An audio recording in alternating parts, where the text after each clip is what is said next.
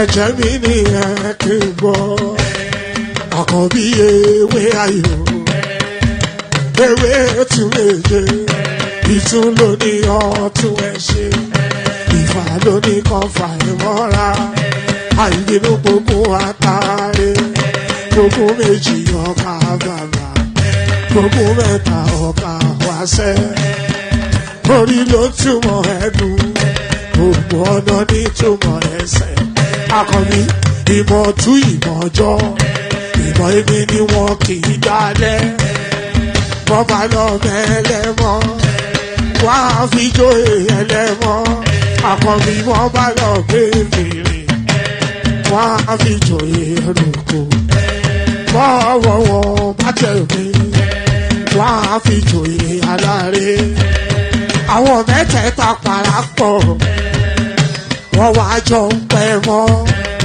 ẹ̀ẹ́mọ́ olóko jẹ wọ́n pa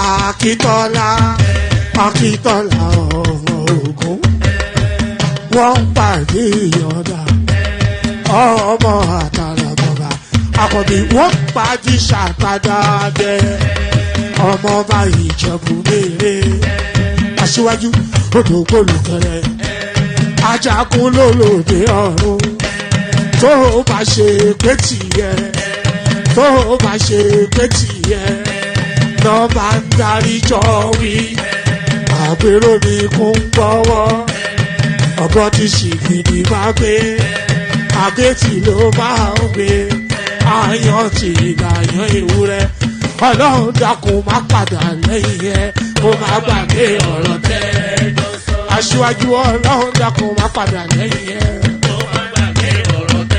Àkànbí Ọlọ́run dákun má padà lẹ́yìn ẹ ọkọ̀ olúrẹ̀lẹ̀ Ọlọ́run dákun má padà lẹ́yìn ẹ. Ayandaba, ayandaba, ayandaba, ayandaba. Ayandaba, ayandaba, ayandaba, ayandaba. Atima ayandaba, ayandaba, ayandaba, ayandaba. Wanama ayandaba, ayandaba, ayandaba, ayandaba. Susu, baby, subramia. Baby, subramia. Suku, sunu, baby, subramia. Suku, sunu, baby, subramia. Suku, sunu, baby, subramia. Ejemo, anamana. Ejemeje, anamana. Wana mejemo, anamu. Karatuba jodiri chukuma tukutuba jodiri ndimmawu egummawu ego.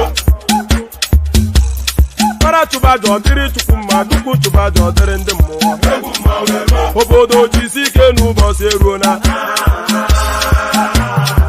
Oyibo obiego. It is everyone, be free. Ayandaba, ayandaba, ayandaba, ayandaba. Ayandaba, ayandaba, ayandaba. Atima ayandaba, ayandaba, ayandaba, ayandaba.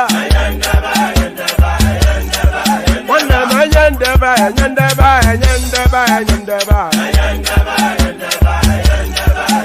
Susu, baby, subramia. Suku, sunu, baby, subramia. Suku, sunu, baby, subramia. Suku, sunu, baby, subramia. Ladies and gentlemen, sometimes you just have to act like you are drunk, like you are crazy. Confuse your enemies, confuse them. Obodo sanye ye we mo. Ye we mo. Obodo sanye ye we mo. Nuba sanye ga ponto mo ye de gugeme. Okwitara kara mi nguru ma mi ga kwuru mu gwo ya baby mo. Abe Maria. Why feeling? Ayandaba, ayandaba, ayandaba, ayandaba. Ayandaba, ayandaba, ayandaba, ayandaba. Atima ayandaba, ayandaba, ayandaba, ayandaba. Wanama ayandaba, ayandaba, ayandaba, ayandaba. Susu, baby, Subaramia. Soko sunu, baby, Subaramia. Soko sunu, baby, Subaramia. Ase kwa nefo jabani si akuna nyego bamkambasi ozo. Since I was born, but now I am getting youth. Akuna mota akuna koga book. Hello, there you are. How are you? Hello, there you are. How are you?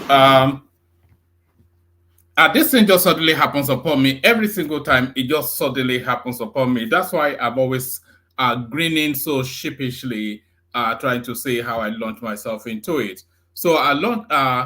Yes, Prince. Just follow this Prince bio.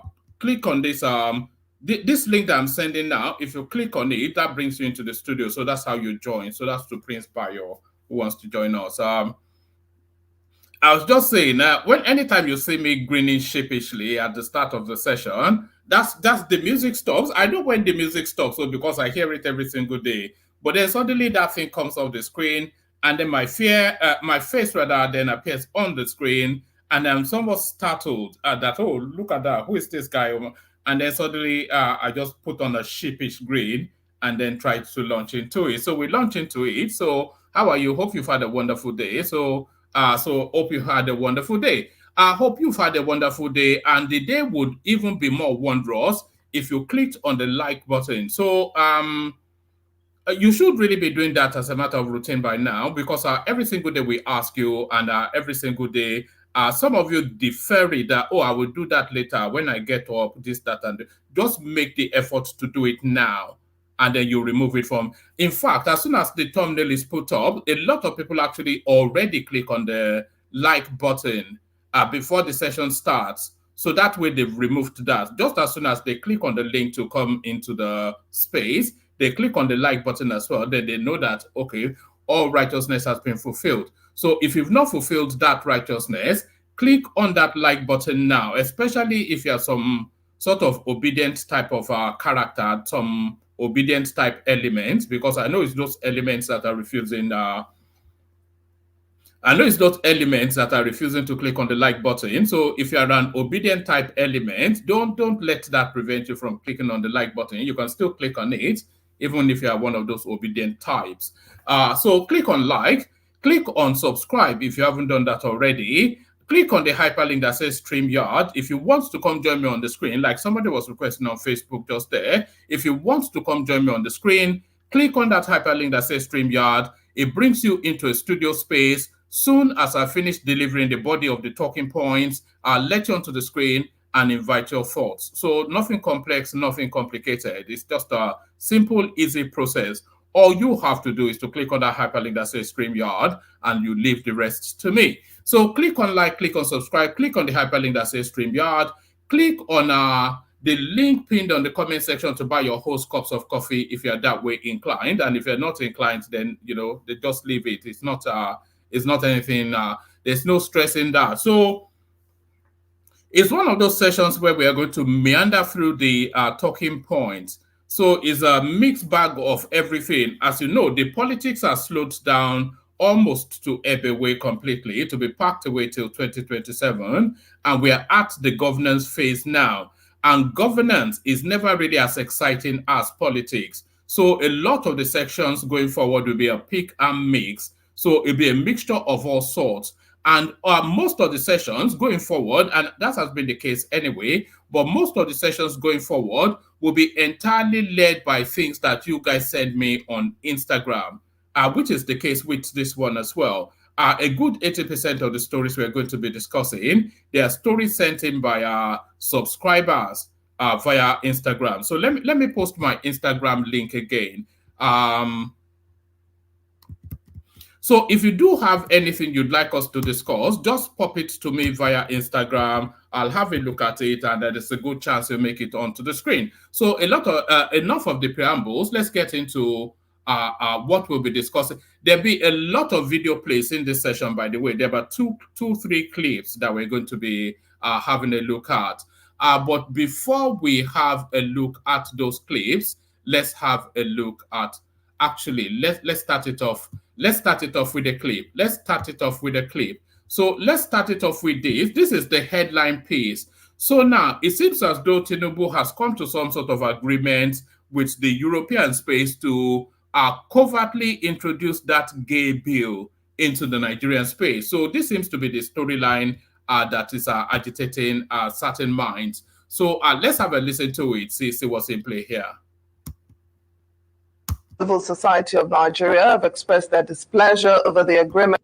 Apologies for the grainy sound, by the way. That's not coming from me. That's coming from this recording. So if you are hearing some statics in the background, that's not coming from me. That's coming from this recording. But endure it and listen anyway. Between the European Union and the countries of African, Caribbean and Pacific Group of States known as EU-ACP Agreement to be signed on November the 15th. Chairman of the Human Rights Committee, Sonny Ekwosi, pointed out the consequences of nodding to such agreement, stating that it includes abrasive provisions that are unaligned with the philosophical, communal and religious values of Nigeria and its people. He added that the adoption of this agreement is a subtle inclusion of LGBTQ into Nigerian reality. He cited that the treaty gives no place to parliamentarians to thoroughly examine the treaty. So it looks as though there's a certain treaty that embedded within it is LGBT clause that runs contrary to the Nigerian constitution or the Nigerian position. Certainly the Nigerian ideological thrust and the Nigerian way of life. And it looks as though these people are rebelling against it. 2 weeks ago, to hear that they are going to sign this agreement on the 15th of November 2023. And we are wondering what has happened. People who agreed, including Nigerian ministers and Nigerian parliamentarians who were there, they said they were not going to sign. Now they have agreed to sign on the 15th of November, which is a few days from now. And we are saying, look, this cannot go because LGBT is illegal in Nigeria. There's what is called Safe-Sex Prohibition Act 2014, which was enacted during the government of administration of Jonathan. And that law is still there. Why should we not go ahead and sign a document that has to do with promotion of LGBT? It's completely unacceptable, and we should not sign. Nigeria should say no. Namibia has said no. Namibia has withdrawn. Namibia is not going to sign. Ghana has also said it's not going to sign. So why should Nigeria sign on the 15th of November? That is a few days from now. So we are saying, we are calling on the government. We are urging them, begging them not to sign. The Nigerian Minister of Foreign Affairs and the Nigerian parliamentarians not to sign this document, because this document will lead us to our early grave, in the sense that when we sign, we are signing our death warrant.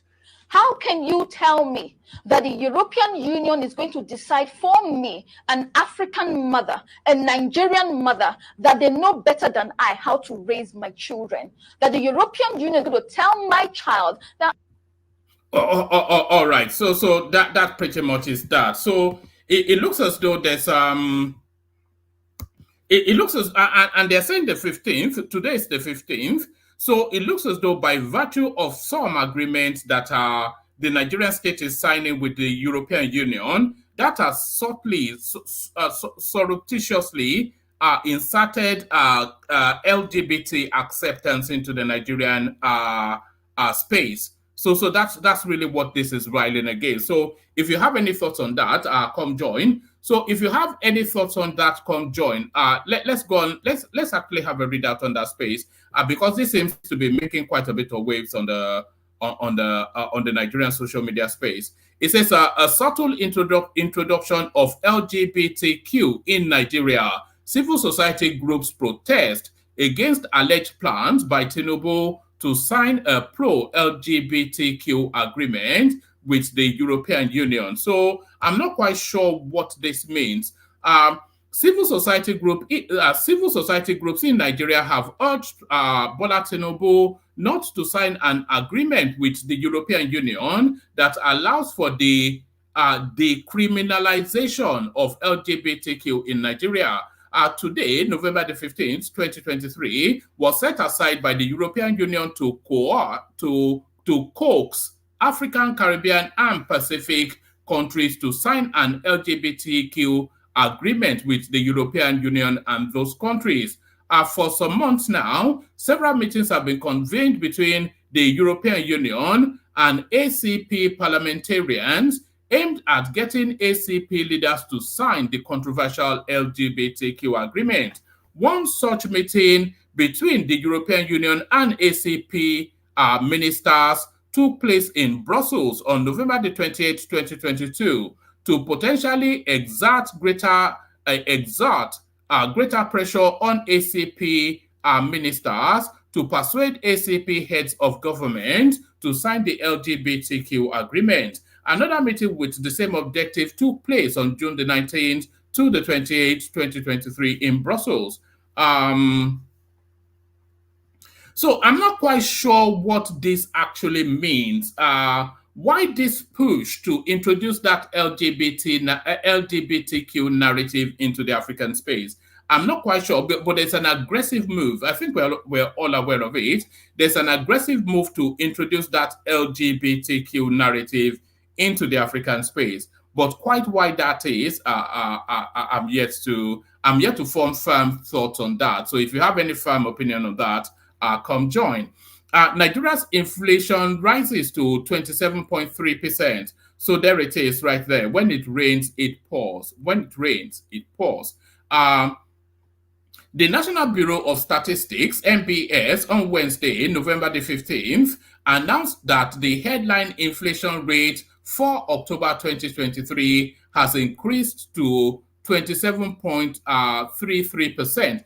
And by the way, just so you understand the significance of this essentially tells you the markup prices of all goods and services are pretty much around the country. That's what that means. So that inflation rate, it tells you how prices are spiraling up within the Nigerian market space.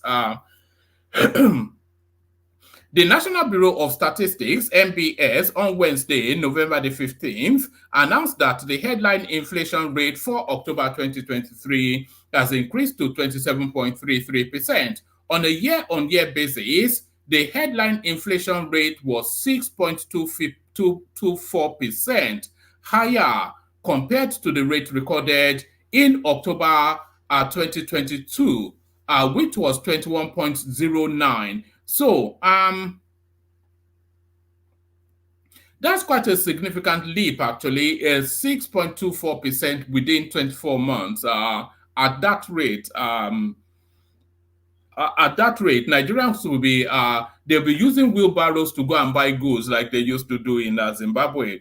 The MBS said the rise in food inflation was due to increases in prices of bread and cereal, oil and fat, potatoes, yam, and other tubers, fish, fruit, meat, vegetable, and milk, cheese, and eggs. So that's essentially all the staples, isn't it?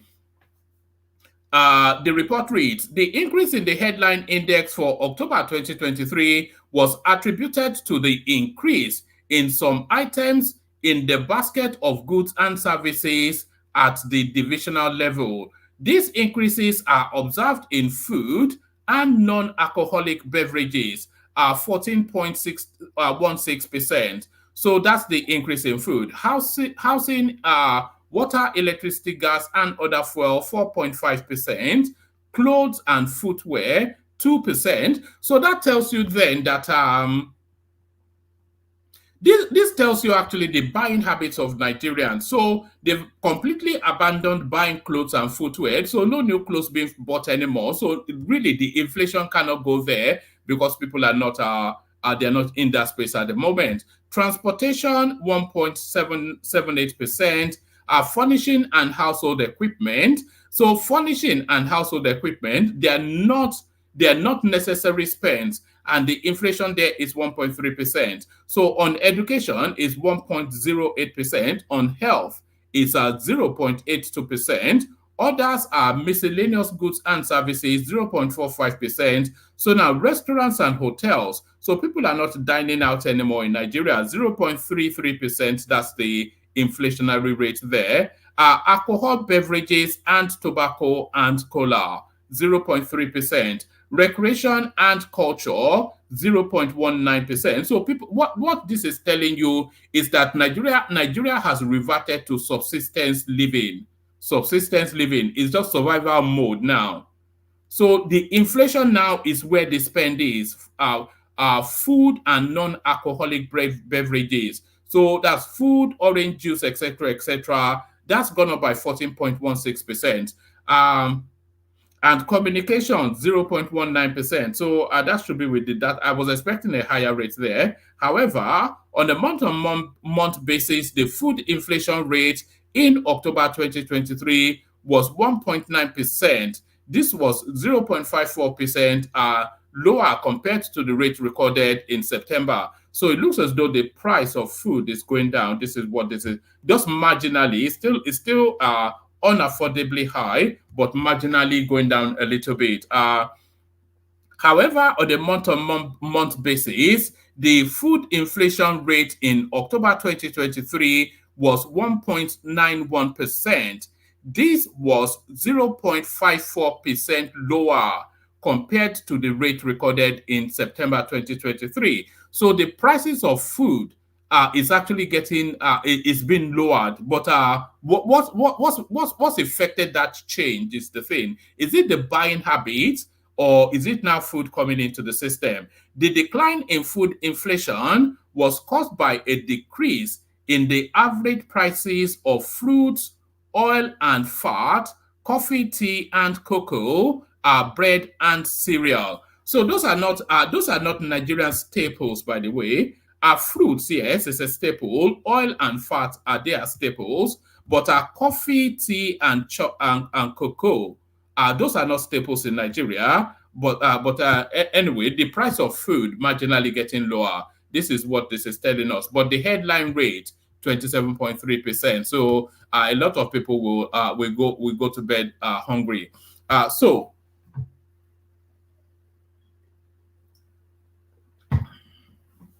now, this next story now that has held the space continues to hold the space. It's the narrative of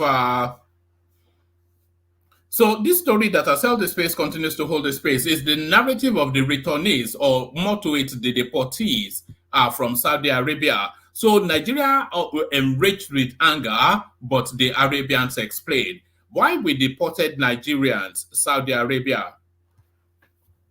Saudi Arabia has released a statement explaining the deportation of Nigerians from the Saudi kingdom. Our correspondents report that 264 passengers were notified that their visa had been cancelled when they landed at the King Abdulaziz International Airport, Hajj Terminal, Jeddah, Saudi Arabia, on Monday, 13th of November 2023. The federal government of Nigeria had since called for calm over the deportation. On Wednesday, the Royal Embassy of Saudi Arabia in Abuja made a clarification about the situation. The passengers whom were denied entry and subsequently deported to their initial destination did not fulfill the entry conditions and requirements in accordance with the applicable laws. Let me do that again, actually. The flow is not right. Saudi Arabia has released a statement explaining the deportation of Nigerians from the Saudi kingdom. Correspondents report that 264 passengers were notified that their visa had been cancelled when they landed at the King Abdulaziz International Airport, Hajj Terminal, Jeddah, Saudi Arabia, on Monday, 13th of November 2023. The federal government of Nigeria had since called for calm over the deportation. On Wednesday, the Royal Embassy of Saudi Arabia in Abuja made a clarification about the situation. The passengers whom were denied entry and subsequently deported to their initial destination. They were not deported to their destination. No, they were deported to where they were coming from. And I'm not quite sure what that grammar is.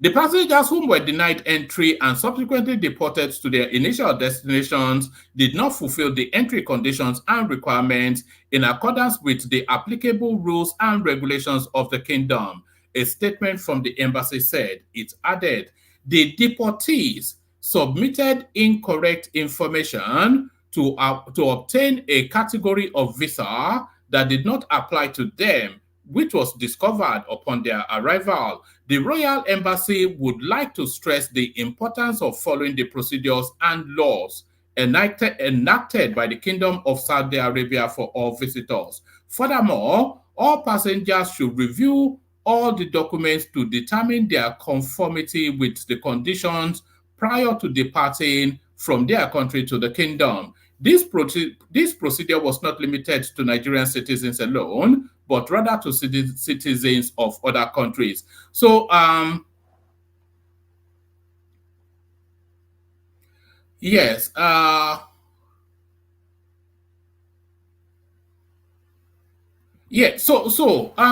There's actually a lot more there's actually a lot more actually coming out of that space. There is this speculation that some of those people actually deported. There's the speculation that some of them actually had criminal records, known drug dealers, etc. So how those ones then passed through the portals of screening, both at the Saudi embassy, the Nigerian immigration portal, to land in Saudi Arabia, and what was the discovery then? And if you're saying that their visa was not suitable for that journey, they were scanned already in Nigeria, and you were notified of who they were and the sort of visas that they were carrying. So why did you not stop them from boarding that plane rather than let them land in your country and embarrass the country in that manner? So there's still a lot to unpick from there. And I still insist that they were just having a dig at Tinubu. That's how I see it. Tinubu was there in person, and they were just like having a dig at him. That's just how I see it. You may say it differently. So let me bring you this one now. Oh, no, let me leave that one till later.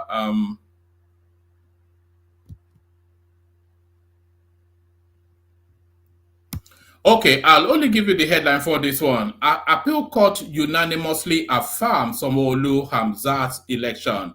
So this is the narrative of Rhodes Vivo, who continues to when graduate has not worked, you must learn to gather your pull yourself upright, gather your dignity and walk away. So this guy now, this Chinedu Rhodes Vivo, he doesn't quite know when the game is up. The State and National Assembly appeal court sitting in Lagos has dismissed the appeal of the People's Democratic Party, PDP, and its candidate Olajide Adediran, challenging the victory of Babajide Sanwo-Olu as the validly elected winner of the March 18 governorship election. So there it is right there. And we don't really need much more from that. So that's clear enough.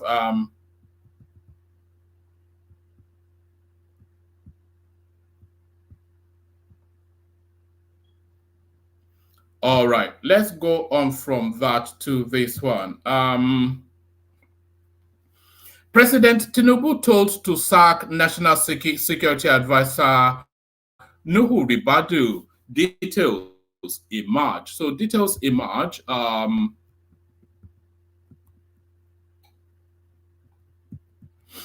Right. President Bola Tinubu has been advised to sack his National Security Advisor and former chairman of the Economic and Financial Crimes Commission, EFCC, Nuhu Ribadu. This call was made in an opinion piece authored by an Abuja-based writer, Abba Modibo, on Wednesday, November the 15th. So what are the reasons? As contained in the piece obtained by correspondents, Modibo stated Ribadu was unfit to manage and handle a sensitive position like the National Security Advisor. Yes, I agree. That portfolio is too big for Ribadu. It's too lightweight for that position. And the way he has been handling it just tells you that he's out of his depth. It's totally, utterly, completely out of his depth. He based his reason on Ribadu's comments that President Tinubu inherited a bankrupt treasury allegedly looted by the administration of ex-President Muhammadu Buhari. We have inherited a very difficult country, a bankrupt country, to the extent that we are paying back what was taken. It is serious. But this administration is doing its best to meet our requirements, including that of the armed forces. In a reaction to Ribado's comment, Modibo said, if there is any further proof of Nuhu Ribado's shallowness and emptiness, his recent reckless and irresponsible allegations against President Muhammadu Buhari have put paid to that. Nuhu Ribadu is simply not fit. Nuhu Ribadu is simply not a fit and proper person to occupy the office of National Security Advisor, and he should be fired immediately before he puts the nation in real peril. Madibo also noted that Ribado's comment further hands opposition party the weapons they need to recover from their initial crisis. He said the statement has also destroyed the valiant efforts of the chairman of the APC to mend the party. He urged President Tinubu to remedy the situation and immediately sanction the sack of Nuhu Ribadu. So yes, I agree that Nuhu Ribadu should be sacked, but not for the reasons that is being put forward by this character. I do agree that Nuhu Ribadu should be sacked. It's just not it's not fit for purpose, and it shouldn't really be in that space. I'm going to send the link to the studio again for anybody that wants to come join. If you want to come join, come join.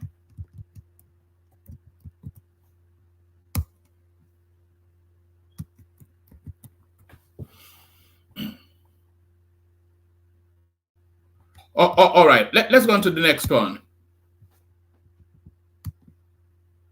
Right, the most expensive states to live in Nigeria based on October 2023 all items inflation rate. So this tallies with what we just read recently. So I expect that Lagos State will probably be at the top. So what's your speculation before we get into the reading? The most expensive states to live in Nigeria based on October 2023 all items inflation rate.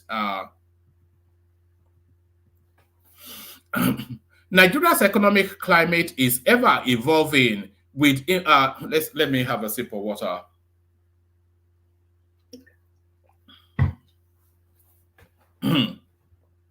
Nigeria's economic climate is ever evolving, with inflation rates playing a crucial role in determining the cost of living across the country.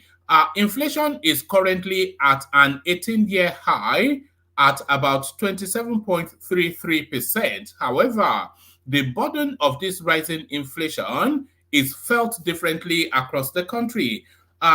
Year-on-year inflation across states, based on the latest data for the October 2023 from the National Bureau of Statistics, here is a listicle. I've never come across this word before. Here is a listicle rating of the states from the least to the most expensive in terms of all item inflation rates, with a comparative look at the previous month's figures and the food inflation stats. So I'll only read you a couple. Actually, I'm not quite sure. I'm not quite sure I want to endure reading all of these. Kwara State. Starting the list is Kwara State, with the lowest inflation rate amongst the 10 listed states at 28.2%. While this rate reflects the lowest on the list, by the way, it is still a noteworthy increase from September's 24.4%. The food inflation in Kwara is quite high at 31.7%, indicating that food prices are a significant part of inflation dynamics in the state. Bayelsa follows with an all-item inflation rate of 29%. Ebonyi with an all-time inflation rate of 29.3%. Abia State's inflation rate stands at 29.3%, mirroring that of Ebonyi. However, it is worth noting that the significant food inflation rate of 33.2% which is higher than the overall inflation, emphasizing the hefty cost of food in the state. So it's really the food inflation that we're after. Although states presents a slightly better scenario with an all-item inflation rate. How is it a slightly better scenario when it's higher than Ebonyi and Akwara? Ondo State presents a slightly better scenario with an all-item inflation rate of 29.4%. This rate was held steady from September's figures. Akwa Ibom, 30.7%, or your state, 31.2%. So yes, Lagos is not actually the most expensive it's looking like. Lagos, the commercial heartbeat of Nigeria, also has an all-time inflation rate of 31.2%. The food inflation here is 27%, which whilst high, is not as steep as Oyo. The slight increase from September indicates a steady climb in living cost. And then River State, 31.4%, Kogi State, 34.2%. So Kogi State now, Yahaya Bello, is the most expensive state in terms of cost of living. So that's the most expensive state in terms of our cost of living. Let's go on to. All right. Let's go on to this one. So let's go. Yeah, is it a new word? Listicle. Yes. What are just all these funky new words? Let's go on to this one. This is the narrative of corruption in Zamfara State. So we play a bit of this and then we see how it goes. We begin this morning with a face-off between the former governor of Zamfara State, Bello Matawalle, and his successor, Dauda Lawal.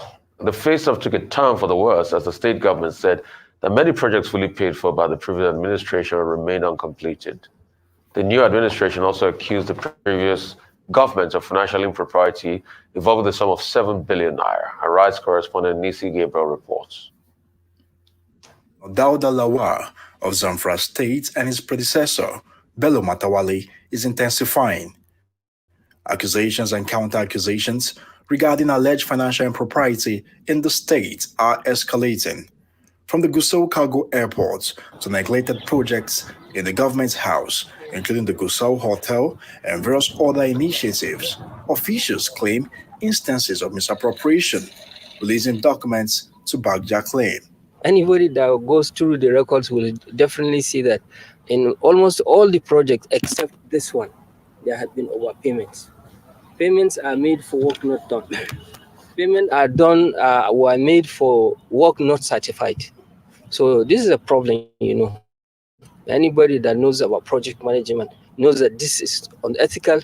And by the way, this governor here, he built what he purports to be an airstrip. You will see that supposed airstrip in a moment is just desert barren land, and it took X amount of billions for that. They will show you a retinue of just abandoned, not even started projects that he signed up for, and to punish him for this egregious looting, he gets a ministerial portfolio under the Tinubu administration. So a committee of crooks, Tinubu's administration. This is not supposed to be the practice in government. So it's not an allegation. These are facts. He came out and he even bragged that he has built 4 billion road for the landing of flights and planes. So so this is the supposed airstrip that this guy took 4-5 billion naira for. So you now tell me where the air. This is actually what this guy. This is Matawalle, the former governor of Zamfara State, now a minister of whatever it is under the Tinubu administration. This is what he took billions for, to tell them that he built. He just took. He paid a couple of boys to clear grass into what looks like something like a dirt road. He put up a few steel bars, and that is an airstrip according to the Zamfara people. When you look at that, a contract that initially was 11 billion, they went and upscaled it to 13 billion, and they have paid more than 70% of it, and nothing has been built there. And we are asking questions. And this is the man that went to court and get a ruling that this government... Sorry, I just want you to say that again, because this is almost an open and short case of criminality, is it not? I mean, this guy, a contract comes in at about 7 billion, which is already heavily padded anyway. So you can slash that by remove 80% of that 7 billion because that's settlement money. So the actual worth of that contract will be about 4 billion thereabout, but still not satisfied with the looting. They ratchet it up to about 13 to 15 billion. And now taking then a good 78, because this is a functionary of the new administration inviting cameras to come and, because we read these things in the newspaper and we have, residual thoughts of doubt at the back of our head. But now they are showing you video proof of actual acts of a fraud. But what's going to happen to this guy? That's the thing. So this is a 13 billion supposed airstrip, by the way. And this is what Matawale left behind. 4 billion road for the landing of flights and plane. So when you look at that, a contract that initially was 11 billion, they went and upscaled it to 13 billion, and they have paid more than 70% of it, and nothing has been built there. And we are asking questions. And this is the man that went to court and get a ruling that this government or EFCC shouldn't investigate him. If you are open and you are free and you have done the roads that you are saying that you have done. You see, as a young person, it's even sad when I look at these things, because all I learned from these people that, all right, if you get that opportunity, do whatever it is that you want to do. And at the end of the day, you just have to have a candidate that becomes Nigerian president and you'll be protected. In fact, not just protected. Oshiomhole did tell us all this before, but we didn't pay attention. Join APC and all sins are forgiven. You'll be awarded. Meanwhile, those who served under Matawale's administration described these accusations as false, stressing that the state's challenges existed before the previous administration. There is nothing in it.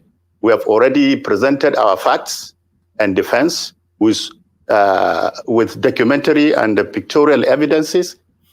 I see no reason why Dauda Lawal is engaging himself into this baseless and unfounded allegations. Officials expressed dismay over the condition of schools in the Zamfara state capital. This is meant to be a school, by the way, in the state capital, not some outpost in the back of beyond. This is not in the stakes.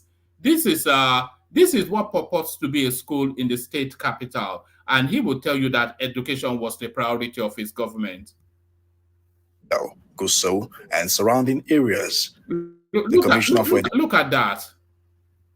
And this guy served that state for 8 years. Every single year, they budget in excess for education. And this is what education means in Zamfara State.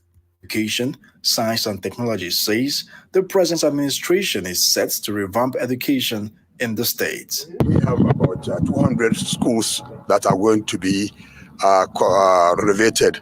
However, it's not only renovation, but there are new constructions that are going to be carried out. Not only, the classrooms, there are toilets. Some of the schools are going to be fenced. Officials of the Zamfara state government say they are already on the right track with a robust economic agenda that will translate to the prosperity of the state. We asked for these positions, we asked for these jobs, and now we have to deliver. And people of Zamfara state do not expect anything less of performance and commitment by us. We met the government house without chief accounting officer. The former chief accounting officer, and expenditures at the government house, like the governor said, over 70 billion naira. And nobody to hold accountable. He has run away. Who is shielding him? Who is protecting him? Needs to give. And by the way, you have to listen to that figure. You're talking about a mid-low ranking, even a low-ranking state. Expenditures on the state house, 70 billion naira. Nothing to show for it, and the accountant for that administration on the run. Arise News. Look at that. Unbelievable. In the meantime, the Zamfara state government has declared a state of emergency on education. Governor Dauda Lawal announced the decision in the state broadcast saying the neglect in the system affects all levels from primary to tertiary institution. He said that All right, we'll just hear what Ruben Abati has to say about all this, and then we move on. Out there, 9,542 across schools in the 14 local government areas. Dr. Abati. Okay, this story has been out there since June. So it's not as if the conflict between Dauda Lawal, the governor of Zamfara State, and his predecessors in that office is new. When Governor Dauda Lawal assumed office as governor of Zamfara State, he raised an alarm. It looks as though, just from the tone, it looks as though Ruben is about to excuse it away. That is just party politics. That he met the state in a bad state. He said he met a totally bankrupt state. He said he met an empty treasury. And that the situation in the state was so bad that students in Zamfara State could not sit for WAEC because the state government was owing WAEC 14 billion naira and was also owing NECO 10 billion naira. And one of the first things that he had to do was to pay the debt with NECO. And so if he now comes around, he has a state broadcast and he says he's declaring a state of emergency on education. Then, of course, he gave that indication as far back as June. But it wasn't just about education that he was concerned about. You will recall one of the things he did, the first things he did, was to get a court order to go to the residence of former Governor Matawale, who is now the Minister of State of Defense of Nigeria, to retrieve 40 vehicles that he said belonged to the Zamfara state government. I think the former governor later went to court and got those vehicles back. But that was one very dramatic incident at the time. Meanwhile, before Governor Matawale left office as governor, he was being probed by the Economic and Financial Crimes Commission. Indeed, on one occasion. How did this guy become a minister under Tinubu's administration? That's really where the question is. A group called Voice of the Voiceless went to Abuja to protest that the EFCC should investigate Governor Matawale as he then was. They allege that he should account for about 70 billion naira, which had been used for projects, 90% mobilization fees already paid, and work not done. Then, at that time, Governor Matawale, as he then was, went to the Abuja Federal High Court. And that matter, I don't know the state of that matter now, but the substance of it was that the governor then was, he was no longer governor, he had left office. He was asking the court to restrain the EFCC from investigating him on any matter whatsoever, and that only the Zamfara agency, anti-corruption agency could only investigate him. As I said, I don't know the state of that matter. However, the state government, the Lawal administration, went further to now detail a number of infractions that they said they discovered. Governor Lawal set up a 5-man committee. And one of the things they said they discovered was that billions of money was spent on a hotel project that never got off the ground. That the Gusau Cargo Airport, which was another project that they cited, that money had been given, over $7 billion, and work not done. If any work was done. No, that would be naira, not dollars. Even the Muritala Mohammed International Airport, you don't need $7 billion to build that. Not at all on that project, maybe about 20%. So the people of Zamfara don't have any, cargo airport as promised. However, Matawale, also through his own commissioner, one of his commissioners, a guy called Comrade Kuda, has published in the papers projects that he delivered on, and also that every project in his state under his watch followed due process and all of that. So we have this back and forth between the past administration and the present administration in Zamfara State. At the end of the day, it's the people of Zamfara State who are poorly served. That is saying he's interested in transparency and accountability, and to prevent financial administration has taken, if indeed those allegations are true. You can't keep coming up with allegations from June to almost December, releasing all kinds of documents. So to what effect? Minister Matawale, Minister of State for Defense, former Governor Zamfara, no longer enjoys any immunity. It's not covered by immunity under Section 308 of the Constitution. So what the state government in Zamfara should do is to take appropriate steps to, as Governor Lawal says, bring back, what was taken away from the people of Zamfara. And, that's the purpose. Rather than all these media presentations, we can comment on it, but we don't have the power to determine, what the outcome should be. So it's the responsibility of the Zamfara state government to make sure that it protects, the interests of the people of Zamfara. And of course, the former governor will be entitled to the right of defense, so fair hearing. And, it's for the courts to determine who has told. All right, that's enough of that. So we kick the session off. Like I said, the room is open. Anybody that wants to come join. Ajanle Koko with us. Good to see Ajanle Koko. Bishop is in the house. Good to have you, Bishop, and Konnichiwa to World Peace. So anybody that wants to be part of the panel, just hop on. So anybody that wants to be part of the panel, hop on, and you can hop on whilst we are playing the Kegite music. But first, to the Kegites. Only water, where they see ma. Water,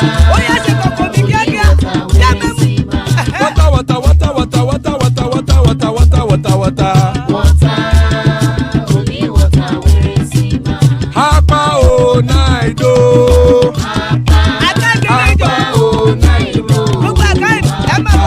Hapa you don't come o.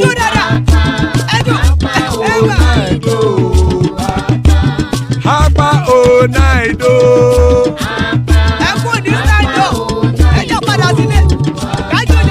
Oro kẹ̀kẹ́ ẹlẹ́mù yé o. Ilé sọ́dí àkẹ́kẹ́ ẹlẹ́mù ré o. Bobby Master kẹ̀kẹ́ ẹlẹ́mù ré o. Chief Wẹ́lá tí kẹ̀kẹ́ ẹlẹ́mù ré o. Eruku lẹ̀lẹ̀ ẹlẹ́mù dé. Eruku lẹ̀lẹ̀ ẹgbẹ́ ẹlẹ́mù dòde ojàre o. Eruku lẹ̀lẹ̀ Ghana ti dé ẹgbẹ́ bọ́ọ̀dì o.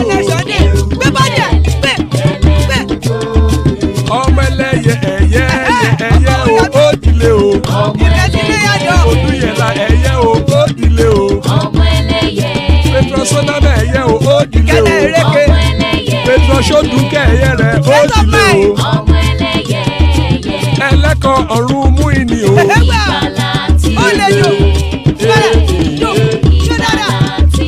Àkùkọ ọ̀run méjìkọ.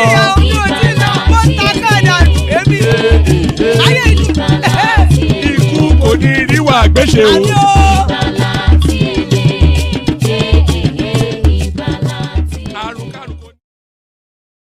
So there it is right there. Iku kò ní rí agbéṣe. So Iku kò ní rí agbéṣe àmì ẹ̀pọ̀. So let's kick it off, and let's kick it off with Bishop. So Bishop, good to have you. Bishop, on mute. Bishop. Yeah, I'm trying to get myself unmuted. Hello. Good to see you, Bishop. So it's somewhat of a slow news space, so we just have to. It'll be more like just chatting. This one, I suspect. But yeah, what are you looking at in the news today? Good evening, gentlemen. Good evening, Nigerians. Good evening from wherever you may be joining us from. Unfortunately, we didn't get the likes to 100 yesterday. Please, as you are coming in, click on the like button. The survival of this platform depends on that. Let's thank you in advance. Please click on the like button as you are coming in. It goes a long way to help the platform.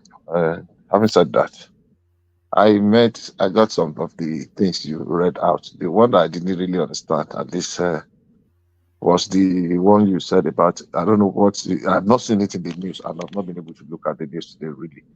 The one about Tinubu, same-sex marriage, whatever. I don't know if that one is... It's all over the news. Actually, a few people sent it to me saying that we should discuss it. It says there's some EU agreement being canvassed around the African space, which is to decriminalize LGBTQ. So quite a few African countries have refused it, but it looks as though Nigeria is about to acquiesce to it. To be signed today. No, I don't think so. I mean, What it has to go. do you mean you don't think so? It will go to the National Assembly first. The National Assembly enacted a law in 2009. Representatives all right, let me play you this. Of the civil society of Nigeria have expressed their displeasure over the agreement between the European Union and the countries of African, Caribbean and Pacific Group of States known as EU-ACP agreement to be signed on November the 15th. Chairman of the Human Rights Committee, Sonny Ekwosi, pointed out the consequences of nodding to such agreement, stating that it includes abrasive provisions that are unaligned with the philosophical, communal and religious values of Nigeria and its people. He added that the adoption of this agreement is a subtle inclusion of LGBTQ into Nigerian reality. He cited that the treaty gives no place to parliamentarians to thoroughly examine the treaty. 2 weeks ago, to hear. So that's it. Yeah, okay. I mean, let me just dissect what you have said briefly. There is a part of our law. I'm not a lawyer, but I know I've heard it before. I think I've read it before. That says that the president of Nigeria cannot enter into any treaty except it has been deliberated and assented to by the National Assembly. So if there is a treaty somewhere that negates any part of our law as presently it is now, that somebody is saying it on newspaper, by the time we interrogate it might be far from the real detail. So I still believe if they want to it, they will have to repeal that law and reenact or modify it to give some conditions and acceptability. I still believe that the president of the Federal Republic of Nigeria will not. I know some African leaders have spoken openly against it. Our own have not. I mean, I've not had President Tinubu said anything openly, but I know some, at least more than 3, 4, or 5, have openly spoken against it. And someone said recently, I want to remember who that, now there is not too much big deal. If we can respect the sanctity of your own laws when we come to your society, learn to respect our own too. It's not a difficult thing. So I've not read it, and sometimes I try to make it clear things that I'm just seeing it on this platform this night. I've not had anything, so it will be a little bit too hasty for me to make a comment on something I've not. But I just were on common sense that okay, if National Assembly enacted a law and that law is still in force, why would the government? Right. If you say you're not familiar with the story, then take us to a story that you're familiar with. That's okay. Just 1 second. 3 seconds more. That if there's a law already, I don't think the president will go ahead. I mean, he has an attorney general that seems to know his onions. So I'm not fair on that. You did bring something up again. Can you remind me, please? Yes. Just take me through those slides so that I won't waste time. Was there anything else that you saw in the news, though? Because I'm keen for people to actually bring new stuff as well. We talked about the inflation rate, which has risen to 27.3%. Yeah. And then we dissected it into a state-by-state. I heard that item by item and then state by state. Yeah, I heard that one too. The inflation, funny enough, I was somewhere today. We were discussing inflation in America. They said had dropped to 3.2, and everybody just laughed. Are they serious? How can you be? Inflation in America dropped to 3.2. It is a blatant lie. And even people that are saying it know it. Somebody was trying to brought in the Nigeria on. I think it's something that requires, and what contributing to it is food inflation. And I don't know. I had mixed feeling when I heard somewhere that federal government is going to import 2.1 million metric tons of grains, especially rice. Oh, that's brilliant. When did you hear that? We have been suggesting that for quite a few weeks now. Well, I don't know. I have not read it, and that's why I've not been able to. But I saw it in the headline. I'm trying to remember where I saw it. Maybe I was trying to get something. I saw it in a headline. I was trying to make some online purchases, payments, and the rest. So maybe I just stumbled on it because I really have not really had time today. But that's why I say it's with mixed feelings. Maybe when we get the whole flesh of the something, we'll be able to talk about it, because it might grant us some immediate respite, but it's still going to damage. It's going to cause some, prolonged damage. The one that we're talking about, I have a what do you call it? Every governor in some of these states that can barely put their hand to mouth, that is embarking on the construction of an airport, is a thief. I mean, a barao. No, it's not an airport, or it's a cargo strip. Whether it's cargo, no, every state should have one, for the easy movement of landing of cargos and stuff like that. Unfortunately, in Nigeria, every state at this time should not have one. There are states that can barely put decent primary and secondary school together. Yeah, but that's the economic benefit, isn't it? If they import an infrastructure, if they import an equipment and they berth in Lagos, how do they transport it from Lagos to Zamfara or Kebbi? They'll be logging it by road. They can just top it on a plane and pop it round. Well, I don't want it to be like I'm arguing, because when they scale their preference, their needs, not wants now. If a state is they get their priorities right, I don't think airport is top of that priority. It's not airport, it's airstrip. Airstrip is just a piece of land with tarmac. Zamfara by road. By road to Port Harcourt, to Sokoto Airport, I want to remember, it's just like Ekiti State building an airport where you can get to Akure Airport under 1.5 hours. Whatever you want to hold, if you hold it from anywhere to Akure Airport that has been there, you can hold it. And the unfortunate aspect is that, go and check the records, 90% of those people that struggle to build an airport is just lying waste. Look, a classical example is Asaba Airport. I was there, I've been there a few times. At some point, we were only having just one aircraft that was coming. And that one said sometimes we just cancel because they will not seek a passenger. So they had to, some concessional eat out for how much? If you know how much they built that airport, because it was becoming a liability. Keeping it running and maintaining it was becoming peculiar. That is a Delta state that we can say, if not the richest, the second or third richest state in Nigeria, was finding it difficult to maintain. And we now have some states everywhere. Everybody they make it. Look at the one that Fayemi constructed. It's a shame. You need to see the picture of that place, that thing that even commissioned before he left. Hurriedly brought one military aircraft to just come and land and do a show.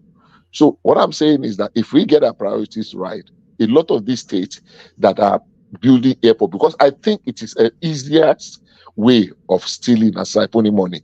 If not, there are other things that will impact in the lives of people more directly.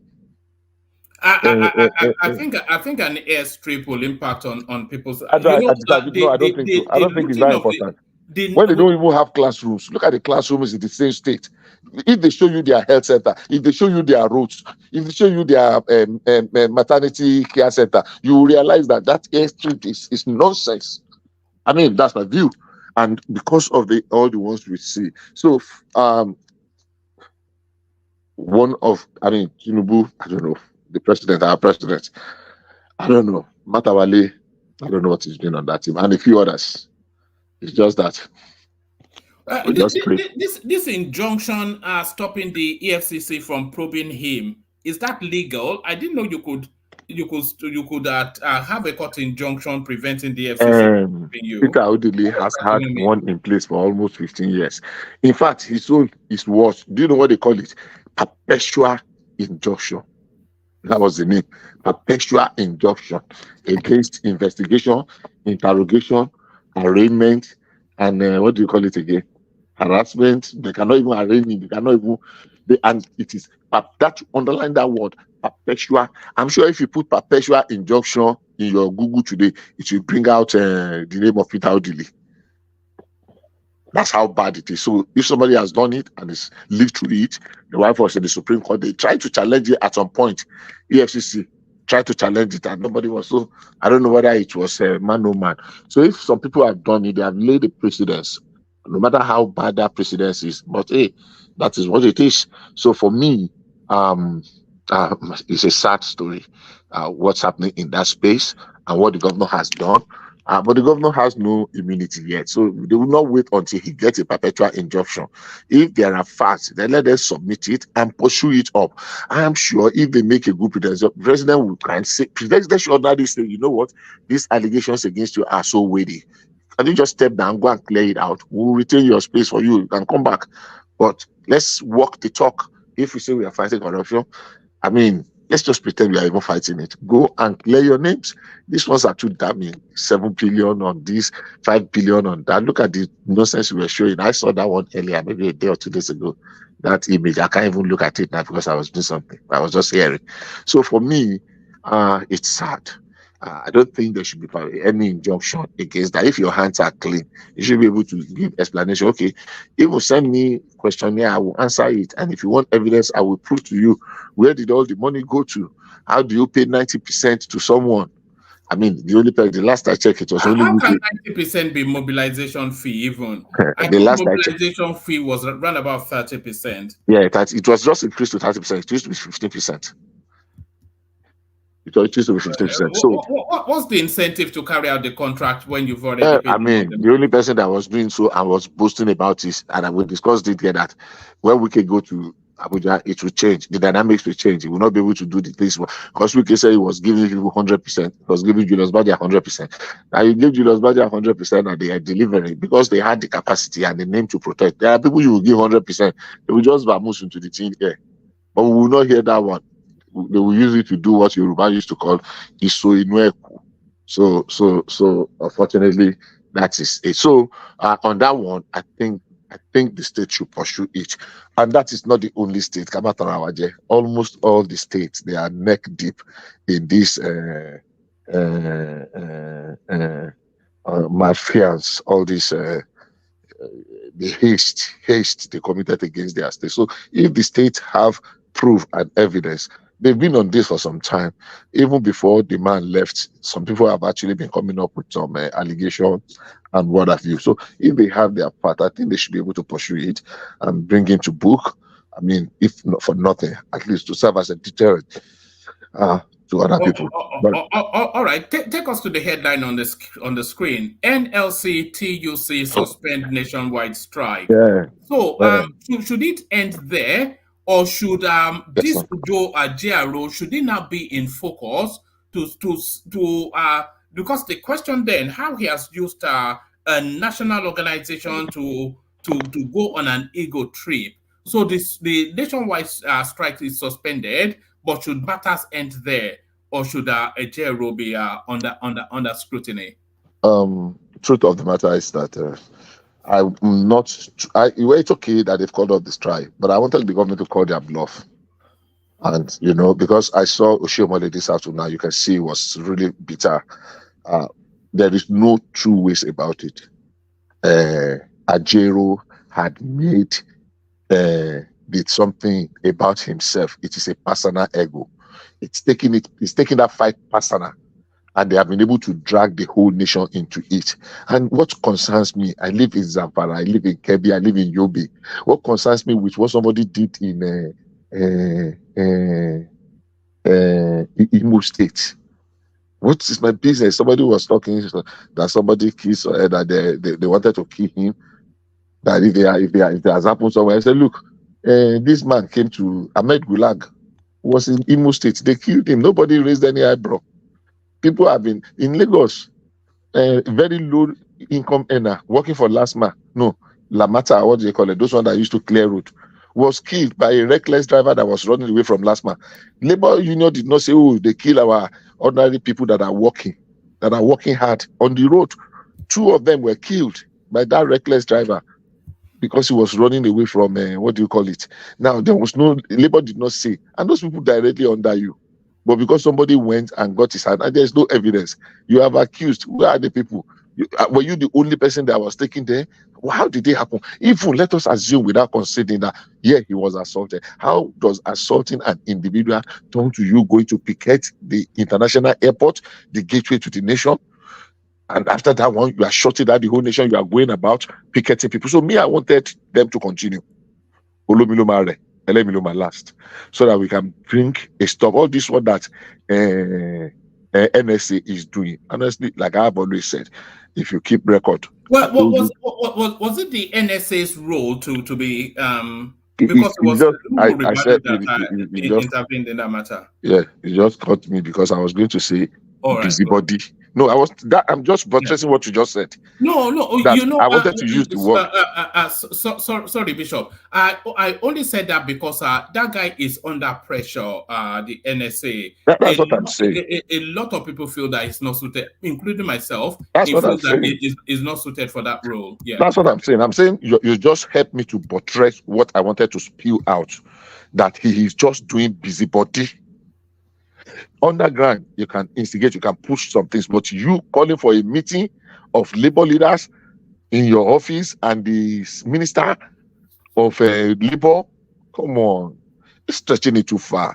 Of course, I'm not surprised because I said it. If you can check that out, something himself and Bajabi Amila and some few persons. I mean, critically, I think they are not proper fit. They are not fit for that office they are. So he is delegating anymore. We don't know what next he will say tomorrow. Maybe he will be giving us a report about domestic affair inside Asorok, whether the president, Madam and president have one argument. So the woman, Madam decided to go and sleep in the boys' quarters. That's the next thing to tell us. So, the strike has been called off. Well, fair enough, but the truth of the matter is that we have laid a precedence. For how many days now that Ajero has shut down electricity in Imo State? I don't know whether they have restored it. For how many days?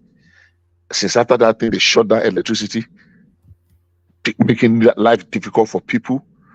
If you know, because those people, the electricity supplier, they have not been able to will not generate income. Because if you bring me a bill, we will fight it. Unfortunately, there is a way. People that are having prepaid, there will be no income for those people. And there's allocation of power. They will have to pay Gencos and Transiscos for the power that they have not been able to use, because it's just lying to waste. And we have one man's ego. And this is the same man some years ago, if you remember, when he's always wanting to prove, I don't know what he wants to prove. You know, when he contested against Ayuba Waba and he lost.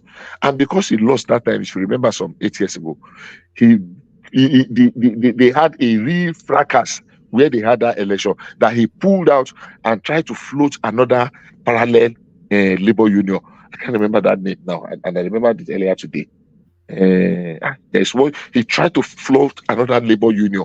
It was this same man that shut down the national grid because they asked some people to write exam to transit to the next position, and they said they cannot write exam because they have been in the system.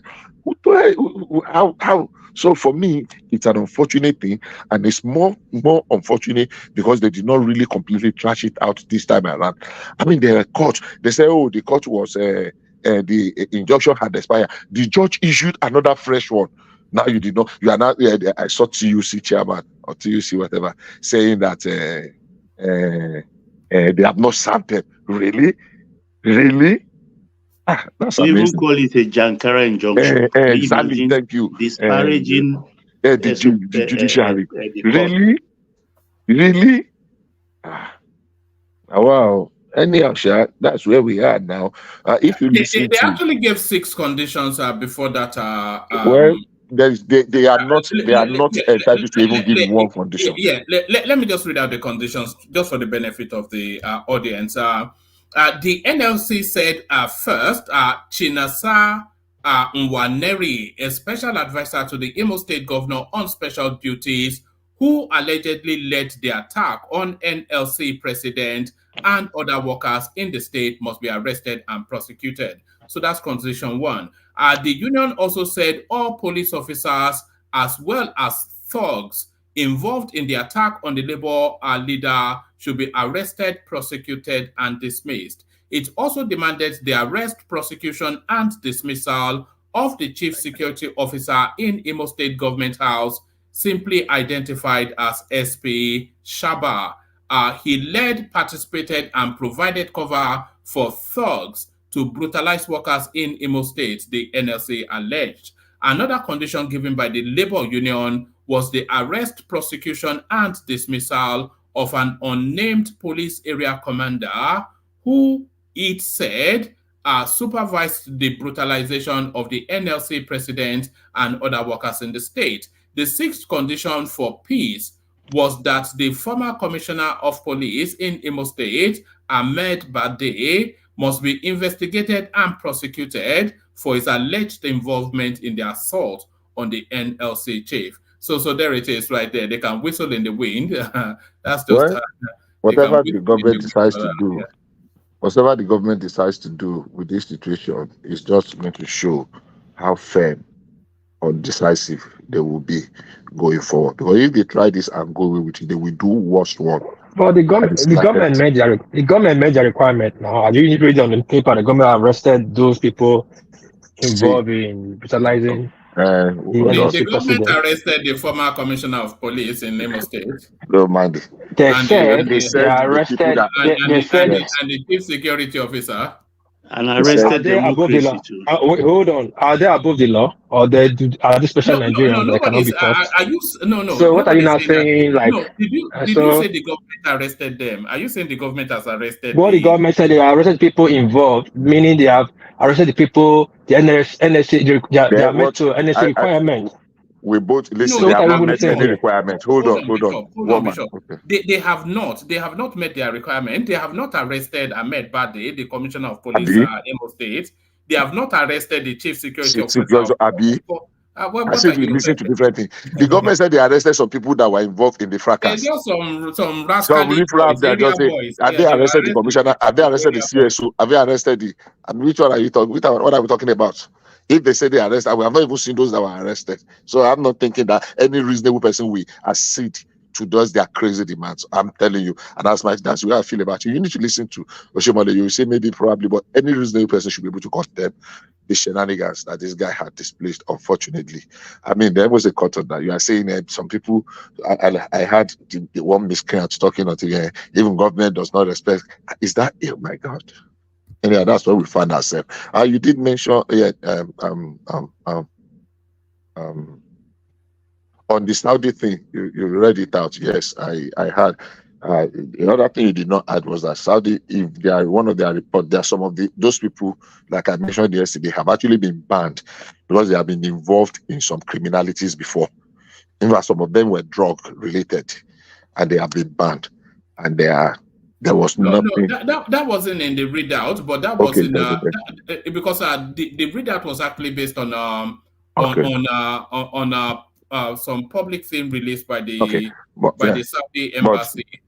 But the most important thing was that some of them were there for inappropriate documentation or the wrong kind of visa. That is the crux of the matter. And that was what we were debating yesterday. So somebody was laughing me to score that what do I mean that inappropriate visa or incomplete documentation or inappropriate visa. I can't remember the phrase very well. You see, that story doesn't actually hang together because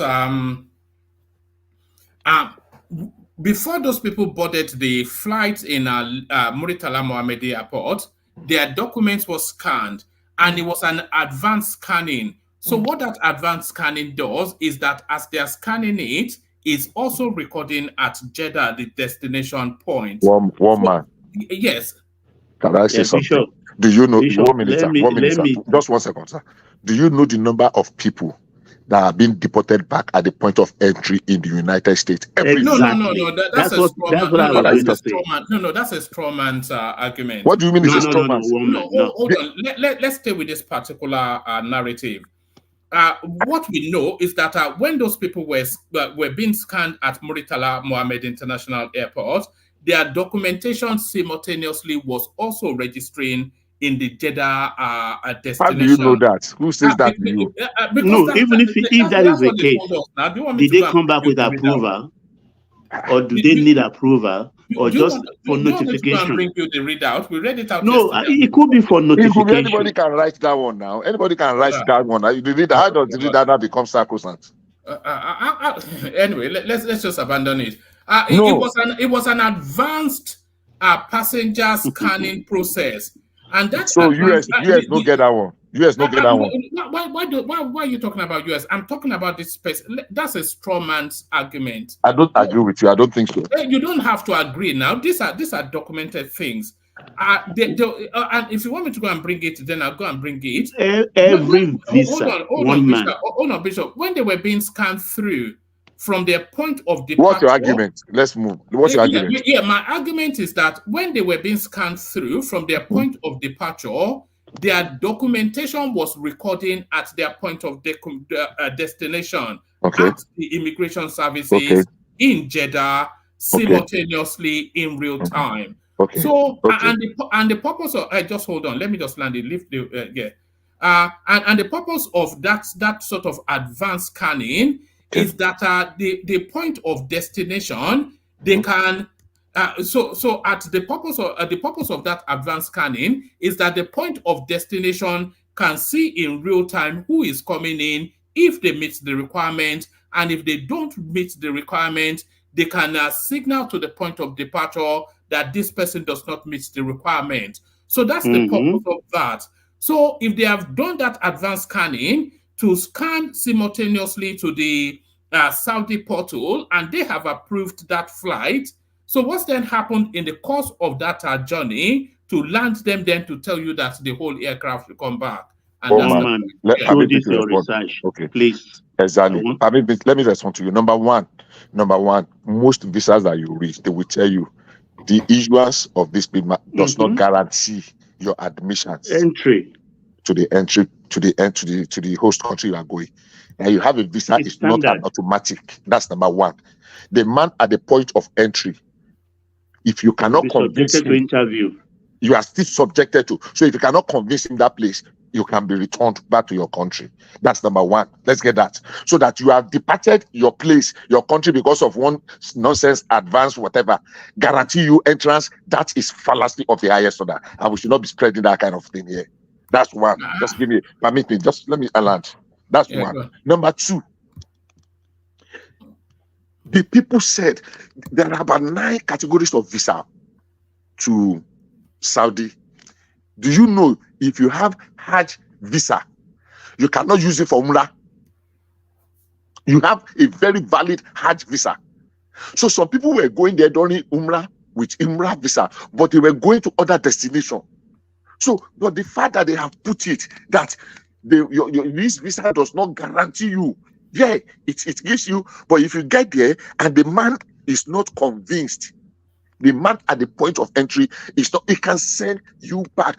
They have not broken any law. The important is that these people did not satisfy the condition they need for them to be admitted into their country.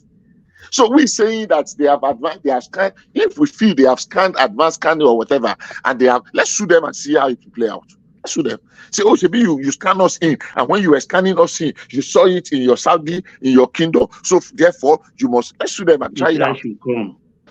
That we should come. Why did we now get to your entrance? You are not turning us back when it is stated there that this does not guarantee. You need to meet some condition when you get to that point of entry to convince the man that has been given the power. Ironically, there was something I read in about US that the man at that point, that man does not need a higher authority to deny you. As he is there, it was actually a higher authority that. No, I'm not talking of Saudi. I said US. I don't know about Saudi. At that point of being turned back, the immigration officers in Saudi were somewhat confused as to why. So it was instructions from higher up. Yeah, I don't know. I don't know about Saudi. I just said the few things I read yesterday. So for me, is putting his own no, that's what's been reported now. I can go and get all of these things. Well, bring it on the screen. It is good for us to learn to abide by other people's rules. People that have been involved in criminality before, that they have been tried and banned, they now wanted to go under the guise of religion, manipulate documents and the rest and go there. I think it's not good. It's not painting us well. Saudi air does not run they had visas. So if they were banned, why were those visas issued? That's what we're saying. We don't have the full picture. People can still manipulate and change something and still get visa. And when they get there, they are discovered. Those people, they have not come out to say ordinarily before. If those people were actually they were turning offended. back the whole plane before intervention. Then got a few people. Even if they are going to turn back, they will still land first and turn them back. But importantly, hold on. Did you know that the Saudis were going to turn back the whole passengers on that plane before interventions got some people in? Oh man, those ones are not. Are you saying the immigration officers boarded the plane and inspected documents of 260 something passengers right in the aircraft? They disembarked. All right. It's a political move anyway. It's nothing to do with visa. It was an attempt to embarrass Tinubu. That's just what played out. That by the phrase. I don't think so. Sorry, that is a political move. Let me put you guys back to 2005. Was it 2005 or 2006? When Singapore was passing through this immigration problem with Nigeria, where we have a lot of death row inmates in Singapore, when Ambassador have to come down to Singapore. Then there was time that Egypt Airline, Turkey Airline, and Morocco just bringing people to Nigeria to Singapore because it was visa free. At our port of entry, we are coming from, where we're coming from, was it Colombo? Because I was studying there. We were coming. Do you know Singapore have returned or detained about 5 airlines of Nigerian immigrants? So the airport was full, they have to be returning people back. We were detained. The only people that were left, they selected out, were just 5 of us. One naval guy that was in course to Singapore, and 4 students. Our airline, Japan, we were flying Japan airline, and then UN University came for us to identify us, clarify us. The Nigerian embassy came for that Nigerian staff.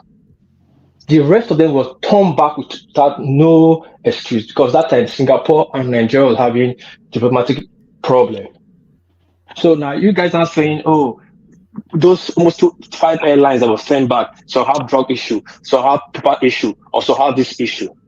That was pure political. What just happened in Saudi? Same thing that happened in Singapore. I don't know why we're making excuses like we are criminals. All right, thank you, Opis. I don't know what yes. Because Saudi is such a highly regulated. Before you get the visa, you can be almost certain that you've met all of the requirements. So for them to say a whole plane of people should go back, that tells you that it's a political move. But round up that space and then we'll move on. Bishop. Okay. I mean, we can. I don't think there's anything political about it. That's one. Number 2, I mean, you can make your own. It's okay for one to believe. And what he said in 2006, Obasanjo jump on the plane to go to. That sounds very ridiculous. I know when Obasanjo went to. It has nothing to do. Yeah, on the side, you have to talk to something, but you are making it sound like it was because some people were on death row. Obasanjo had to jump on the plane. That's a little bit. You are stretching this too far. I believe that it will be resolved. Nobody said that there were a bunch of convicts on drugs. They said 18 of them had issues and have been banned before from coming to Saudi. So if they are banned people, are you saying Nigeria don't have the capacity to go try and manipulate and circumvent that and look for other means of going? I mean, it's okay. There's one more thing, right? Is that what you put? I can't read it. Hold on. There was actually I didn't want to label this, but There's actually a release from the Saudi embassy itself. It doesn't capture any of the things that you've just said. So Right. this is from the Saudi embassy. Okay. It is, and you can see their whatever it is right there, their logo right there, and the silhouette, and yeah. Read it out. It's not a lot. It says, So, hold on. The Royal Embassy of Saudi Arabia in Abuja would like to make a clarification about the media reports and social media releases concerning the deportation of Nigerian citizens at the point of entry into the kingdom. The passengers whom were denied entry and subsequently deported to their initial destinations did not fulfill the entry conditions and requirements in accordance with the applicable rules and regulations of the kingdom, as they submitted incorrect information to obtain a category of visa that doesn't apply to them, which was discovered upon their arrival. The Royal Embassy would like to stress the importance of following the procedures and laws enacted by the Kingdom of Saudi Arabia for all visitors. Furthermore, all passengers should review all the documents to determine their conformity with the conditions prior to departing their countries to the kingdom. This procedure was not limited to Nigerian citizens only, but rather to citizens of other countries. So there's nothing to say that they had criminal Bishop didn't say anything different, did he? No, it was I really want to, I want him to learn. You say all these things I said, there's nothing. So tell me what's the difference. You said some of them were already banned. Yeah. No, I did not say that was contained. I did not say that was contained. But that's not captured in what the Saudis That's what I'm saying. I did not say that was contained in this release. I have read this release earlier on. But it is that they did not spread that one here does not mean either by grapevine or whatever that has leaked out also. And it's there, it's all there out there. That they don't have, I said the main one, that most of them don't possess the right type of visa and their documentation. Hello, am I with you?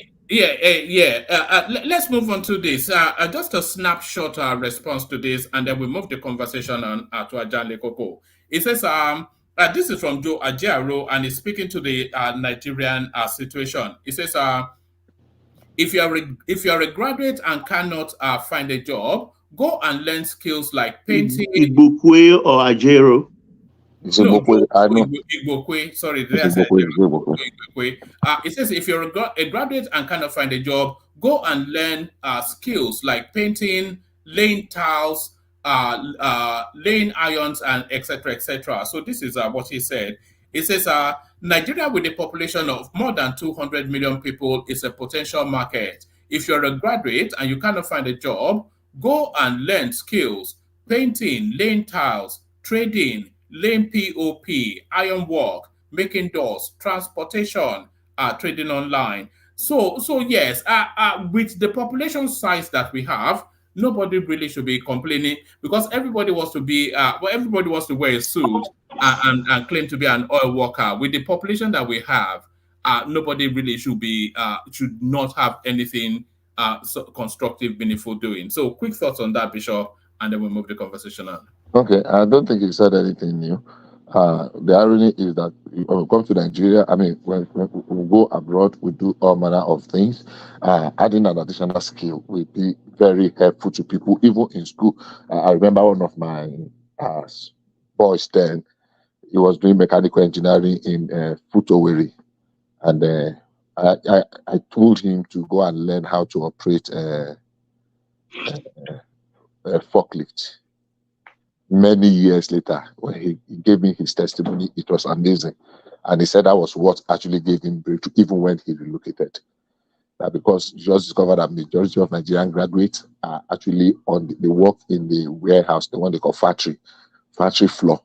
But if you have an additional added skill, especially something handy, it's an added advantage for you. So many years later, I'm talking of something now that is, I mean, my incidents with the boy is over 20, almost 30 years when he learned that thing. So if anybody can learn, whether it is in Nigeria or abroad, one day it's going to be very useful. Additional skill is always an advantage. Thank you. All right, brilliant. Thank you. Excellent. So thank you for kicking us off, Bishop. Ajanle Koko, you're up next. Are you ready, Ajanle Koko? Yeah, thank you, woman. All right, brilliant. Good to have you, Ajanle Koko. Always at the light, everybody's favorite voice. So that's Ajanle Koko, of course. So Ajanle Koko, do you want to kick it off with this commentary by Joe Ajero? I know you are a man of the people, but are the people men of themselves? You know, the government should provide, the country is harrowing. You know, they actually import POP experts from Benin Republic and spaces like that. There are opportunities for people who's happy to roll their sleeves up. This is what Joe Igbokwe is telling us. Yeah. Greetings to our listeners around the world. Click on the like button. Yeah, and subscribe if you haven't done so. Well, Joe Igbokwe, I think, is just giving advice to the youth to learn many skill or some skill other than what they study in the school, and that can open more doors of opportunity for them. So it's the right advice, and I think in this modern world, particularly in our own country, when a country with serious economic hardship, people should be able to develop themselves with some skill that can make them competitive in the market and open more opportunity for them. So it's an advice they should take it, and I think it's good for them. So You know, I have a cousin that went to OAU. She got a 2-1. You would have thought that guarantees her, but she sells cake online. She sells cake on Instagram. You know, on a Kawaja. She got 2-1 in what? Oh, I think in English. In English, yeah. And it's just because we are in a country that is unproductive, a country that does not invest in sectors, particularly those that borders on human development. Somebody that learns English should be a teacher, should be a lecturer, should be able to impart knowledge on other people. But because we have irresponsible people, criminals, managing the country, in charge of power, they don't value education. They don't value healthcare. They don't value research. They don't value development. All right, don't go too deep to yet, Ajanle Koko. Let me do it my own way. All right. Let me do it in my own way. All right. You know the way I do my own thing. Let me do it. So you see people study one thing in the school,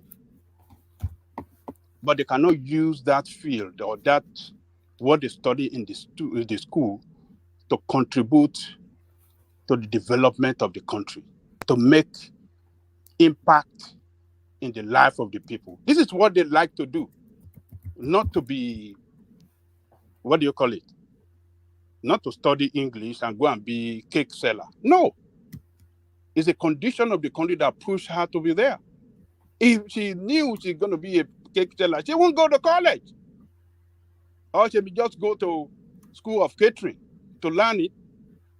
But this is where we are in the country. So Igbokwe that is advising them, he just tell them, look, hey, look for other ways that, you know, you can develop yourself so that you could be lucky.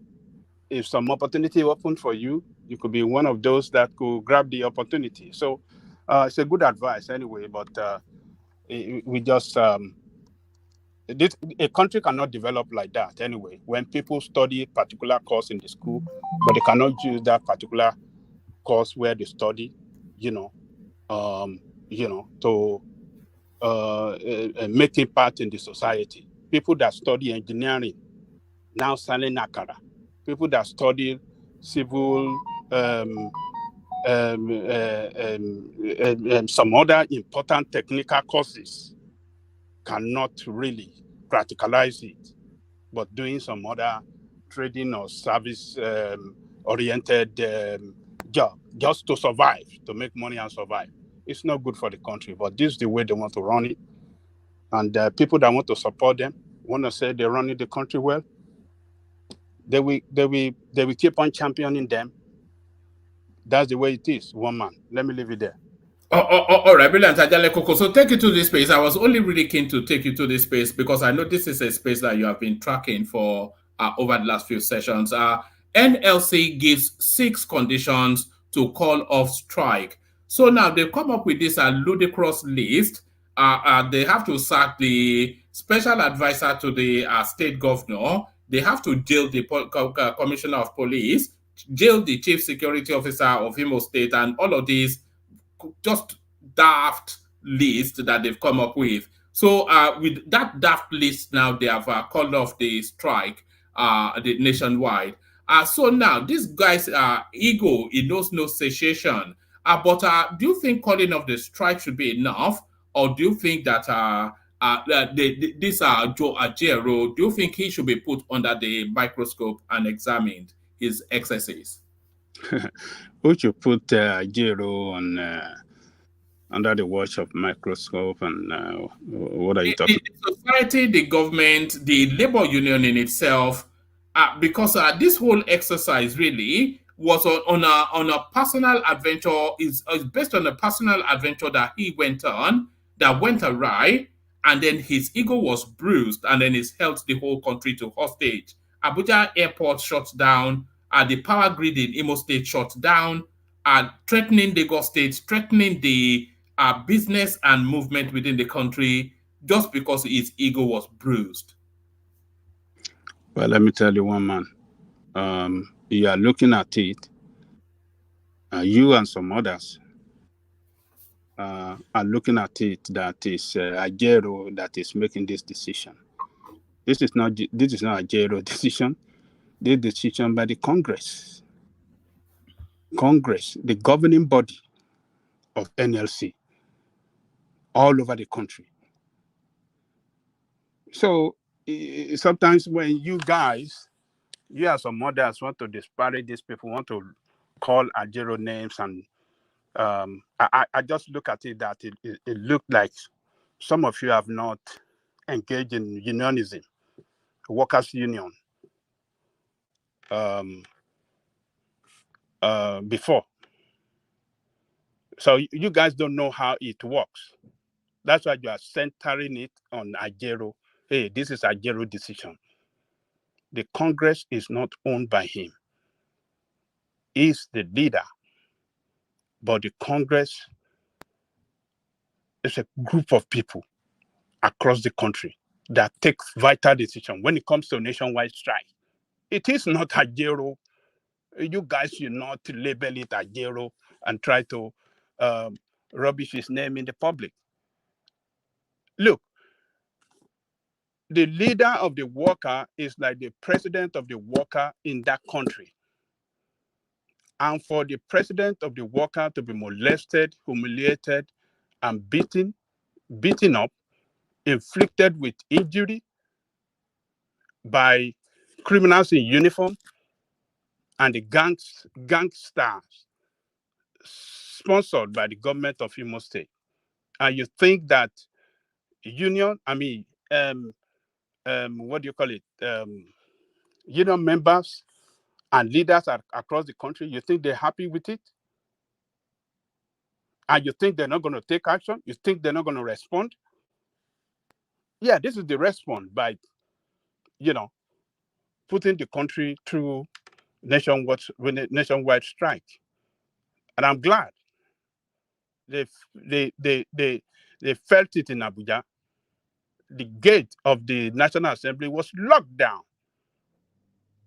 And so many places were locked down across the country. So it just to send, look, it's just to send signal to these barbaric leaders that you have. I heard they even locked Wike in his office for a moment. Wike. Yeah, they should lock everybody down. Oh, man. Lock them up. Lock them up. Oh, God. Lock them up. You know that slogan, Baba. You know, lock him up. Lock him He's up. whining you. Yeah. You don't know what, man. Yeah. Wait. They should lock everybody up. So what they have done? Oh, God. What they have done, they've sent signals to people in power that run the country with lawlessness, with impunity, that look, we will fight you down. And it's a matter of time. When the nation is going down like this, the labor should be able to stand up and save that country, because the political class has failed that country, whether you like it or not. Some people can say, sorry, Ajale Koko. Baba, I wasn't making it up. It says breaking labor leaders block FCT ministers' gate. So they actually. You said Wike. Yeah, no, yeah. Okay. FCT ministers' gate. It's office. That is Wike's office now. Okay, Wike's office. Yes. And the National Assembly too. So what they have done is just to send signal, just to tell them that, look, you. Okay, Babaja, let me ask you one question. Yes, sir. How many times have they sent that signal in 5 months? If I can count correctly, they've done that about 5 occasions. Like I listened to Shiomole today. We have myriads of problems. The workers are suffering. I think that should be the priority for NLC to even go on strike forever, state by state, ensuring that they pay that 65,000, that is 30,000 minimum wage plus the 35 award add-on. No state is doing that. That is what I expect them to do. They are not doing that. If they choose to go, chose to go rather on strike, for that alone to help the workers, to alleviate their suffering, I'm all for it. Why are they not doing that? Why are they doing that for only slaps? Why not for the welfare of the people? You see, I listen to what. Can I please say something, please? If I can comment, please. Okay. Because it is very despicable that on a show like the one-man show, having people that live outside of Nigeria to come out to support the other day I was listening to Enigmatic, and he was saying that they don't beat them well. Barbaric. You can't do it in the country where you're living in. You can't do it. You cannot even beat a child in the country you're living in. But you support that the president of the Nigerian Labour Congress should be beaten up, and the only thing you could say is that they don't beat them well. Shame on you. Every one of you that support this nonsense, this charade. Nigeria is drifting. We are drifting. The president of the whole workers in Nigeria. Who are you? Those people are the people that built Nigeria, if you don't know it. They did. If they were going to work every day, these politicians, where are they? Abroad here, village here, party there. The ones that are there making sure that things work in the government. You went and you beat their president. For any reason. That shouldn't have happened. For any reason. And what was he? What was it? And I don't care what time the protest took place. We've had many things that happened here in this country in the past. Nobody died. We've had many protests. The same protests we protested during Jonathan. based on the fuel scarcity. What happened? Come on. Did anybody beat anybody? That is one thing what I was saying, that I wish that Goodluck Jonathan said, well, 4 more years. Maybe he could have retired all these. Oshiomhole was beaten by SSS. Please, I beg, please, hold on, please. During Obasanjo's time. Hold on, and what happened? Did they go on strike? Because of fuel subsidy, and he was locked up for 48 hours. What I'm saying here is, why are the workers suffering? Forget why the workers suffering. The workers have been suffering since. We can't be their leader. That's my point. You cannot be the leader for any reason. The people they got, the workers in Imo State, the workers in Imo State, they do like shedding. They shed them in Imo State. For 3 years, some people have not received salary. If it were you or somebody close to you, would they accept that? In Zamfara, they are talking about years of 18,000 being paid minimum wage. What has this labor union headship done about it? The workers are suffering. No. See, let me tell you something. 18,000, they can't even pay the 30,000, and you are telling me they have a head? Who can't do anything about their plight? Hold on. If you come to every state chapter, NLC has a head. Most of them have been compromised. The way they compromised the one in Lagos. Do you see NLC, most of them in Lagos, joining a national strike? Until this last one. That he said they were going to saying something different now, that they've been compromised. I'm just telling you, listen, they have been, some head of NLC heads have been compromised. Some states and chairmen have been compromised. Wait a moment, Joel. If they have been compromised and they are not helping the workers that pay some stipend to NLC as dues every month, but that headship of NLC then call them to strike because he received some beating. How do you reconcile that? Hold on, let me tell you. You have to know the fight you can win. If you go to the north, the state chairman should speak up, and the head will not go and help. That's what happened in Imo State. The state chairman said that this is what is going on in Imo State. And the state chairmen are now striking because of the fight. You cannot. I mean, it doesn't gel with me. As far as I'm concerned, because the workers are really suffering. It will not because you had your own premonition about Ajero himself. For most of you talking here, I know the reason why, and it's because of his fight. I will tell you, if that guy had any resemblance of a Yoruba name, anybody could not open his smelling mouth to come here and say that they don't treat them well. It is barbaric. Look, the issue is this. Like, why do you always go ethnic? Why do you always go ethnic? Because you guys do it a lot, and it is shown in your tone. Well, you see, but if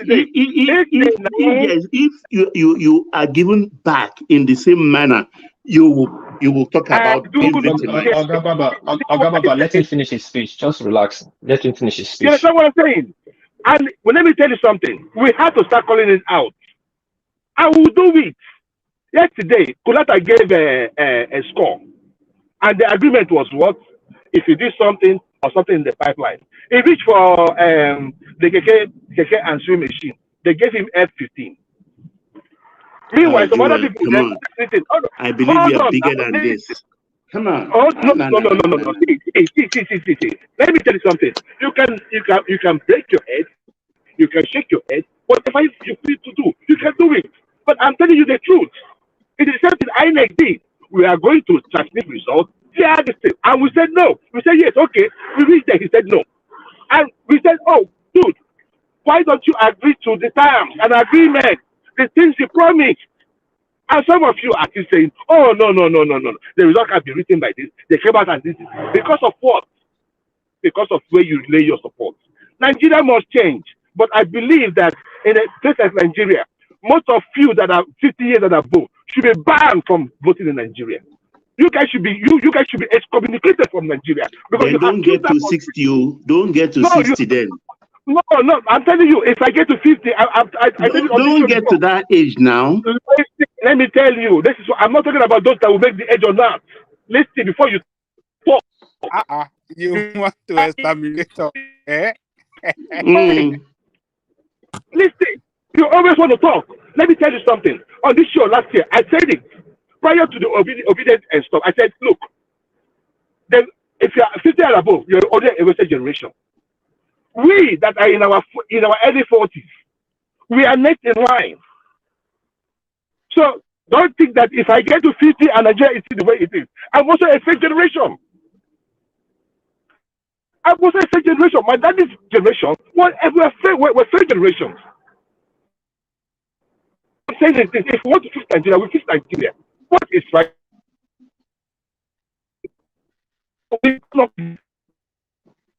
Anyway, when we get to my turn. Come on now. One man, please. I didn't want to bet. Sometimes I listen to these things, and sometimes I don't even really have the time to come in. But right, but I had to call it was quite a journey you went on. No, we were talking about the NLC, and you landed it in just I don't even know where you landed it, but that's One man. This is the thing, right?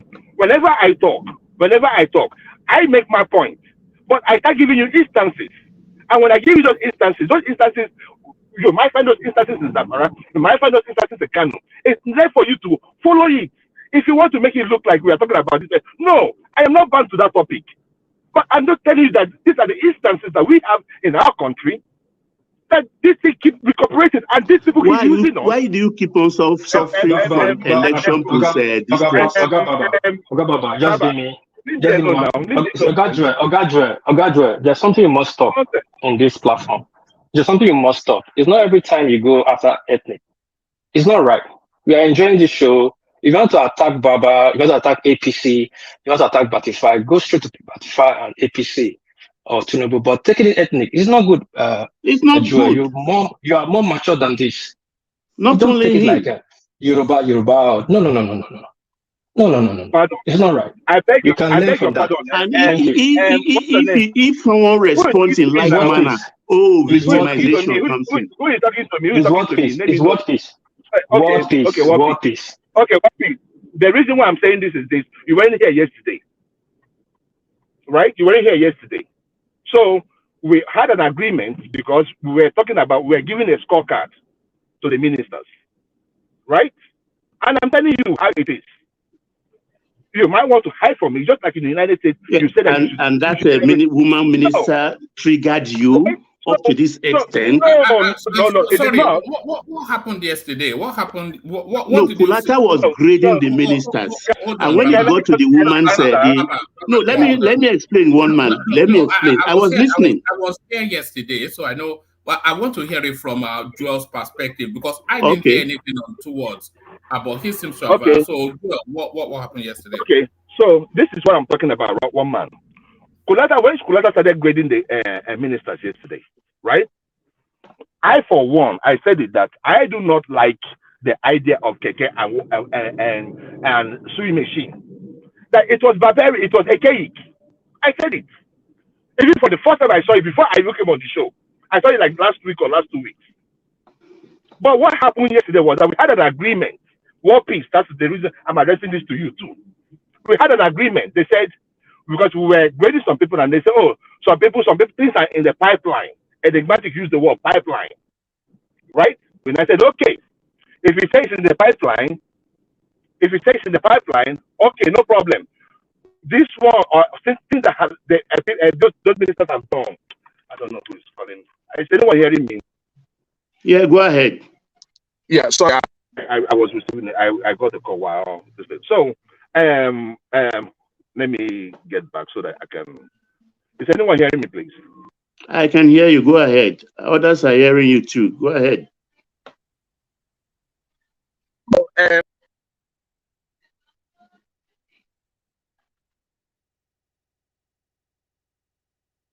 And there it is. It looks as though Joel lost connection. I'm not clear on where Joel was going. Honestly, I don't know. And here you are, you're always saying, don't go ethnic, don't go ethnic. They always bring it back to ethnic. What is the problem with this ethnicity thing? And when you challenge, they claim they claim victimization. Can I finish? Can I finish? I will say what I want to say. No, you dipped out for a moment, but Sorry. land it, and then we Okay, let me land it. So what the issue there was that when they got to her, she had done something, but they still gave her F15, not even F9, F15. So I am saying, why would you give that F15? Some of the ones in Southwest that we have not seen even. Why do you think what that was? Why do you think they gave her F15? No. One man, me, I will tell you this. Yesterday, if you walk like a dog, walk like a dog, there is a dog. Answer the question. Right? Why did they give her F15? One is that because she's from the southeast. All right. Hold on. Why did they give Dave Umahi A++? Because Umahi is working. What about Oyetola Blue Economy? My point is this time. My point is this one man. Stay there. Because can I land this thing so that I will just flip you? Let me just land this thing. No, before you land it, I want to hold you to that spot. I want to hold you to that spot. So you are saying that they gave the lady, I can't remember her name, they gave her F15 because you think that was because she was from the southeast. But Dave Umahi, who is also from the southeast, you say that they gave him A++ because he was working. Yes. That's your reasoning. Okay. Yes. So because you know the reason why I told you that one man.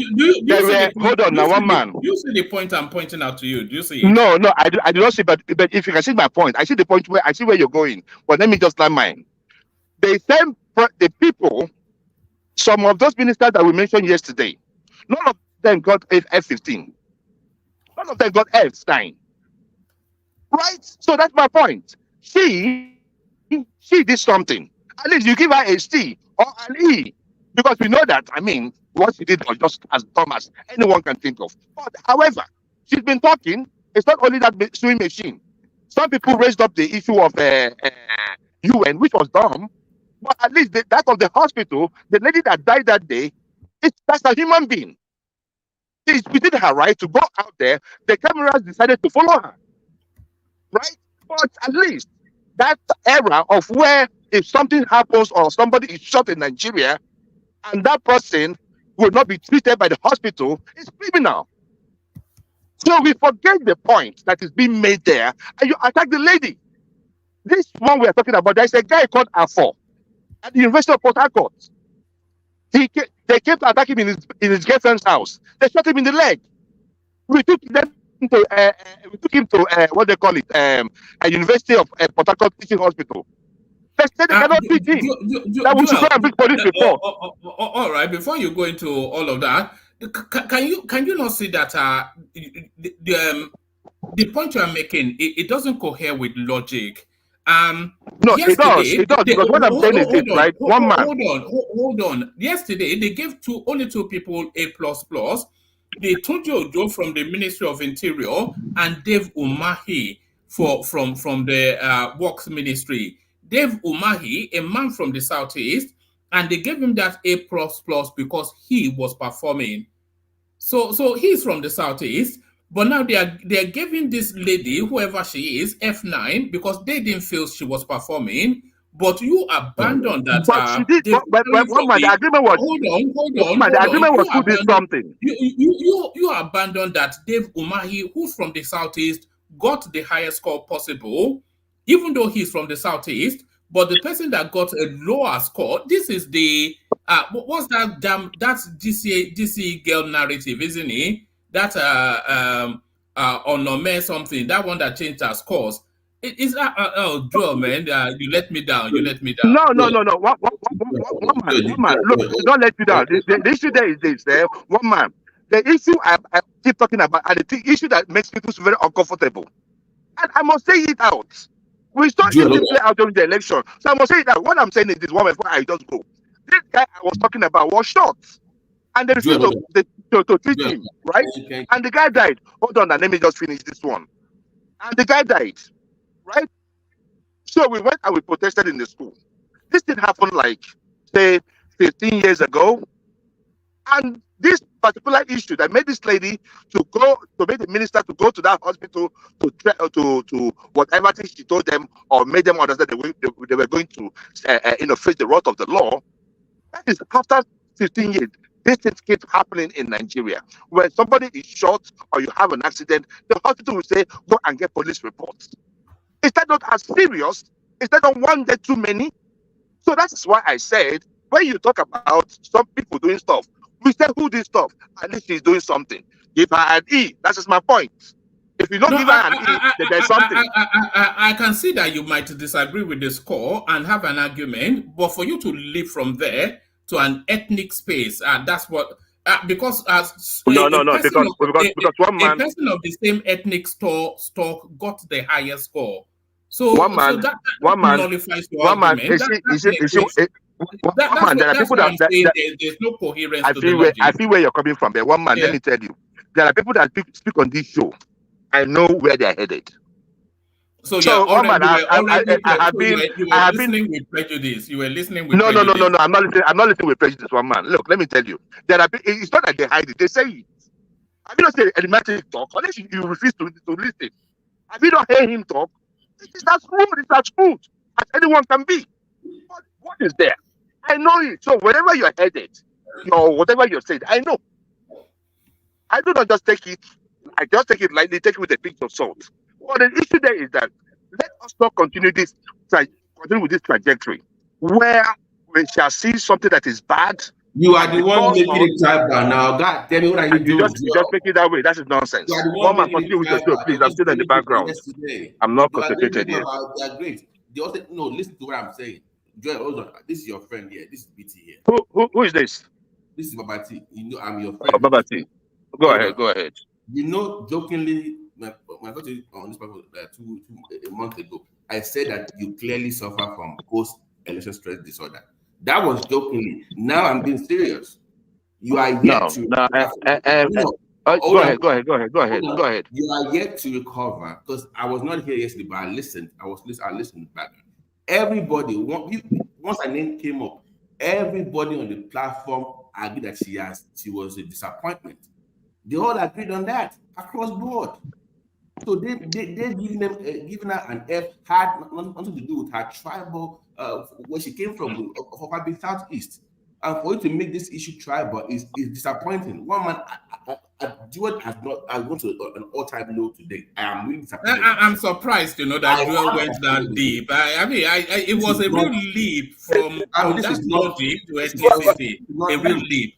I'm coming from yesterday. Babati,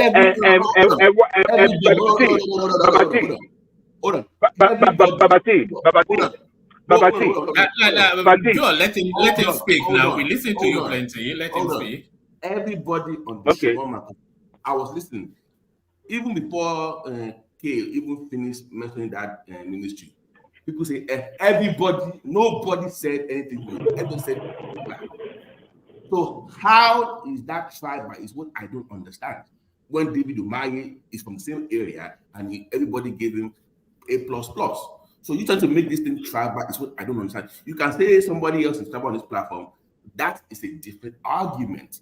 But the argument we're making is about the ministerial grades. That is all. Why are you now leaping to tribal argument when it has nothing to do with it? Babati, see, I did not want to extend this issue, but it's not that serious. But when I come in and say stuff, I just say it the way it is, the way I see it. The issue there is that there was an agreement, right?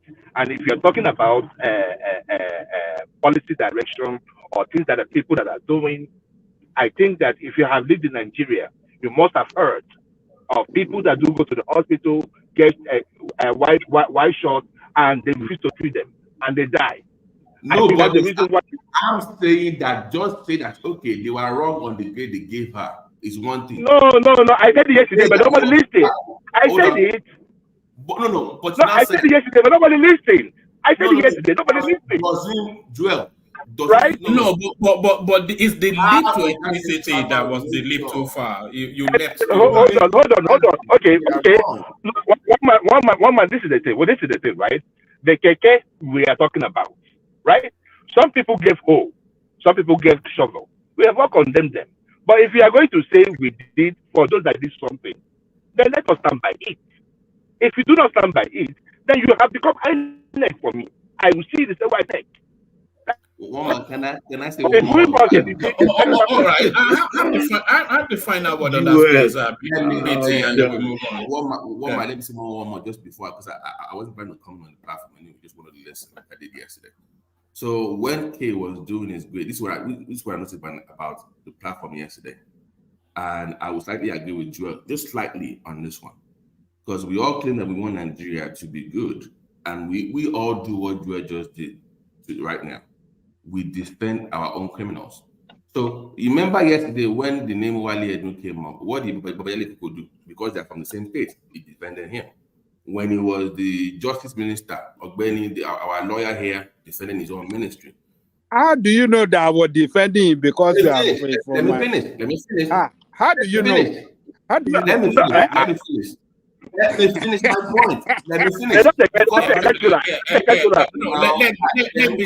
Let BT land. I'm BT. BT, tell your friend to check his email. It might have gone to junk mail, but Okay. Carry on. Let me finish. When K was even grading people, and somebody from Ondo came up, what did he say? He's supposed to get an F, but because he's from my own state, I'm going to give him a D. We all tend to want our own people. From everybody does it, but I'm saying that for that particular point Joel was making, for that particular lady, everybody that had nothing to do with the tribe. But my overall point is that will give us, it gave me a little glimpse into the way people really reason about their own tribesmen, where we don't want to say the truth, including Joel of Nazio defending an incompetent lady about people giving her help. No. Hey, Baba, please. I never defended that too. I never. Yeah, hold on. You know, I have spirit impediment. I don't like. I'm going to start touching. I don't like. Please, just spare me. But what I need is that everybody try to defend their own people, and we need to get to the point where we need to be critical of your own people, even if they come from you. You know how I feel about my governor. I will always be critical. If he's wrong, I'm going to say he's wrong. We need to get to that point where we can point out that somebody is wrong, even if they're from our own place. And if an Igbo man says the governor of Ogun is wrong, if the governor is wrong, I should be able to say, yes, he is wrong. And not say because the person saying it is from Igbo land, therefore, how dare you say my governor? We should be able to rise above that. So, Joel, to be honest with you, I am really disappointed in your comments tonight. I am really disappointed. Thank you, Woman. All right, brilliant. Ajale Koko, back to you. One man. I didn't even know where that came from. Aja, move on. We were having a mellow session and So God, Ajale Koko, you were being trapped by yesterday. You were being Rubabati of one match of Everybody above 50. Even one man. No. Even one man was defending his own. I was listening throughout. I wasn't the one participating. I was just listening. One man. Are you going to apologize to me now? For Aja, carry on. No. Hold on now. Baba, please come on now. We can always have a dialogue. One man, can you not apologize to me now? For what did I say that was wrong? Yesterday, he gave you an example. You ethnicized what was a mellow. It was actually an enjoyable space with Kulata yesterday, but now you've ethnicized it. He took a giant leap. Is he suffering from that? From the list now? Is he suffering from that? So if I say my own, how is that bad? That is my point. If he said and I said, okay, you did not give your person any bad score because it's from your state, but this person from another state that even get the Keke Napep. You get the they gave the minister for power. I think they gave him an F9. Did they not? Yes. And it's from Oyo State. Just listen to that one. That's my point. But you took it too far. Move on. All right. Exactly. Let's move on. So Ajanle Koko, anybody above 50 should be beheaded according to Joel. So put your head on the guillotine. Put your head on the guillotine. I'll wait for the. Oh God. Joel, that special brew that you drank today, Joel, man, maybe for the weekends. It's not for weekdays. Maybe for the weekends. I'm very serious about special brew. Anyway, Aja, come on, let's go. All right, carry on, Aja Koko. Baba T, Baba Lawo, it knows why I was defending.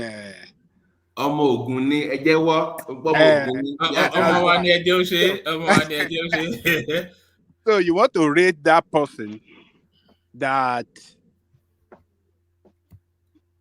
facilitated that inflow of dollar into the economy? No, I'm saying that. Hold on. If that guy did not work hard, hold on now. If he didn't work hard to bring in that dollar now has been able, the available dollar that we have now has been able to pay the backlog of what we are owing some of our. I agree. Yes, and then it's been able to stabilize. He has two portfolios. He's also he's supposed to be coordinating everybody else. But he's coordinating the economy. He has failed in that department. He's not doing. There's no synergy now. What do you mean by no synergy? What do you mean by no anybody else? Let's be objective. He's coordinating the. Hold on, this guy is coordinating the revenue. By the economy, everybody else, not just what the economy only is feeling. That let's leave it. But to say we should not, recognize the effort he has made. I do, but not an A. It's not most important. No, you gave him an A. I'm saying that because it's from Ogun, that's where the bias came from. Okay, what do you think I should have given him? C plus or C minus. That's it. Not B or A. Come on. Okay. Everybody, one man. That is the problem. Everybody on this show has that bias. Let's be honest. We must start. Are you including yourself in everybody? You're not person. I'm different, but that's look at that. I'm kidding. But one man, please. We need to. If you really love the country, let's start being objective and saying the truth. Let's not bring somebody. Even Zita came in yesterday to come and faraya. Exactly. For that lady. Everybody he came and faraya for that lady. This lady from Igbo State. You people are sorry her low. You people don't know what you are doing. One man. Zita actually put on boxing gloves yesterday. She was ready to punch everybody in the face, man. You know I don't like all these pancake women in the platform. Even Kida was like, because she's beautiful, I'll give her B. Beautiful is what. So even the guy that was even telling you the old great was even biased in his own grading. Somebody is beautiful, somebody is pancake. It was actually just a light-hearted thing, It's not. Let's stop doing that. Let's stop doing that. Somebody from my area is beautiful, wearing pancake. No, let's be so beauty does not get a special score. You object to beautiful women. What's going on here? Do you object to beautiful women? Look at this guy. I sent him something. He may have gone to his junk mail. Okay. Let's do better, guys. Let's do better. Look at that. Must do better. How many times have we had that in the school report? They have adjust your labor union analysis. They want you to fire at this government and the face security. I better go on to your analysis and fire them. I want to hear from you. All right, back to Ajanle Koko. All right, woman. So I think we were on Ajero. Yes. So, I think I'm very proud of them that they are able to shake the country, to send signal to the authority that don't think we cannot buy it. We just been reasonable, and they've been reasonable for too long. They been able to, they've been so patient and try to work things out, and not to, disrupt the economy or the system. But look at the politician. I'm surprised so many people want to support the criminality that these people in power perpetrate. And I just sometimes I just don't get where some of our people, I don't know why they don't feel the pains of workers in that country. Many of these countries, all of them, governors across the country, including the federal government, they sign an agreement, many agreements with NLC, with workers' union across the country, but they fail to implement what they signed. What kind of criminality can you call that? You put pen on a paper that a government, I will do this for you, I will do this for you. And when it gets to time to do it, you don't want to do it. And if they want to demonstrate or protest, you want to use force, brutality, police to tear gas them, beat them up, sometimes put them in jail. And then you will stand, and some of you will stand and then say, oh, these workers they're asking for too much. These workers don't want to be reasonable. Why are they trying to disrupt? Why are they trying to cause problem? And maybe, like I said earlier, none of you have engaged in workers' union or participated in workers' unionism before. That is why you don't know the way workers feel. That's why you don't know how they feel when they're agitating for better pay. If United States president can go to the rally with the worker to support them in their demand for better pay and better welfare, who else? United States, the greatest president in the world, went to the workers to protest ground, to show support to the workers. But then, anytime they want to do it in Nigeria, workers are talking in Nigeria, they will say, and that is what these people have done, denying workers their right, has contributed to the downfall of the country. Any country that does not recognize the importance of worker, that country will fail. What is due for workers will be given.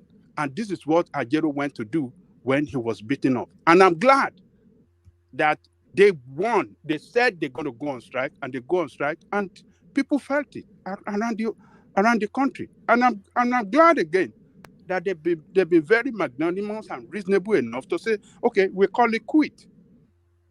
One day is enough. But they've sent signal. And yes, people are angry across that country. Workers are angry.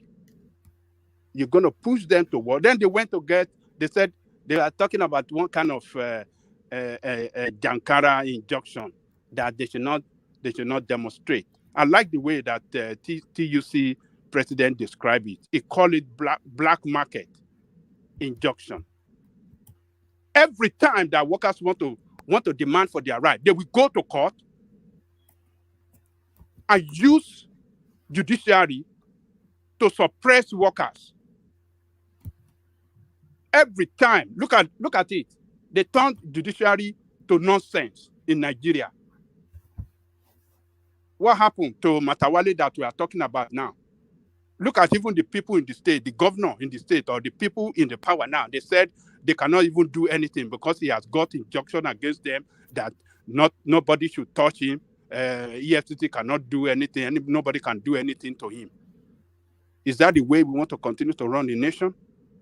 And this is the way they are running it and destroy it. It's destroying in our present. We are seeing it, but we want to, for one reason or the other, maybe support for our clansmen and say, oh, don't do it, it's okay. This is what we did for 8 years for Buhari.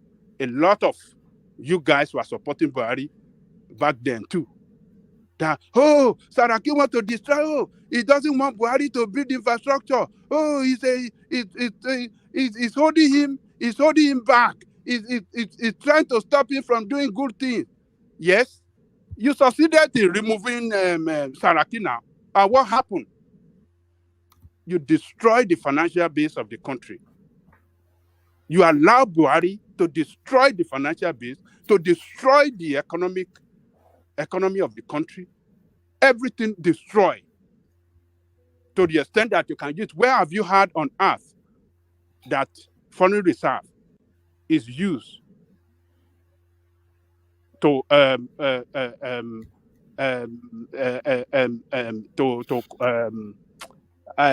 am I trying to say? Collateralize for the loan the country borrowed. Where has that been done in the world? The foreign reserve for the country. Until when JBS say, well, you don't have money. What you have is our money. What you are seeing in your account. Ajale Koko. Can I address you a little bit? Yes, it's I won't say it's a norm, but it's a norm in some sense. When Nigeria borrows money from IMF, World Bank, they have a foreign reserve. So those foreign reserve, in some ways, is a collateral to them. It's more like our credit worthiness. They want to know what you have in the bank account, what you have in your reserve. So that, in a sense, is a way of a collateral that if they default, they can pay they can pay. Like sometimes some of these money that they do, settlement, international settlement payment that they do, is the one Nigeria has abroad that they use in doing those settlements. So in some ways, it's a kind of collateral. No. What happened? Sorry, pause for a moment. Did Rational Mind just defend the government? Did I hear that?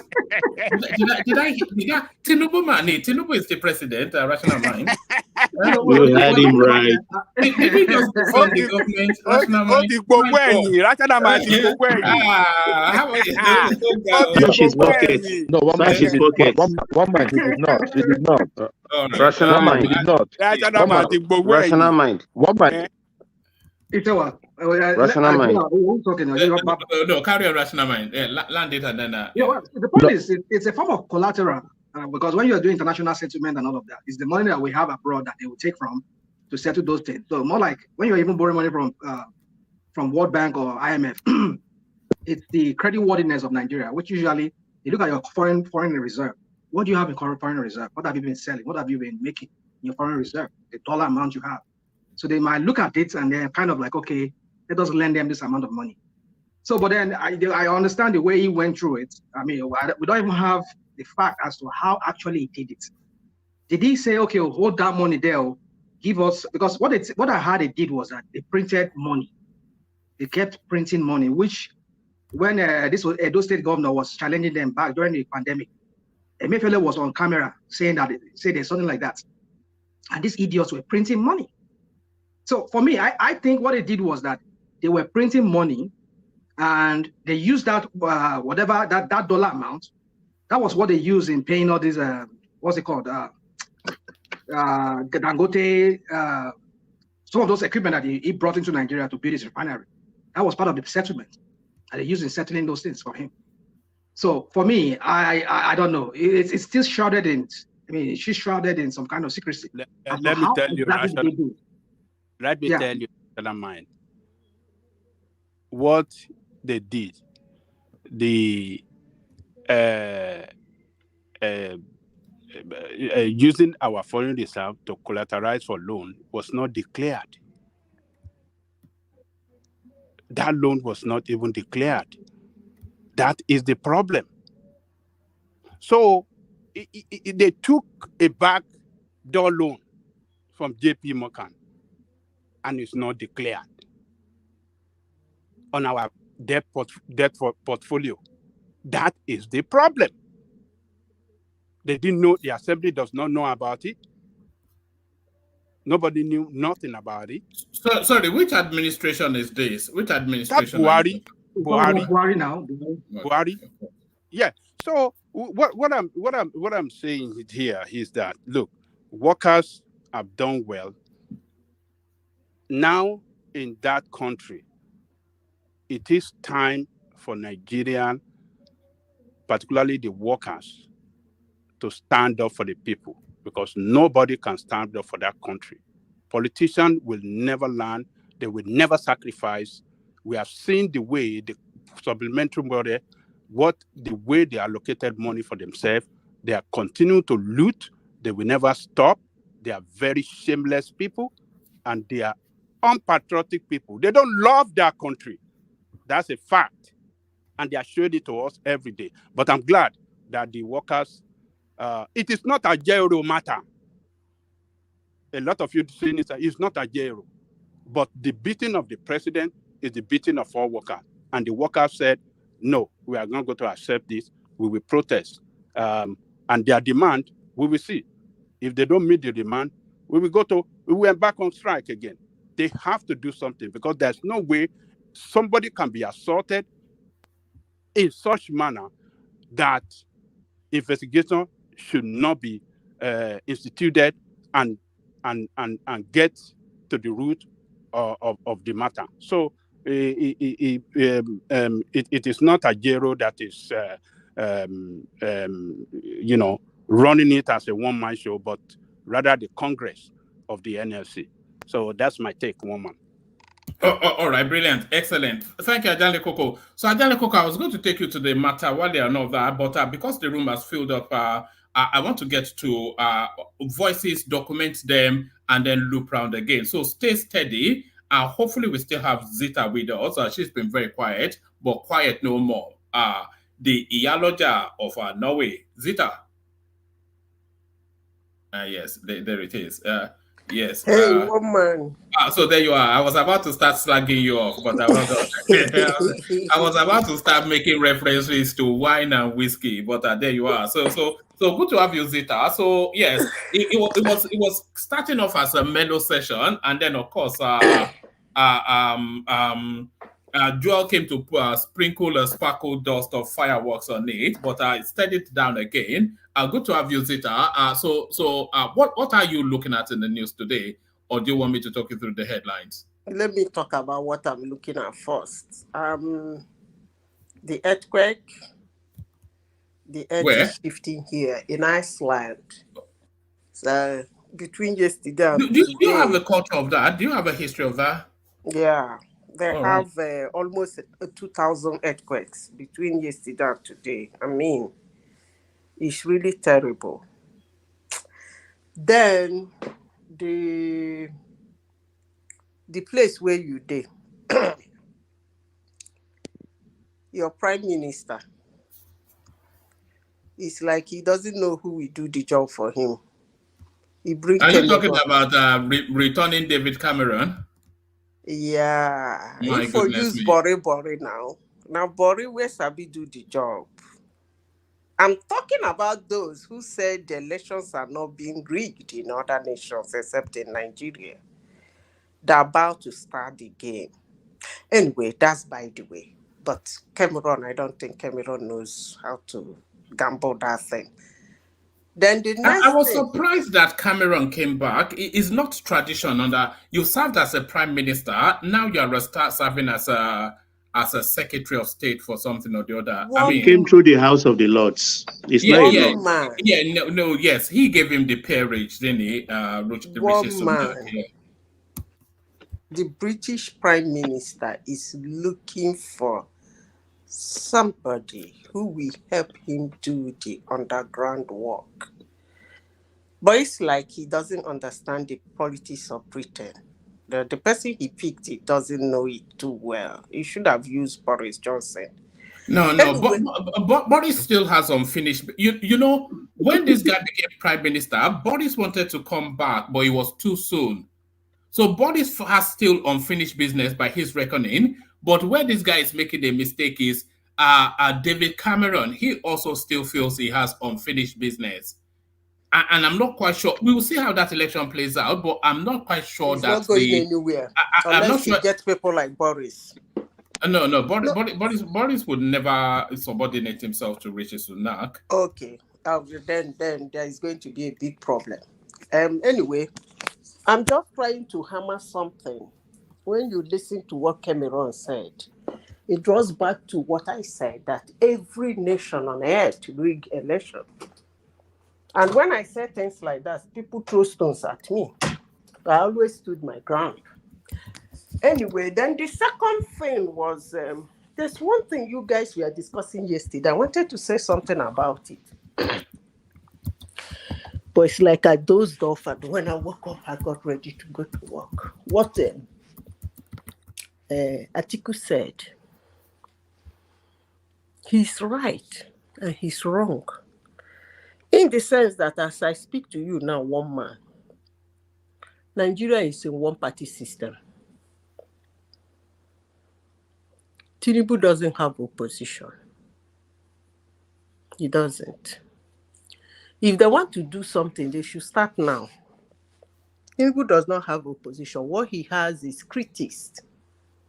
And those critics are not really criticizing him on the things that needed to be criticized. That just on policy. Yeah, that most of them are headless mob running around everywhere talking about frivolous things. So he doesn't have opposition. He has critics.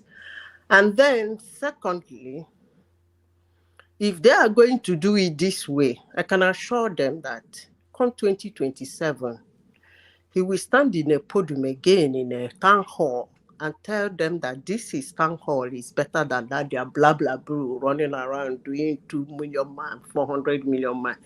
He will still win again. It's time for them to start what is called real opposition. But I know that the kind of politicians we have in Nigeria will never start real opposition.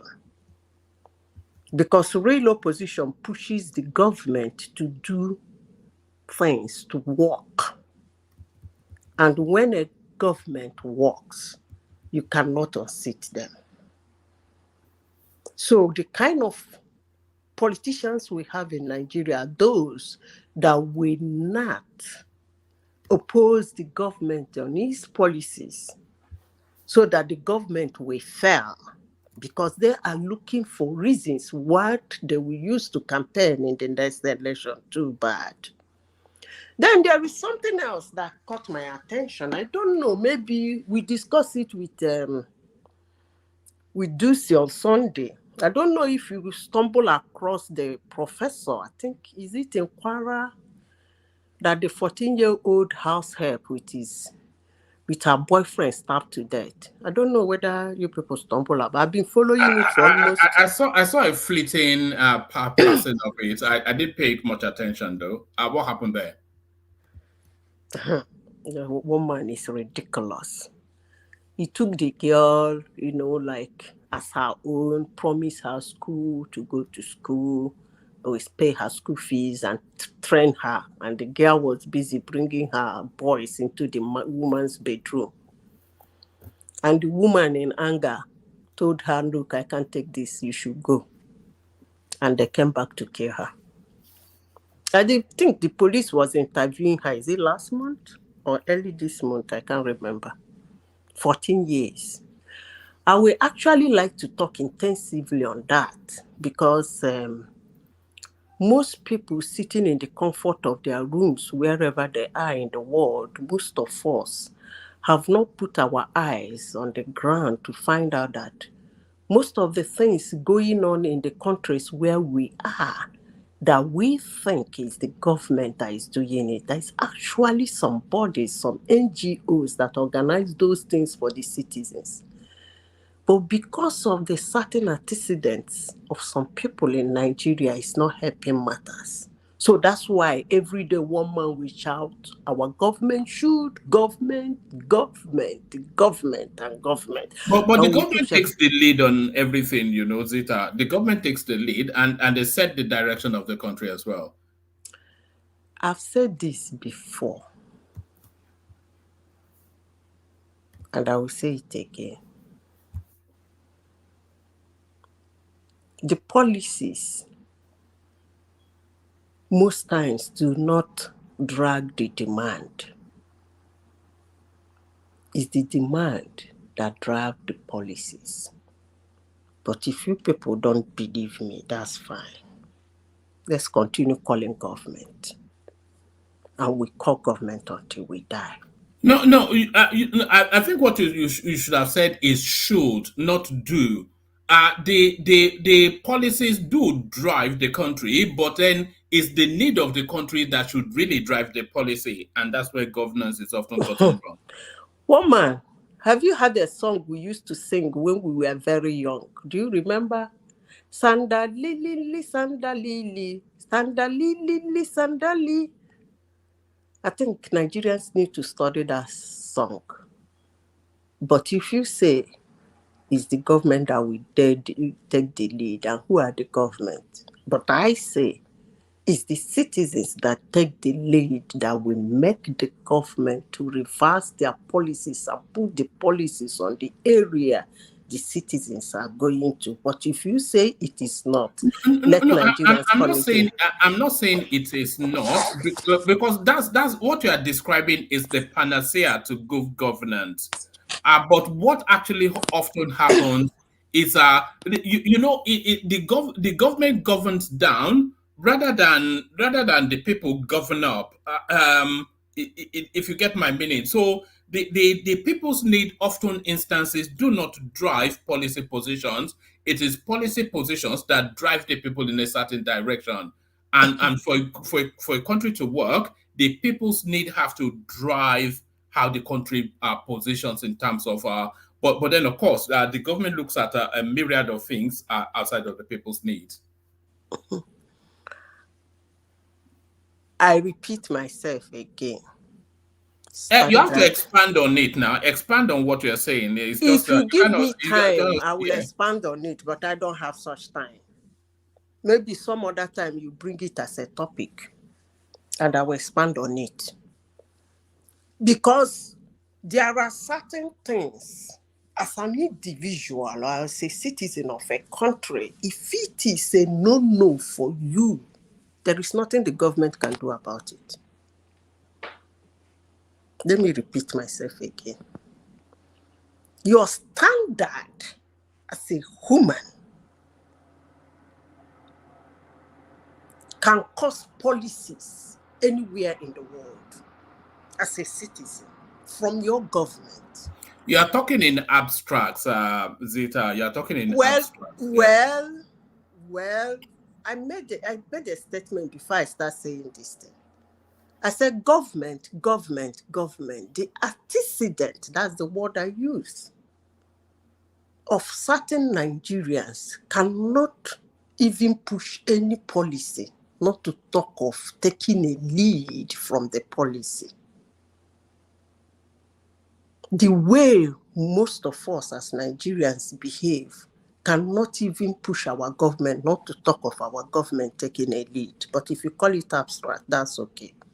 Give me the topic of the day. Okay. We were looking at in fact, we started with somewhat of a curious one, and I only really started with this, Zita, only because so many people were sending it to me on Instagram. It says a subtle introduction of LGBTQ in Nigeria. Civil society groups protest against the alleged plan by Tinubu to sign a pro-LGBTQ agreement with EU. So on the cusp of signing some sort of obscure agreement. Can people not hear me? Hello? I can hear you now, but you were breaking. You were. Can All you hear right. me, woman? So Can you can you repeat it? I didn't get you completely, woman. all right. Let me just again, it says a subtle introduction of LGBTQ in Nigeria. Civil society groups protest against alleged plans by Tinubu to sign a pro-LGBTQ agreement with EU. I was saying, Zita, that I wasn't even going to lead with this, but so many people were sending it to me on Instagram. I just thought I'd pop it up. So Tinubu on the cusp of signing some obscure agreement with the European Union, and embedded in that agreement is a thing that decriminalizes LGBTQ within the countries that sign it. So they are trying to insert then the LGBTQ narrative surreptitiously through the back door into the Nigerian legislation.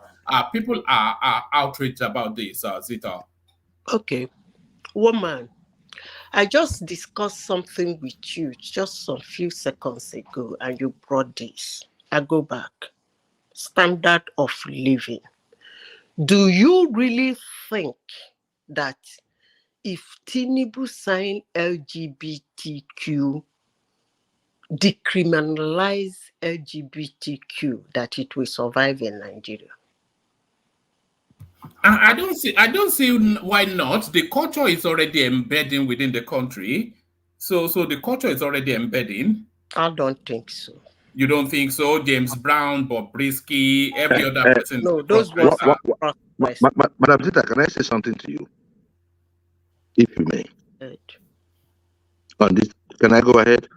Go ahead. Okay, Madam Zita, probably you've not gone to Nigeria in a minute, or probably even if you have gone, you have not paid attention. It is now in our Zita streets. stays in Victoria Island now. She doesn't hang around with the hoi polloi. Even in Victoria Island now, Madam Zita, they have bars in Nigeria as we speak.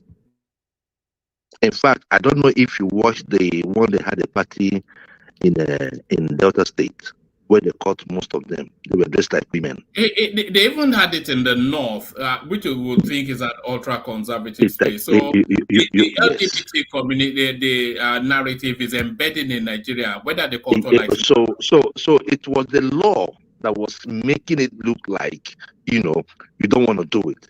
If Tinubu dares do this, Nigeria is finished. One more, because you see, when Kamala Harris went to Ghana,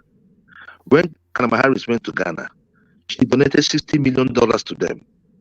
One of the things these people are using is funds. They starve you of funds, make you do their bidding, then they will not give you funds. In a place like Nigeria, where people are hungry, it means that we have lost it. That's what I want to tell you, Madam Zita. No wahala. I repeat myself again. Standard of living. Yes, Prince. Good to see you, Prince. We've not seen you for a couple of days. Thank you. The person that spoke was Joel, right? Yeah, Joel of Nashville, one and only. Thank you for your intervention, but I still stand my ground. Standard of living. In Africa, most times, our standard of living is embedded in our culture and our tradition.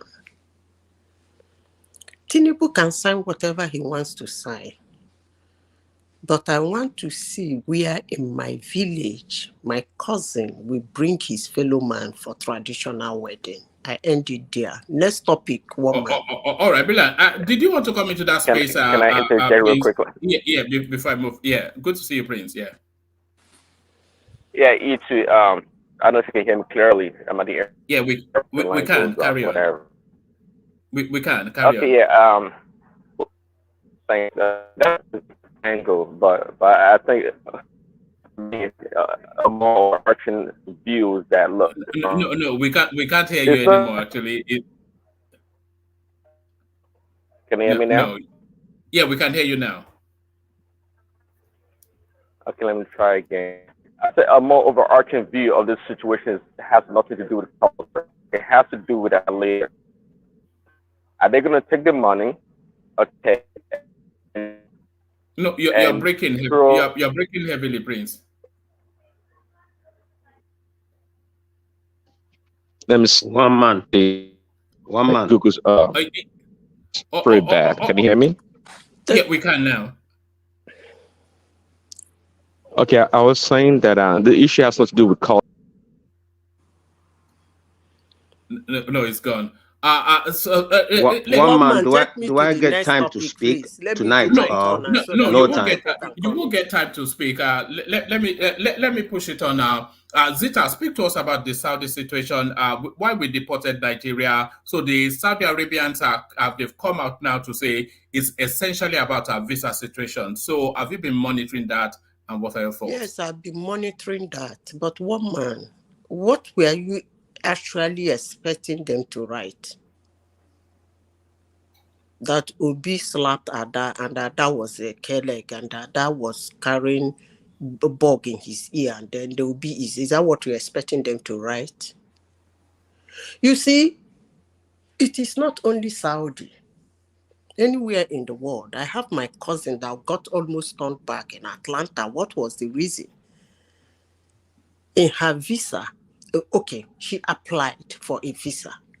And in her application, there they asked her, who are you going to see?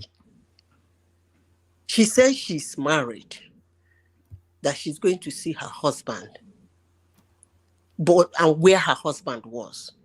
She didn't know that the interview signal was sent to the Homeland Security at the point of entry. When she got to Atlanta, they asked her, why are you in Atlanta? She said she wants to see her sister.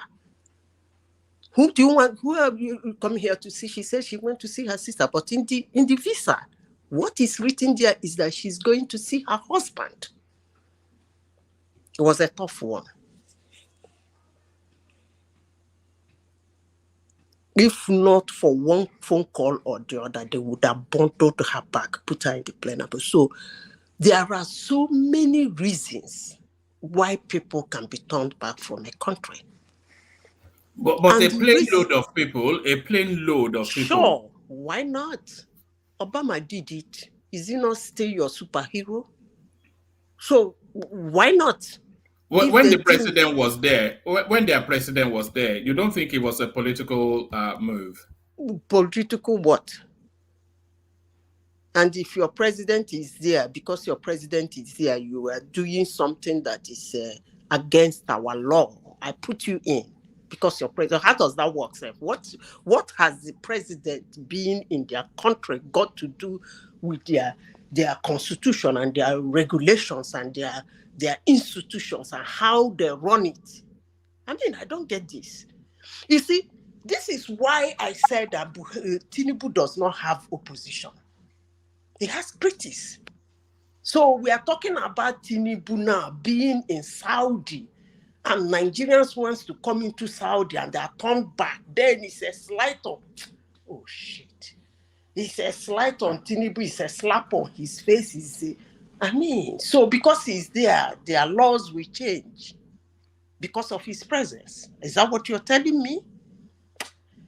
We are not ready to criticize our government. When we are ready, we talk about it. Do you think it was an attack on airpeace then? It's certainly an attack. It's nothing to do with visa, by the way. I don't think it is an attack by the Arabs. As I said, there are a lot of reasons why that plane was turned back. Maybe a piece, it might be only a piece. It might be just a piece. Maybe probably they don't have enough treaty for them to fly direct into Saudi Arabia. Maybe the time has not reached. Nobody knows the agreement they have. And when things like this happen, the country wouldn't want you to say much. If you say much, you make the case dire. But Anzita, they allow some people go in. That's the point. They allow some people go in after the whole thing. Send back the rest. That's the thing. That is the thing. They have their reasons why they allow some people go in and told the others to go in. But one thing is sure. I'm very sure that those people did not land at the airport. Immediately the plane land, they wave their hand and say, you go in, you go back. I'm sure that never happened. All of them passed through the process of confirmation on why they're entering the country. And that's why some went in and some went back. Zita, can I interject, please? Go ahead. I know you people will interject me anyway. Even if I didn't say go ahead, when I leave the platform, I used to hear my This is Maurice, Zita. Go ahead. So, I think you are wrong on that one.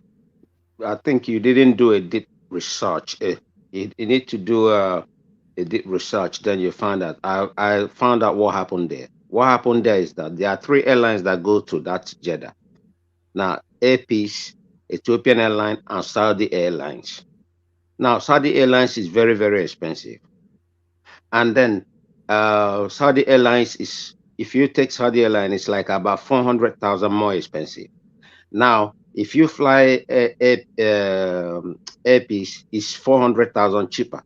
Ethiopia is 150,000 more expensive. Now, this is not the first time they are going there. Saudi was the only airline that was flying there. But Ethiopia was good because it's only 3 hours and then 3 hours to that place. But then you have to do a layover. And then doing that layover will cause you a lot of stress because in Ethiopia, they don't have, I've used that airline before. They let you stay at the airport. Even if you arrive, your flight is the next day, you arrive at afternoon. You have to go and book hotel yourself. It's not like Egypt Air that will put you in a hotel. Now, what happened is that the flight was full of 440 something, I guess. They had visa, everything, they were cleared and the information were forwarded. It has nothing to do with this, whether their visa is this or they gave wrong information. No, it was simply a business decision. The Saudis, the Arabs were very, very angry because when they fly empty, almost empty. And the Airpeace, Airpeace is always flying full. So they had to stop it. They didn't want them to come in because Airpeace took a lot of passengers away from there. That's what happened, not what you're saying. That is what I wanted to correct you, Zita. Mr. Morris. Thank you. Let me tell you this, Mr. Morris.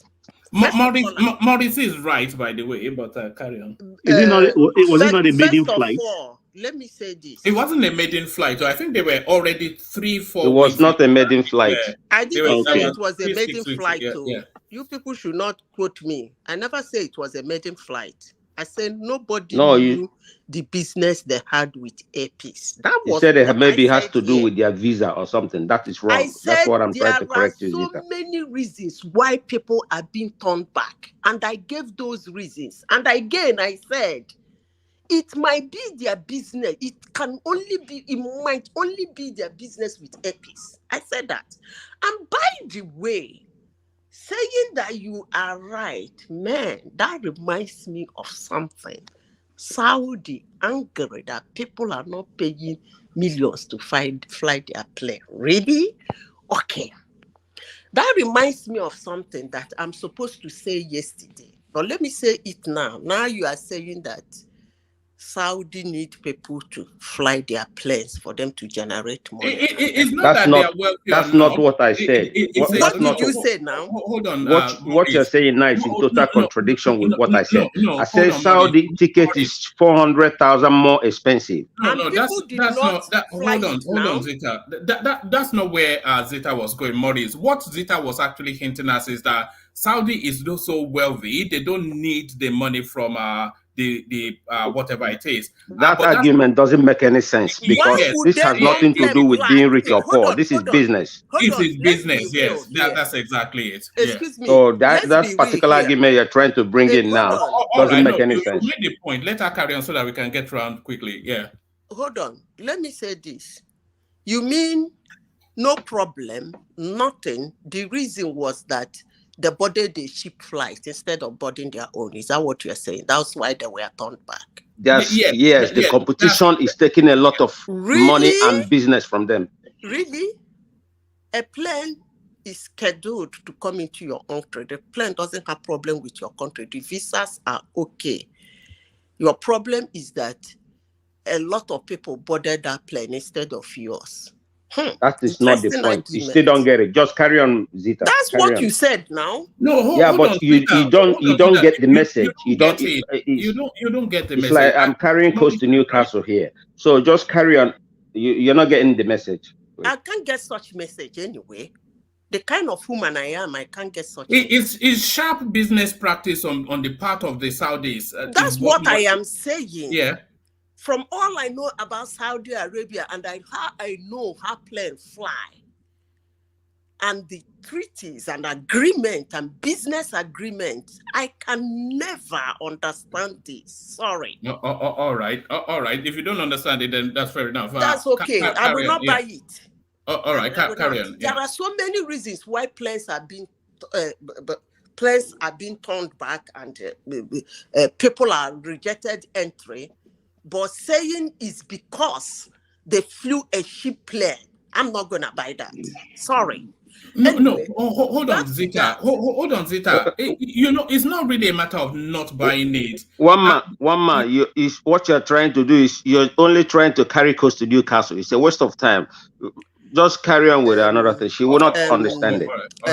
One man. You see why I don't like interjection. When people interject me and we come here to discuss, and I don't agree with what they said, I stick to my own plan. It comes to calling names. And but I didn't call your name now. Hold on.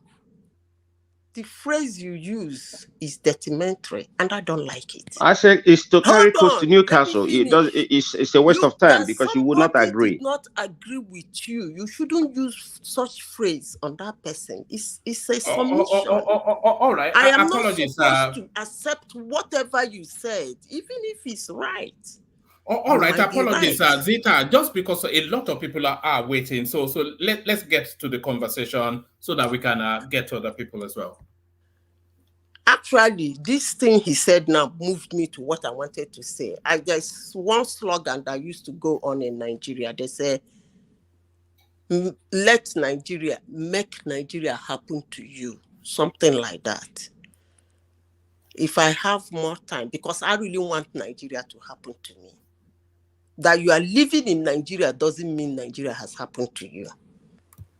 For those who use it as a curse on Nigerians, they say, it is quite stupid. Nigeria has one of the largest gold deposits in the world. It has one of the largest. I pray that it happens to me. One man. You are going too far. Who doesn't want Nigeria to happen to them? It's almost $500 billion. Almost. One man. $500 billion in my sorry, Ajale Koko, we want to moderate the interjection just because so many people are waiting. But say what you want to say, and then I'll have to push data a bit. Ajale Koko, yeah. Look, when people say let Nigeria happen to you, it's the negative side of it that they are referring to. Because no, they don't define it to Aja. No, it's negative because everything that is coming, most of what you get from Nigeria are always negative against humanity. And that is why they make such statement, oh, may Nigeria happen to you. Because Nigerians never represent the interest of the people well.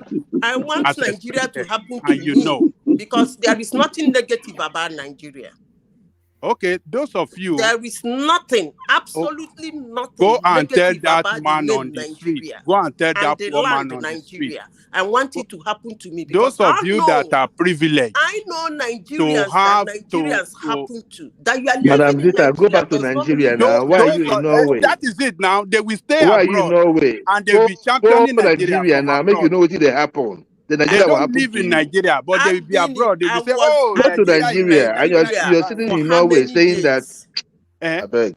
Nigeria has not happened to me. I want Nigeria to happen to me because I know Nigerians that Nigerians happen. Then it is when you live in Nigeria that Nigeria back to Nigeria.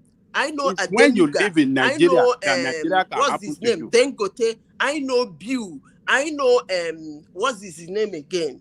What's the you know that and you're staying in Norway. I know you know that you're staying in Norway. A lot of them that Nigeria has happened to. That you are living in Nigeria doesn't mean Nigeria has happened to you. The day Nigeria happens to you, your story will change. That's the truth. Living in Nigeria doesn't mean Nigeria has happened to you. So that people missing living in want Nigeria and Nigeria happening to somebody, they are two different things. So 133 million Nigerians that are pushed into extreme poverty or Nigeria has not happened to poverty. them. That The one day is good, Nigeria right? happened to them, they will be out of poverty. One Or, man, or take me when to will the next Nigeria topic, happen to please. them? All right, let's move on. Zita, round up that space, and then I want to get to Ikene because we're now. That is the last topic. One man. What about me? But I Baba, was in fourth in line. Okay, you can one, go next. One man, if you're not gonna give me time to speak tonight, let me know. I'm going to let you go, Maurice, because you're starting to get on my nerves. Baba, you go next. Yeah. Baba, you're up next. Madam Zita, you finished? Hello, Zita. Okay. One man said that's the last topic. No, he said you can round it up. Yeah. Yes. I told him to give me the next topic now. But one man, you said everybody's just having one topic to article. Then you come back to let's move on now. Right. Let's move on. That's fine. All right, let's go to Baba, then Ekene, and then we'll flow it. But we moderate the interjections because that's what expands it. Baba, you're up next. Yes, woman. Thanks for the opportunity. I salute you all panelists. A very fine evening to all of you. And I will not forget my people at the comment section. I can see a lot of them absent today, but those that are present, Wale, Suraj, Mide Prince, Momoni, Aiko Gieme, the Prince, Chioma, the darling of the space, and Monimo, Mungo Park, AB Okata, Samado, Diola, and Ufoma, Osi, and all the rest, AB. I salute you all, both temperate and interpret commenters. Keep on shooting. And I forget the ace of the space, Alexander Gomez, Ola, Oga, and Ayo. I love your banters, particularly those written in vernacular. And those that are doing some quiet listening like Fatai Dupsi and Princess and all the rest, I salute you. Your time is going, Your time is going, It doesn't matter. Okay, no, just letting you know, your time is going. It doesn't matter, Joel. Don't worry. I will take 2 minutes of your own time. And viewers, to you all, please like, share, and subscribe to this channel. You found it interesting. That's why you are viewing. You can't do without it every day. It's like it does. You know, debate or discourse always robust, and the bass boost too. You enjoy it at times. I have a feeling you pray for it because it's a marketplace of ideas. But right now, as we speak, I think we're about 50 likes and or so, or 60, and about 150 viewers. Please, let's cross over 100 again today. You do it, and we can come here tomorrow and continue. Yes, one man, I have only one topic for myself. I came here and everybody missed it. I don't know. I think I just stumbled on it while waiting to join this evening because I've not been here for about 4 or 5 days, but I've been doing listening in the background. It's from your friend's station, Njenje or Njenje. I don't know how to Media, yes. Yeah. Yes, but before I come into that, I think Ola is not around yesterday. He took me on a subject, and which a speaker spoke on. I think it was is it disinformation or not? It's misinformation. Rather, it's not disinformation, but maybe they just say it without knowing the proper thing, or they are not informed about it. It's about the money, the airline. I think Emirates Airline, that's in the CBN, the funds, and the speaker used the word if I can quote him correctly, if my memory serves me right, they also looted UAE dollars in CBN. And that is incorrect. That is very, very incorrect.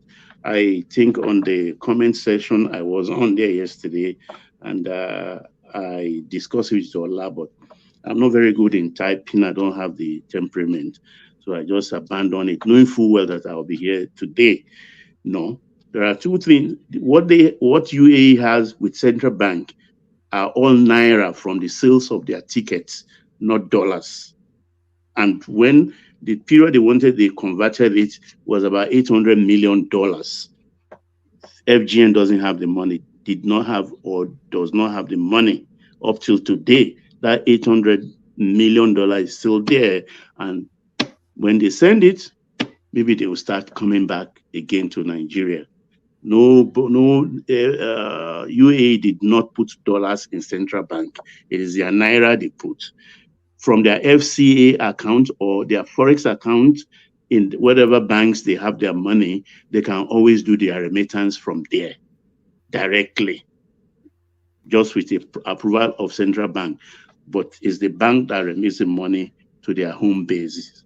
Now, the topic for today, I stumbled on Ginger TV this evening, a couple of hours back, and behold, it was my supra obedient that was being interviewed, Professor Nwoko Bia. And I think we are all wrong. We didn't get our analysis right. Obedience are taking over LP. They are going to take over LP and they are going to run it themselves.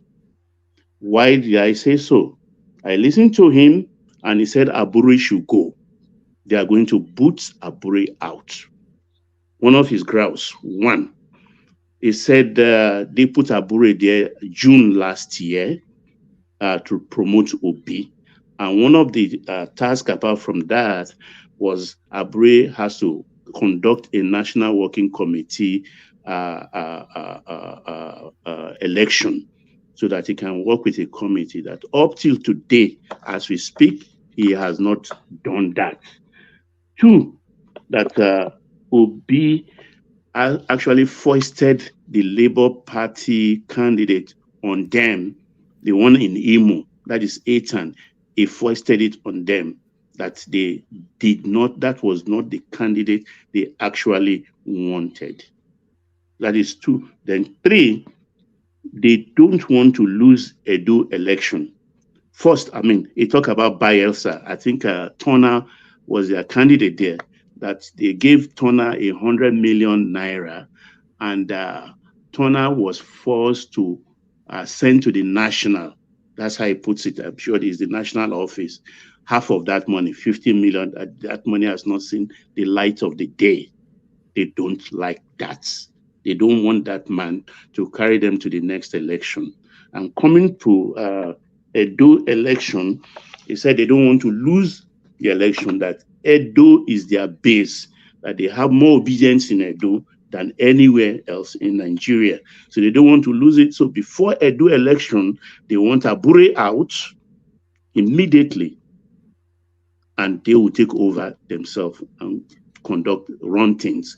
So obedience have their plan. So we all miss the boat. They are going to take over LP, and they are here to stay. You mean they are going to attempt to, because if Abure goes, you still have Lamidi Papa and Arabambi who still have something to say about that. Well, as far as they are concerned, those are inconsequential. He didn't even make a mention. Yes, sir. He even brandished it. He brandished his Labour card, Labour Party card. He brandished it. Yeah, I think you're very right, because I've had him on one of the interviews saying that. So the issue is that the reason why that Papa issue is still ringing, and most people in the obedient are still keeping quiet, is because of that national this thing. We are waiting for it. We are waiting for it. It's when that national conference will happen. That is when you Exactly. know the stand of Yeah, the he called for national conference. So They are going very to soon, everybody will see it. So when that happened, and that time Abule will give space. We give space Yeah, then. that's why And they want to we are keep him looking, out. and now we are just looking for a very perfect chairman for that party that will ride at least before the next election. That will emerge from the convention. They are trying to That will call. emerge from the convention. So everyone should bear that in mind. It will come very soon. So obedient idea. Nothing is happening. But he said that Atiku should go and sit down with his merger. They are not ready to merge yet. That No, maybe they are not ready. We're nothing like merger. If anybody wants to merge, even in Atiku, the position is that he said even if they have you to come talk in. about it, it will be 2026, the third year of Tinubu's presidency. So technically, they are agreeing with Apapa that are fighting against this guy for being a very, very corrupt person. They are not saying it because their reason, according to what Baba just said now, that he couldn't constitute what do you call their executive committee or what? The National Working Committee. Working committee. So, so that is a corrupt way of running a party. No, you know, Baba, Ajari Koko, you know, Obedient is not the owner of Labour Party.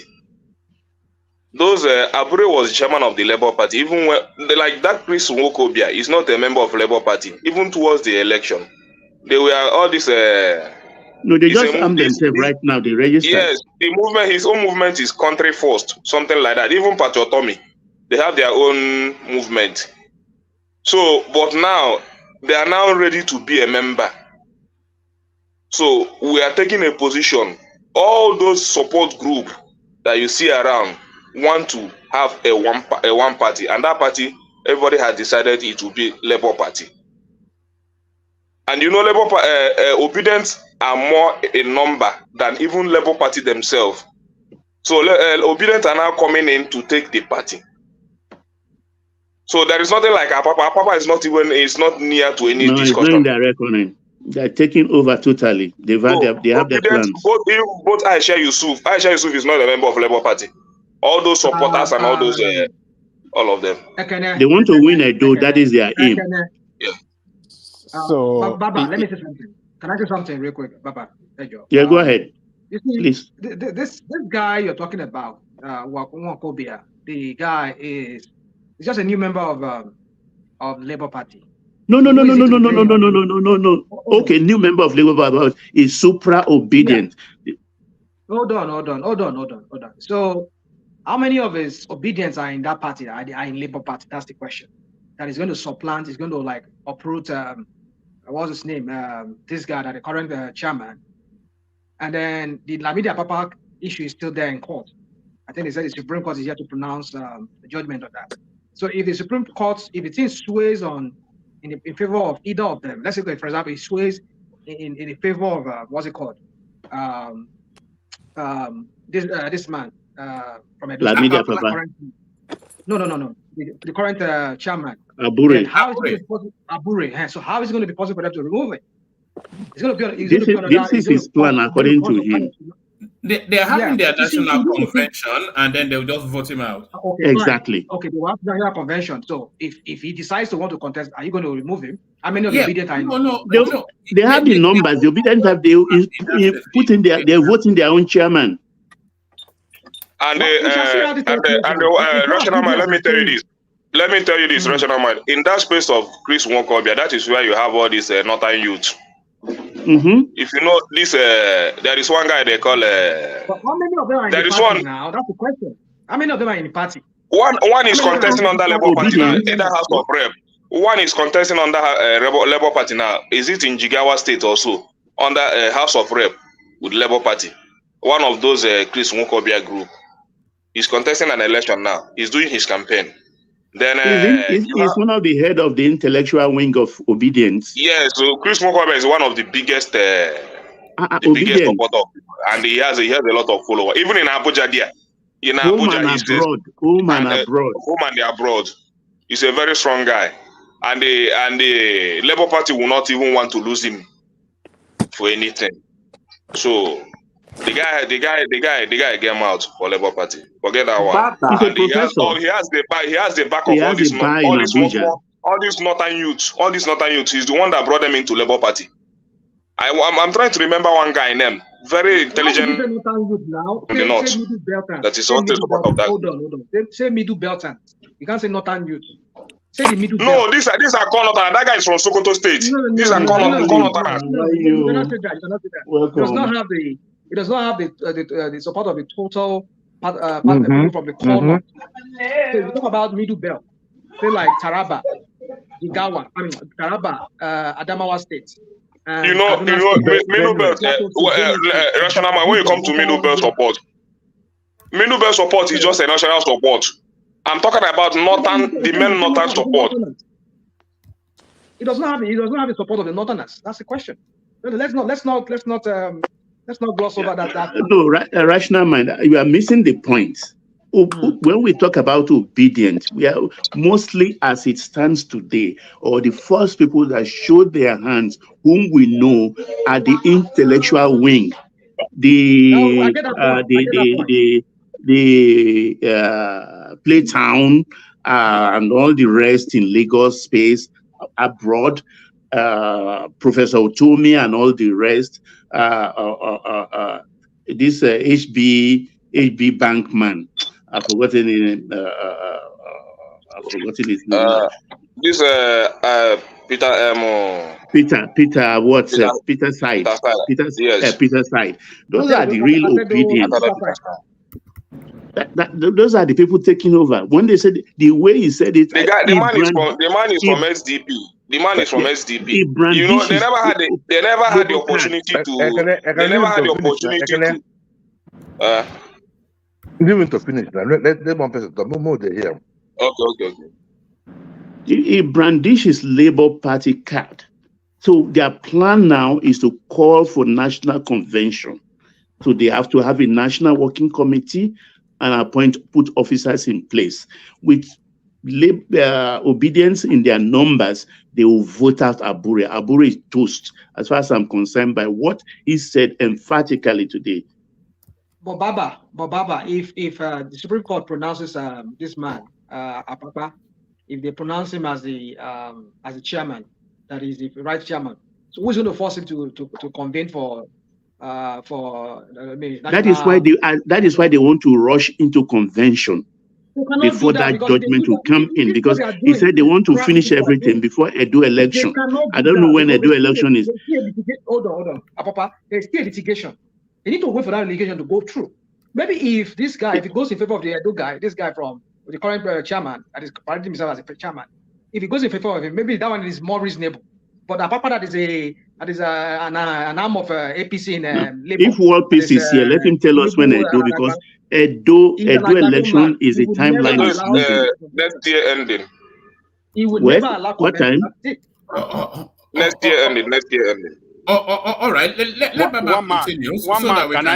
Can I say this? One man, please. I think what I can take us from what Ngenge said, according to Baba, is that the loss. No, it's an interview. It was there, but it's long, so I would not encourage woman to play it. All right. So what I can take out is that they lost confidence in this thing. Abure, or what is his name? They lost confidence in him because they got all the fact that he's corrupt. The case they are pursuing in Supreme Court is look like it might not go their way because all the evidences are so clear against him, and that will be disgrace to all of them together, including Obi, if they should support him, stay with him, and the Supreme Court now rule against him.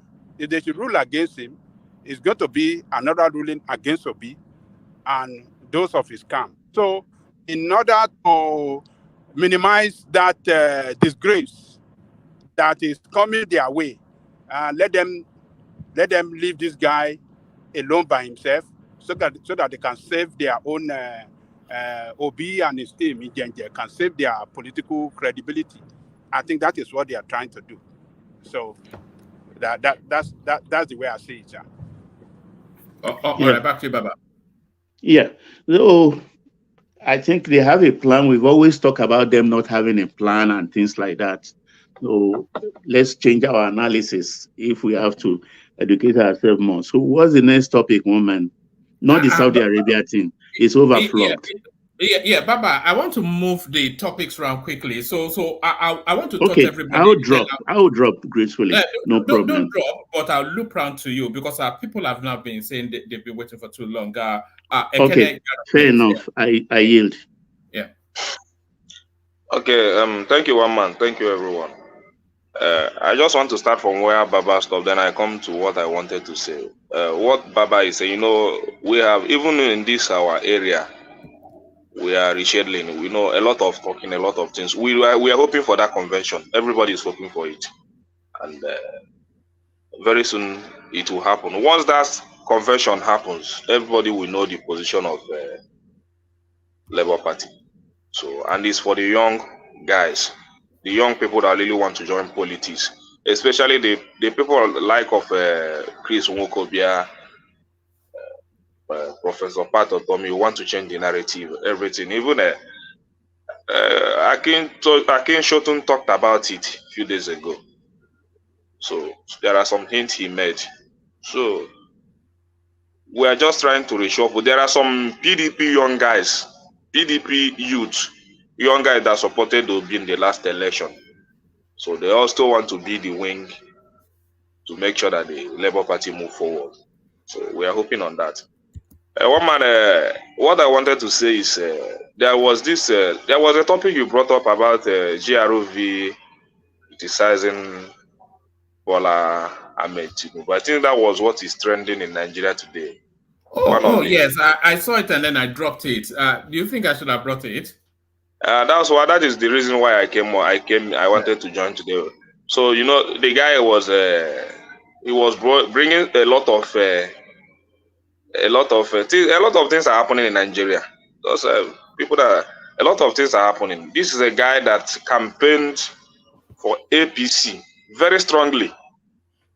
Very strongly. The guy is asthmatic. And I think, is it yesterday he went to buy this drug that asthmatic people are using? Is it inhaler or waiting that they are using? So the thing became too expensive above his reach. Then he started to complain on the internet. One of the leading companies that was producing that thing in Nigeria just left. And many people took it not serious, that they couldn't fight. I saw some APC tweet that said they couldn't manage the competition. I don't know how they put it. But you see, when this inflation is happening, a lot of companies leaving. That company has been in Nigeria for the past 53 years. They just left when immediately Tinubu won that election. Is it a JSK or something? Anybody can remember the full name of that company that was producing that inhaler? It's Glasgow. Glasgow Smith Line. Yeah. Mm-hmm. So one of the reasons why that product is very cheap in the market in Nigeria, and it's very cheap for those people suffering for that asthmatic. So, but immediately they left, the thing became very expensive. So when the guy went to buy it, he said his salary is 45,000 naira. The thing is about 53,000 naira. How is he going to be affording this thing now? He was complaining. So it was GROV that brought up the video and posted it on the Twitter space, and everybody was commenting, was telling the guy he caused it, so he should bear it. At least that's the consequences of him supporting APC.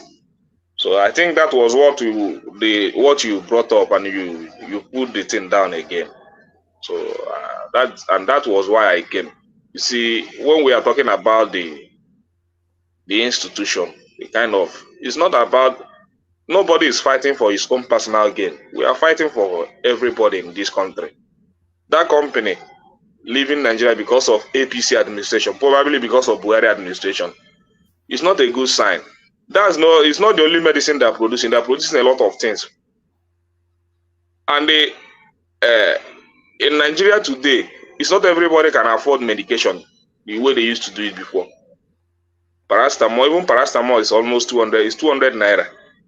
Which happens to be the cheapest, one of the cheapest drugs in the market. Most of the malaria medicine you have today, most of them are almost 1,000 to 1,500. So most of the poor families cannot even afford it. I saw a woman the other day. The child is sick. Just come on to buy a medication. I said that she didn't have money. That God will heal the child. She's praying that God. But I know, take this guy to I have to come up. Take this guy to at least get him medication first. And it's true, the woman don't have any money. He's only hoping that God will just pouring the child water. Just using cold water to calm the temperature. Something he would have just enter inside the pharmacy, just get some drug and quench that situation for that moment. So I just have to come in. Why we should why are you encouraging such a malpractice? Why should we go to pharmacy? Is pharmacy a hospital? That is what you have in Nigeria. That is what you have in Nigeria. It's not what, even when it's a bad habit, and those are whether it's a bad habit or what, that is the only thing that is the situation you have in Nigeria. And you have to manage it like that. The GSK that you are talking about is a sweet company. You understand? They don't produce medication in Nigeria. They are just marketing the medications that they sell. They don't produce any of their medication in Nigeria. The problem that they are having is not because they live because of APC. Don't politicize problems that the Nigerians have. You understand? You are saying just because you said they left because of APC. How can you be saying this kind of thing? The problem that they are having is about forex. You understand? And what they are saying is that it has become too expensive for them to actually maintain their retail outlets in Nigeria. That they are going to contract it with a third party. Is that not of the back of Tinubu's policy? The government? That's what I wanted to ask him. Just listen to me, one man. So they contracted it to a third party. And it's not only in Nigeria that they have done that. They have done that on some other third world country. What they are trying to do is to shed their cost of running cost. That's what they are trying to do all over the world. The one that Ekene is saying that they are selling inhaler for 53,000. 53,000 inhaler. No, we are it's not. That one is a medication that he brought up. And the guy just watched the video. The guy mentioned the price. Send me the clip. Because I've lost it. Let me tell you. If somebody has an asthma, one of the problems that we have. Let me talk. Hello. They are both inhalers. Hello, you. I'm talking. Hold on, everybody. Hold on. Land Simba, and then we get back to Ekene. The guy that you are talking about, he might be complaining that he doesn't have the right and the money to buy medication. And that was why I started when you say that somebody should just go to a pharmacy and get drugs. It's not about what is obtainable in Nigeria, it's about bad practice, our orientation. If you have asthma, it's not only when you have attack that you're supposed to take medications. There are some cheaper medications that you can take that we call them preventers. If it's properly being managed, if he goes to the hospital, I'm very sure that this guy doesn't go to hospitals. He doesn't have a doctor that is managing him. What we do, most of our asthmatic does is that only when they have an attack, that's when they take inhaler to relieve them. An inhaler is not, it cannot actually prevent you from having an attack. It's a reliever, we call it a reliever. It can only relieve you temporarily. And if you don't know what to avoid and what to do and not to do, those are the issues. So if you are saying, that's why I started by saying that going to pharmacy, a pharmacist is not a doctor. He doesn't know how to cure you. He only knows about drugs. And he doesn't even know the side effect of most of the drugs that they are peddling. So if you are talking, let us talk and talk. But this one that you now said inhaler is 53,000. No. Is that of it? Actually, the cost of drugs has increased, but not 53,000 for an inhaler. Okay, Baba, I saw the video it's and an inhaler. It's an inhaler. I saw it. It's an inhaler. All right. Somebody just Wow. send in the clip and then we'll see it. Ekene, back to you so we can move on. Ekene, back to you. okay, so maybe you watch the video and see how the guy explained those medicine that he's using. That the thing is very costly now. That his salary cannot afford it again. So and the issue of medication and the people going to pharmacy in Nigeria. How many healthcare do you have in Nigeria? How many healthcare, even in your local government? Those things are, at least if you have those health cares in your country, at least you can easily take your child to any healthcare for checkup and all that. When you don't have that healthcare in Nigeria, what are you telling me? So you are telling me that we don't. You are telling me that let him. Sorry, Simba. People have been waiting for too long. Let him Those land. pharmacists are exploring Nigeria. Those nurses and doctors that are exploring Nigeria because of those private pharmacies, because of the policy of the government. If government doesn't want them to function, what they need to do is to provide enough health cares where you can take your child. Well, how many healthcare have you seen in Nigeria functioning that you take your child at least for a checkup or all that? It's not anywhere.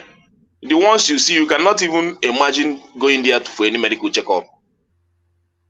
It's only the rich. You only use, if you have money, you use private hospitals. How many people, all those women you see, how many of them can afford private hospitals? But Lagos State have a lot of healthcare and healthcare now. Where? Eh? Where? Mention them now.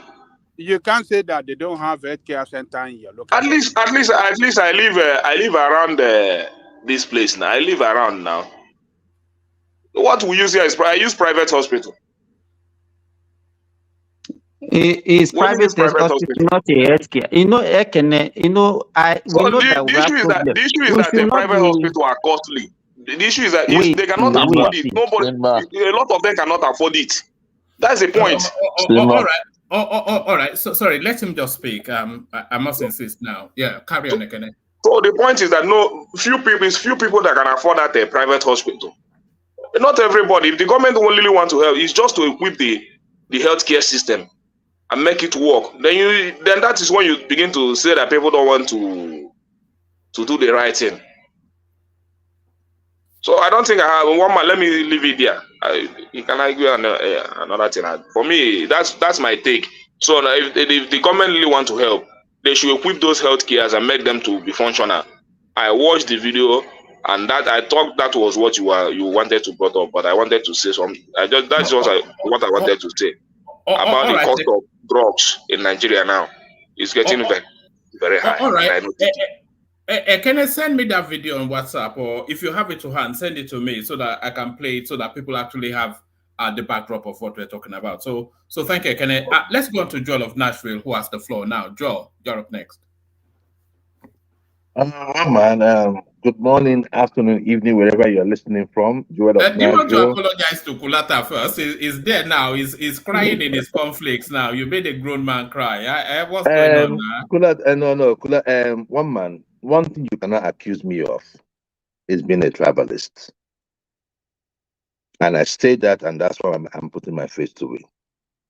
The issue is that those things that we refuse to talk about are those things, those difficult subjects are the things I bring out to the public. You see, when Babati came in, he blamed me and said, why did I go ethnic? But he still came out and made some assertion. And that was the point I was coming from. If you did not give somebody a score, because he's from Ondo State, you increase the person's score. Why did you do it for the other person? One man, if we have to build Nigeria, bad will be bad, good will be good. We have to start saying, if something happens to anybody, regardless of where that person comes from, remember prior to the election, I told you that I wish Obi would go to Kano and put up a t-shirt and say, I am an Amajiri. Why do I say so? Because you see, you might say, oh, it is the North. But the effect of what is going on, if you look at the budget that we have spent in the North as a result of insecurity, then you will now see that somehow it affects you in a heavy way. Before now, one man, we have used tribe. It did not work. We used religion. It did not work. And it's still not working with our Muslim ticket. It's about time we look at the issues and address it the way it is. When we call a spade in Nigeria, regardless of who is affected, who else is God, then we can fix Nigeria. What Ekene is talking about, I watched that video, one man. As I was watching that video, I was opening a card. If you work in the healthcare, you understand what I mean by a card, where you put the medication. I opened up a card. I saw 12 of them because it was a long-term care. 12 of them. I could easily just even take one and put it in my pocket. It is not mine. I mean, but even if I did, it is not going to cause so much havoc. The company will be like, oh, they're going to investigate and all that. I'm not a thief. I will not do that. But I'm just telling you that it is not that important. Nigerians are suffering. When we saw what Ekene was talking about, what that guy showed there was, I think, was a river or something. It's an inhaler. It's an inhaler. The two of them were inhalers, Ventolin and the other one. 8,500. Seritide. Is it Seritide? You say? Seritide. I don't know, but I saw it was a big box. So you know with all those inhalers, they come in boxes, right? If it is a puff, that will be Seritide. That one is very expensive. And what I'm saying, see, they have different ones. Like they have like Spiriva and all that. What I'm just saying is that I don't really know the brand. Okay, make that point, but I don't want us locked down in. I think I just wanted to brush through it, right? So what I'm saying, one man, is that the cry of that young man, regardless of what his political affiliation is, should be of concern to every one of us.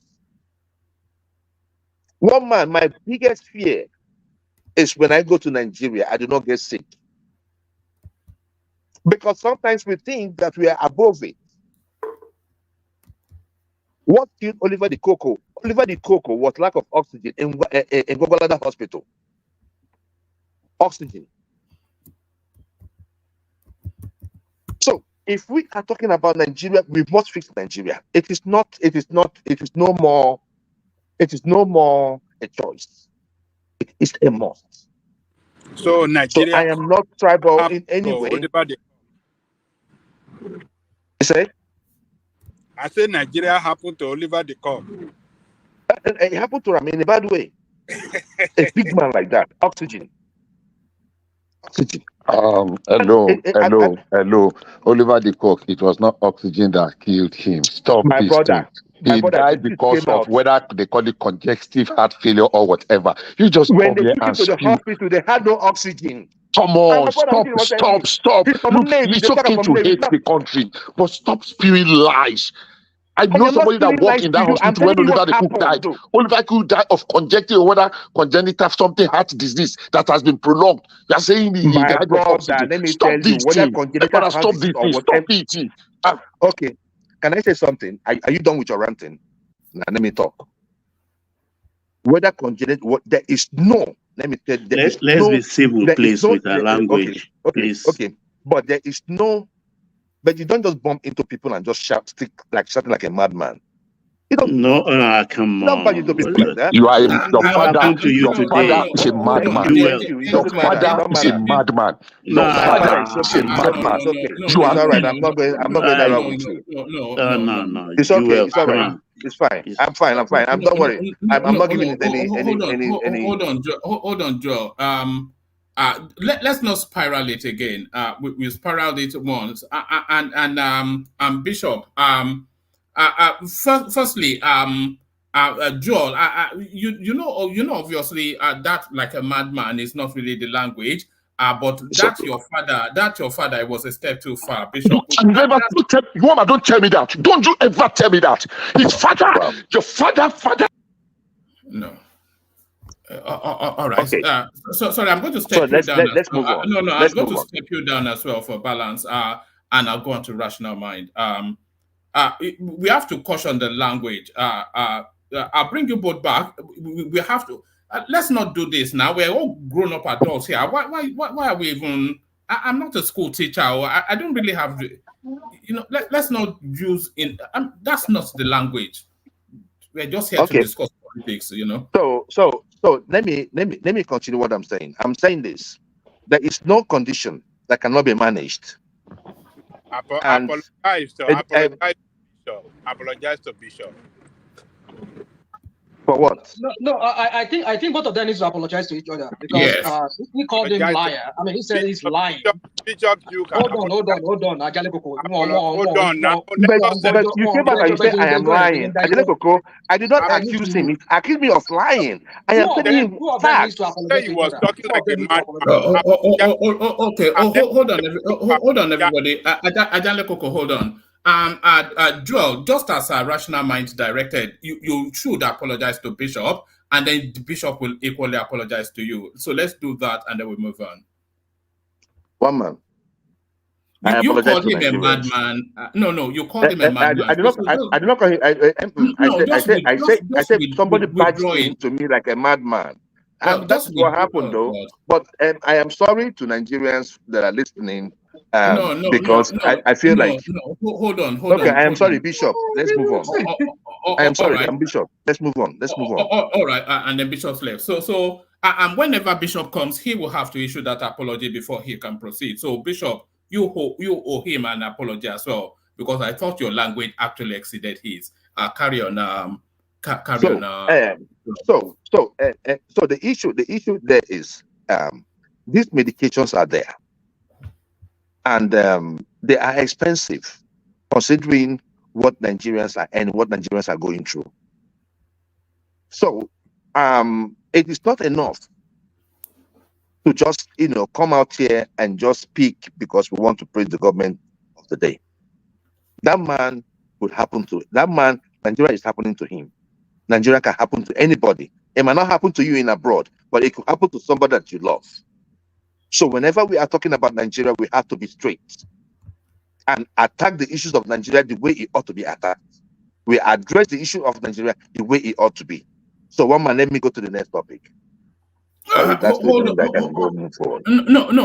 on. That storyline of Rhodes Vivo is not actually anything to do with medication. It says poverty is not selective of party affiliations. Goyega or Gbadebo or Chinedu Rhodes Vivo reacts to video of an elderly man who voted President Tinubu and now says he cannot pray for the president. So it's absolutely categorically nothing to do with medication. So we have the clip of the man right here. So we'll listen for him for a micro moment. Oh, where is he? All right, I'll get the clip and then we'll take it from there. But it's nothing to do with medication, but carry on. This is one of it. It's two videos. This is one of it. He also posted this one today. He posted a lot of video today. So this is one of the video. All right. Carry on, Joel. Yeah. So so in essence, one man, I think I have trashed that issue just to make Nigerians know that I am not in no way trouble about my issue, but sometimes, when you walk like a dog and quack like a dog, especially when we have an agreement that this is what we are going, this is the line we're going to tow. If we do not tow it, then it has some sentiment attached to it. It's as simple as that. There's nothing wrong with that. It's my opinion, and it's not like I'm calling anybody out or making anybody feel bad. But I'm just saying that we should do better tomorrow. Whenever you do anything you're doing, You have to be more sensitive and more clear with whatever rules of the games are and how we're going to follow. That's the thing. That's all. That's all I'm calling for. But Joel, you're a bit of a troublemaker. You come and you poke at people and you say, no, I didn't actually say. You have to stop it. You think we're not on to And no, but no. One man, the thing there is that I discuss uncomfortable topics. You understand what I'm saying? I talk things that are uncomfortable with people, and I want us to start. Yeah, but you can do discussing that those without issues. digging at people now. But one man, if you badge at me like this person, one man, please see. You see, most times I get that heat too, right? Probably if you're putting on my shoes, you understand too, like the way people badge at me, call me names and all that, right? I mean, Babachi just my which happens to be my man, called me a liar. I called say he's disappointed in me, and now say he slightly agrees with me. So he would have just come out and say, "Oh, EJ, but still, I agree with you, small." But his first thing was condemnation. No, that's what I'm talking about. Say it the way it is. What I said had a root, it had a foundation. And I don't want to go back discussing that one, man. Let us move forward. I had wanted to discuss the issue of the LGBTQ. All right. Okay, before you go there, this was what Rose Vivo actually put out.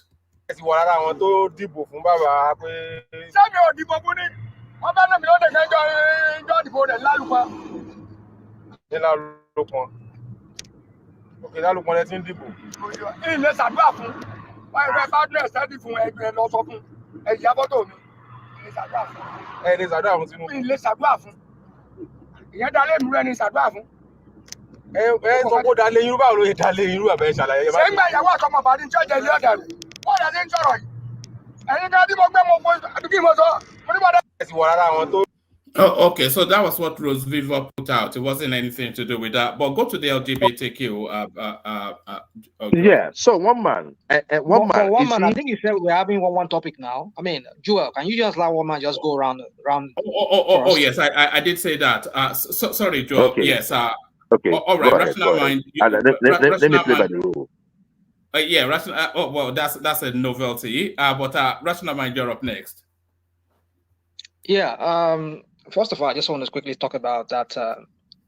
But Rational mind have spoken now. When did I speak now? Look at that. Who's that in CBD? You finally turned like up. CBD. That's in CBD now. You came here for the first after a long break, and then you just say I've spoken. When were you listening in the background? Well, I'm too busy. CBD, the man with the superstar name. Yeah, Rational mind, carry on. So yeah.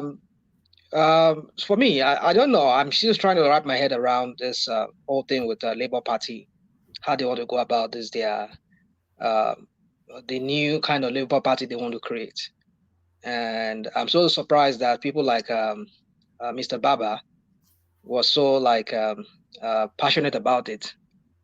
I was like, what's Mr. Baba's thing with this with the Obedient trying to rebrand or trying to restructure their party? I don't know, because I know Mr. Baba to be an Agbado person, so why the well, go and buy Zuru.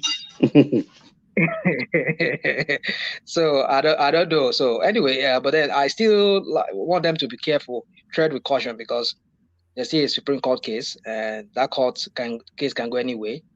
And if it goes in favor of Papa, they should just kiss that party goodbye. And in the event that it does go in the place of Papa, I think they should have their own plan B. Those people that I can mention, the likes of Patu Tommy and this Mwakobia and the rest of them. I remember when he had this joint interview on Arise some few weeks ago, or maybe 2 months ago, with Shiwore. Shiwore was even inviting him to join his party. So I was expecting Ajale Koko to have said something about it, but I know Ajale Koko, they've been feeding him Agbado very much on this platform. That is why Ajale Koko is no longer the Ajale Koko we used to know. That's people that are here on this platform knew Ajale Koko from the beginning. I think the Agbado people they've likes of Kolata and Baba and all of them. I don't support Obi. Hold on now, hold on. I'm not saying you must be support Obi. The person you've been supporting right from time, Shore, You hardly even speak about him anymore. So I believe the Agbado people, they be feeding you Agbado. I think I mean, you all got what. I mean, you all got what you voted for. No, I didn't vote. I didn't get what I voted for. So, I mean, but Ajali Koko, you have to be promoting Showere. You are not promoting him again. No? That is what I expect him to do. You have to promote him more. Look, I don't think we're gonna sell out. I don't think we're gonna sell out. He don't chop money. He don't chop Abado. Let me tell you. We have promoted Showore several times. Did you people even want Showore? You don't want him.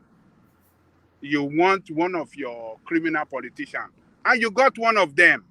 So just take it. If we were to be Obi that won the election, the Agbado people will be yelling up and down here. If we were to be Atiku. If it was Obi that won the election, that Baba right now will be swimming for Obi the same way. So we Showore, we know you guys generation doesn't want good thing for Nigeria. So continue to support your politician. So all right. Yeah, I know. We know where you stand on this matter, Ajale Koko. I will miss that old Ajale Koko that we used to know. But it's so sad that these days people change quickly. How people change quickly, you know. When the batting go away, see Tinubu batting check for, you know, the Agbado people and all of them. When they start writing check for one man and everybody, the likes of Ajale Koko, everybody start changing mouths. You know, so I'm just kidding. I gotta go. So anyway, yeah. So my point is that I just want to see how they are. I think there's no way they can defeat Tinubu. This guy is. I've said it on this platform that this guy is an opposition killer. You know, just take a cue from what he did in Lagos. You understand what this guy is capable of doing, and look at how he's silencing virtually even the LP House of Rep and senators. They are all singing his tune too, you know. So they've collected they've collected a bribe. They've collected their own gunje, as they will call it. Now they are singing Tinubu's praise, and you know. So I don't expect them more. I don't expect anything much from those idiots. For me, I just believe that they should have a plan B, because this thing can go either way. Maybe if you go down the way of Abure, maybe they can still talk sense into Abure. Abure step down. We're going to have or reconvene a national conference. Sorry, national. What do they call it? This is their party conference whereby they elect delegates go and then they elect the new party chairman. But then they should not go ahead and do it, because if that Supreme Court had not pronounced that, if you like they say in legal language, you cannot put something on nothing. So the nothing here will be the new something they want to bring. You cannot put an legality on an illegality. So something like that, yeah. So they should wait. We've seen this script played in Nigeria many times. So you know they are fighting against Tinubu. Tinubu will do anything. You know the Agbado man in their party there, Papa and this guy from Osun State. What's his name? Ogun State, Arabambi. We know what they are capable of doing. So just let the Supreme Court case just take its course. Let this run its course. And if it goes in favor of the day, you know that you people have nothing. Just pull out the whole obedience, and everybody from let Papa continue with APC and his Labour Party, and go and create a. So at this point, I think they started. I think Showore needs to start reaching out to people like Wakobia. That's my advice to him. Because really, you see, that country, I don't see Nigeria going anywhere under Tinubu. I've said it many times. Tinubu has nothing to offer us. It's just a criminal government that is running. Wakobia is not relevant now. Who's Wakobia? You can say it's not relevant. Hold on. You can say it's not relevant, but the little people that he has, with the other people that the other people have. I mean, look at that obedience. Some obedience, he's gathering obedience. Okay, thank you. Now Tinubu has better chance going to PDP. It's okay. Now you can sorrow now, right? I'm just interjecting you now. Interjection, no, I understand. So let me talk, because when you start your interjection, you don't want me to talk. That's where the whole game plan is for you. I hardly interject you, you know. Yeah, I know. You hardly interject me, and then before you know it, So we'll try to make sense, yeah. Oh, dude. Oh God! If one of you was a woman now, I would have booked an hotel room for you. It's almost unbelievable. But carry on now. Well, for information, I'm in a hotel room here now. One man. I thought that you said that before. I thought that you said before Bishop comes in, or who was that? Was that Bishop or Emeka? Who was that? No, that was Mike. That was Mike. Okay, that was Mike. Okay. All right. So my point is that I think Showeri needs All to these start Yoruba people sound alike to you, Abi. Yes. Showeri needs to start reaching out to these guys because I know he cannot do it alone. I used to say, like I was saying to Emeka, one of the other platform we met, I used to say that you can achieve some good by doing some evil. Well, I still believe in that to some extent, but in the Nigerian context, I don't think it's really something you can work. Because if you join them, you become like them. There's no way. Look at Tokwe Fashua and the other one that was the motivational speaker guy / pastor. What's his name? That guy that they all did there. Yeah. Yes. No, Fela Durotoye. Yeah, that's the Look one. at all of them now. I want to be wearing like Babajale Koko. Everybody's now singing. What about that woman, the one that went with Atiku? What's happened? Esther something. What happened? I think to her? they're on that Labour now. She's gone with Labour. She's gone with the obedience. Okay. I think she was with Labour. I mean, didn't you see that video that was trending when during that election? When she was canvassing for money a bit, when she had some litigation. No, I don't know. Maybe there was one like that where they were doing. What's her name again? Oh, I'll have to find it. One name like that. Ejaye. I don't know whatever her name is. So I mean, there was a video where she was talking to people in the collation center where they were changing the old figures. That was her voice. That was that girl's voice. I think that was her voice. Anyway, so my point is that I think for anybody to defeat Tinubu, they all needs to come together. I mean, Atiku was right. That's only one thing I would say Atiku is right about.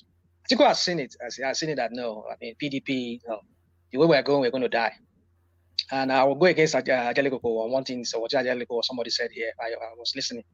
I was on a long travel yesterday, so I was going between mountains, traveling between, so I could not really. I was losing. Yeah, you were dipping in and out. Yes. So well, my point is that I think the opposition needs to come together. Tinubu is a killer of opposition. That guy, no, he's good at that. I mean, let me say he's bad at that. When I say bad in a good way, in that game of killing opposition. He will bind anybody buyable. He will silence anybody silenceable. So but then the likes of Wakobia, like I said. But rational mind, to be honest with you, even if the opposition come together, it's very, very hard to dismantle Tinubu in 2027. They will. They will. The way the guy is going. Just see the way the courts are behind him. I know. Yeah, you just need to, now they don't use ordinary people to rig election. It's the police. They use police. So if you guys say opposition, who are this opposition? Like one who? No, I mean people from PDP. Hold on, people from PDP. Let me answer his question. People from PDP, Showere and all these people. I mean, we're doing an analysis here. So PDP, AAC, Labour, right? And all of them together. SDP. If they include Labour will destroy that union. Let's even leave SDP. Just PDP and Labour alone. Do you know how many people? Hold on. Do you know how many people? Wait, Tinubu said it now during his acceptance speech when he was at the dead of night, 4 o'clock in the morning, where everybody was sleeping, when he was declared the winner, he was given certificate of return. He said it now. He said, "I know," unquote, "I know that majority of it did not vote for me." And if you look at the figure, if you piece together, Kwakwaso, Labour, and PDP is more than twice the amount of vote that Tinubu had. You know what we have with rational mind? Let me talk. Okay. So that's the number he's making the reference to when he said, "I know majority of it did not vote for me." But let us beat Nigeria. Let me tell you what will happen if PDP form union with Labour. You see other PDP votes in the north, they will all go straight to APC. Well, that's what you don't understand. That's why you don't know how the politics. Labour will.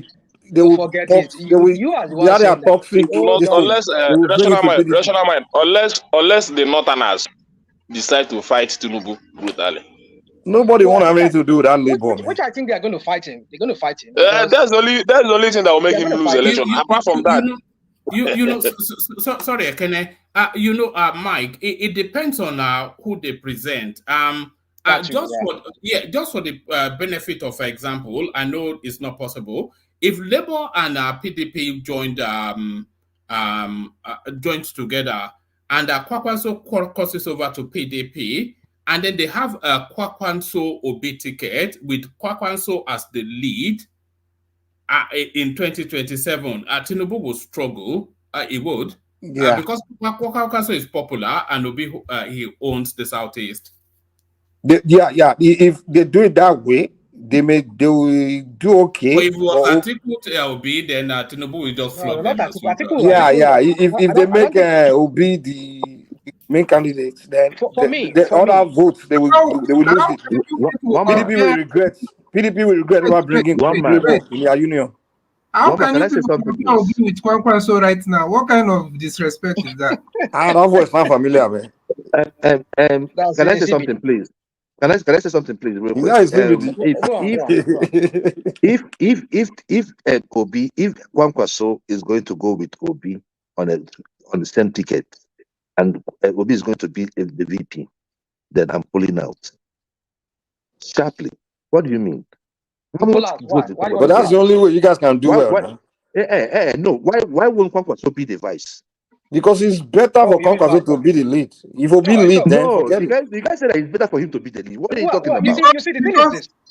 Hold on. People have accepted the perpetual. If they merge, let me tell you. Hold on, let me say something. Obi already had 6 million votes. No matter how you want to spring it, it did not come from Southeast alone. So Obi has more spread. Let me say something now. Obi has more spread than Kwankwaso. So, and the people following Obi, you should know that it is an ideology thing. It is not just because they want to win election. They don't want to win election for win election's sake. It's about an ideology. So you cannot just say Kwankwaso should Obi to and take a VP to one for what? Even to Atiku for what? If Obi is not going to be the one, hold on now. If Obi is not going to be the one leading that ticket, then there is no need to go into any merging. Then that tells you that sorry, Mike, I know you wanted to, but that tells you that then that Tinubu is not going to be unseated. If Tinubu is to be unseated in 2027, Obi has to relegate his ambition to vice president. No, he cannot win on a lead ticket. It's just he can. First of all, he can't. Let me ask you guys. Wait now, you people have been talking. Tinubu silly. I'm telling you, he will be Tinubu silly. I am telling you, he will be Tinubu. Oh, sorry. All right. Let's hear from him, CBD. Do you remember CBD, Joel? Do you remember? I remember. It's been long, CBD. He's been lost. The guy just disappeared, man. Yes, I was hoping the guy was okay, because I was like, man, I hope that guy still, because we'll be lost election. You wanted to send an SOS, Abi. No, I was hoping the guy was okay, man, because some people, I was learning things they were doing to themselves after we lost. So I was hoping CBD didn't do anything to himself, So I'm glad you're okay, so I'm happy, I'm okay. So, but the thing is that it's not for us. We are not under those too much pressure, but we are feeling it because it's our people that are still going through all these things in Nigeria. So, if Atiku did not win, are you trying to say that Kwankwaso is bigger than Atiku? So, what makes you think that Kwankwaso will win because he's the one that will be the front runner? Let me tell you. I see. Kwankwaso, if he put himself down for Obi to be Obi's vice, his political credibility in the North will just die, like literally, because they will lose respect for him in the North. Like, how can a high IQ politician like you make yourself second? So I don't even like Obi. It mustn't be him.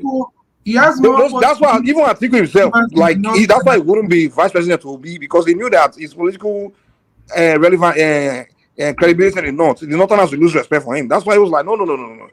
None of those guys, Obi is not in their league in the North. Maybe in the Southeast, yeah. When in the North, those guys, they'll be degrading themselves. In the fight, that Obi is strong in the South. Obviously, South is like you said. That's about it now. How many regions is that? even in the same Southwest, Obi is also strong. It's just that Who told you that? all these people snatching ballot boxes and working for an agenda Excuses. taking over Southwest. Can I continue, So please? why did they snatch Atiku's ballot box? Why is it only Obi ballot box that you guys are saying they're snatching? All right, back to when it gets to Rational to you guys, you can talk about it if you want to talk about it. So yeah, so for me, I think I just the permutation right now for me is they need to start building their coalition. It should not wait because we've seen it how it plays out. When it's like 2 years or 1 year to an election, they start doing this their crap. Like we saw in this last election where Obi had to jump ship almost at 9 minutes, just few months to the election, and we'll see how it all played out. So you see, if they want to do this coalition, it starts from now. And then start it from now. Anybody that's going to run on their party, they start to need. I mean, you see, I have some kind of ideas. I know sometimes one man will say, "I'm sure an ideologist." I'm an ideologist. It's just that they need to start vetting people who wants to run on their part in their party, and make them understand that this is our policy. These are like go take them to take them to like school again. Teach them what it means to be. Rational mind. Before this analysis, remember that Bivas is not working again. No. Let him land. I want to get on to it. Let them take back them. I mean, teach them what it means to be a counselor, and whatever they're going to be as a counselor. This is our agenda as a party. This is what we want to achieve. This is what we want to realize. So, you as a counselor, how can you play this role to help us achieve this agenda of ours as a party? When you become a councillor, and when you become a chairman, when you become a governor or a member of the House of Rep, these are the things which Labour Party never did. Every Tom, Dick, and Harry just came into the party. They just they ran on a Obi's wave, and they got in there. And look at all of them. They are becoming Judas Iscariot. And you see what they are doing. So I'm not saying even when you vet people, that does not mean. But you see, one thing about our learning in political science is that we talk about people like Stalin, people like Adolf Hitler, and the rest of that. These are not really good examples. But you see, when you teach people, I mean, that's what the Nazis they did. I mean, I'm not saying it's which even to this very day, some very patriotic countries like even here in America. Like every federal service you want to enter, you have to swear an oath on allegiance to. If you're doing a federal job, you swear an oath on allegiance to the flag. I don't even remember. I don't think that in Nigerian civil service does that. Like in the federal civil service, I don't think so. You will swear an oath of an allegiance to the flag, to the United States flag. So that in itself, it's a way of building patriotism in you. So that is what the Nazis they did. They have some kind of camp where they send their Nazis, smaller groups. They even have youth groups whereby they kind of indoctrinate them. If you call it indoctrination, which even look at APC, however big they are, that is why they are just all of them. They are all in disarray. Be it PDP, be it APC, they don't even though they say they have a manifesto. This one will call Buhari has his own manifesto different from Tinubu. They don't even have one single agenda to realize as a party.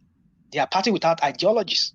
So my point is that if they can start from now, start that coalition, build that coalition, and then start gathering people from now who wants to run as councillors. And so my point is, have party that has ideology, not just a few months to the election. Everybody starts scampering around and start wanting to become. That's why you get this kind of this disorderliness we saw in the society in Nigeria, whereby they don't even have any idea. Look at the Labour Party House of Rep members. Look at what they are doing. Their chairman said, "Don't do this." They are doing something opposite. You see, that is what you get when you don't have an organized society, an organized party.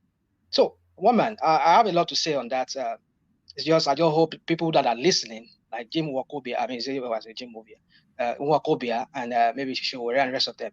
I just need them to part two because the other Judas they've left the fold, which is Fela Durotoye and Fela. What's his name? Tokpe Fashua. We know where these people we knew where they leaned before. We knew that they were just traitors among the people. But then, yeah, they've jumped ship. Well, that's up to them. That's their own decision. But the point is, they need to start building party with ideology. And how it start right now. start building people who wants to become members of that party, who wants to run on any ticket. Tell them what it takes. I don't need to be telling them. I mean, people who knows how parties, real parties, evolve in society. This is how they do, you know. So, woman, I have a lot to say, but let me just leave it there so that other people can speak on that. All right, thank you, Rational Man. Stay with us just for as long as you can. I think about only 2-3 more people to speak, and then we'll open it up to a more rounded, around house conversation. So that's Rational Mind, of course, who always speaks his own mind, not necessarily what you want to hear, but actually what he thinks, and that's the value that he brings. So it's not here for popularism; it's here for realism. So should I call you a realist in CBD? Like Mike was just saying, we were going to send an SOS out because it's nearly 12 months now. Since we told you Obi was going to be roundly defeated, and then summarily was, but you are back in CBD, the man with the superstar name. Let's hear from you, CBD. Thank you, my supporters. But you see, the truth of the matter is that there's no. You're saying something about someone being defeated. We all know how that went, you know. So yeah, Yes, okay. we know there was an election and a winner emerged, just as a tradition. Yeah. Okay, but yeah, to properly come in, I am greeting everybody, the people in the comment section and everyone, you know. So I'm almost on the move. That's why I don't know if you can even hear like background vehicles moving. But the thing is that you are welcome back home. Oh. Welcome back home. This I don't know because the welcome way back things home. is going, I don't know which one. Congratulations. But okay, no. Congratulations. Welcome back home. Oh yeah, thank you so much. But also, one man, I'm not trying to go back to what we've already moved on from, but I don't see any reason why we should be telling Joel to apologize to that man, because we need to also start telling He people called that him a madman, and then his name is Bishop, by the way. He called him you know Joel now. He will poke at you with I some, know and then Joel. he will say, "I didn't mean it that way," you know. I know Joel, but you see, the truth of the matter is that Joel was speaking, and Joel let's close that chapter. Don't let us go back. Yeah. I don't want to go back there, but it's just that we need to call people, let people know that it's not okay to just jump on someone that is speaking and start raining. Jump on him, but that does not warrant this thing. Baba, he did. That was why I said that you can't just barge into somebody like a madman. That is what I said. You call people names. The other day, you see the way you address Baba. That's not fair. You know, I mean, we can't be disparaging each other like that here. Okay. Let's not go deep into it. Ajani Koko. Thank you, Ajani Koko, because I was telling one man that apart from you, that day Joel was not here, and Rational Mind was also not here, because I think apart from Ajani Koko, it would not be so easy to make a case for the, for the people of Nigeria on this platform. Yes. So, but even Ajani Koko, like what Rational Mind said, I think maybe they have been serving too much agbado, but still, Ajani Koko is much more, better than so many people. So, the thing is that, what's the name? Is it RBB? What's the name of that man? Is it GBR, or what's his name? You see, it's CBR really. Chinedu Rose Vivo, yes. No, just call him Chinedu. Chinedu is okay. Just call him Chinedu. You people are still calling him Chinedu for political reasons. Only because that's the name his father gave him now. What should we call him other than that? So can you now agree that Davido himself is not also Yoruba? Because if you people are going Adeleke is not Yoruba. Of course. Adeleke's mother is Igbo. So why are you people not treating him the same way? Because he's not obedient. So no, it's not it's not I call him Chinedu because I accepted he's my Wadiana. You know what they call Wadiana? And before we even continue that topic, in fact, I don't think everybody is already saying what is happening in Nigeria. Adeleke can speak Yoruba. It's a proper Yoruba man. But this one is a proper no. You people are going that route. It's not just bloodline only. You have to be into the culture. Everybody that is half Igbo now must be Igbo. I think we need to go the route of the Jews, because No, in go by the behavior, your character and your alignment, your mentality. Okay. His So, mentality is completely Igbo now. So a that's person what that insults the Yoruba tradition doesn't we respect his know is elders, not the doesn't Yoruba respect tradition. Oba. You people just say the I mean, truth. that's the Igbo upbringing now. That's They not. did a political, tribal kind of strategy in Lagos, especially, and just say that you are a victim of that brainwashing. It has nothing to do with insulting anybody, So it's just quite unfortunate. But yeah, but the truth of the matter is that we need to understand that what is happening in Nigeria is beyond tribe, and I think we should start. That's why I'm also coming back on this platform, because I feel like, as much as I disagree with a lot of the things people are saying here, uh, it's important for us to hear the honest, opinion of people as regards to tribe and the kind of sentiments they have. So that's one of the reasons why I say, okay, I will still be coming here, because this is where some people cannot hide that evil spirit of tribalism inside them. Some people, I'm not saying everybody. Leave So Joel alone now. Why you no, no, don't? no, no. In fact, Joel is a saint. Joel is a saint. We need to even give him the whatever they give saints. I'm talking is the other people we are talking about, you know. And because of this, in fact, for now, I think we should stop giving Igbo daughters out to anybody for now, especially Southwest people. So No, that that's impossible. What's this one talking about? You want to start war, okay, okay. Because if people are now the way you guys treated JBV, that name I can't forget. I don't know how to get that his name. Is it GRB? Call him by his name now, Chinedu. Just call him. GRV, How can you GRV, say you don't don't know how mind to them. pronounce it? GRV, Oh, Is it? GRV, Badebo GR, Road Vivo. That's GRB. Badebo Rose Bible is Yes, yes. GRV, GRV. The way they treated that guy, I told my cousins and my auntie that if I ever hear somebody coming that they want to from somewhere, some particular part of Nigeria, saying they want to marry, that person has to be charged bride price at least 5 million. Then we start talking about other things. We investigate their family to make sure they are not connected to Agbado. Yeah, so that's just the thing. We need to start having honest conversations around tribalism, because that's what is affecting us in Nigeria, to be honest. And the truth of the matter is that even if the current administration appoints 300 people from his tribe, is it going to go around the whole tribe? How many people will benefit? So it doesn't make any sense. We need to start thinking of the long term and thinking of, okay, those people crying now, how many of them will the current administration, help? Will it help everybody? How many million Yorubas are there? Almost, I think, more up to 40 million, if I'm not mistaken. So how many people will benefit? So let us be thinking in the long term and trying to solve this problem that we are having. It has nothing to do with tribe. I'm not tribalistic at all. You know. So I think, let me not say too much. Really? Yeah, Yeah. hold on, Mike. Hold on, Mike. In CBD, do you think Mm. do you think the reason people rejected Peter Obi was because of tribe? Is that what you think? Of course, in the southwest, mostly tribe.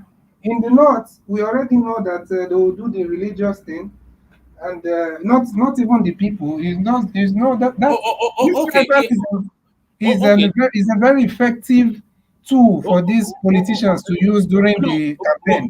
but it's also a very convenient space to hide. But let me ask you this: if Peter Obi was not rejected for reasons of tribe, which other reason could he have been rejected for? Absolutely no reason, because the man have been tried and tested. Do you know the kind of opposition that man is facing? If he had even the slightest stain, it will be all over the news.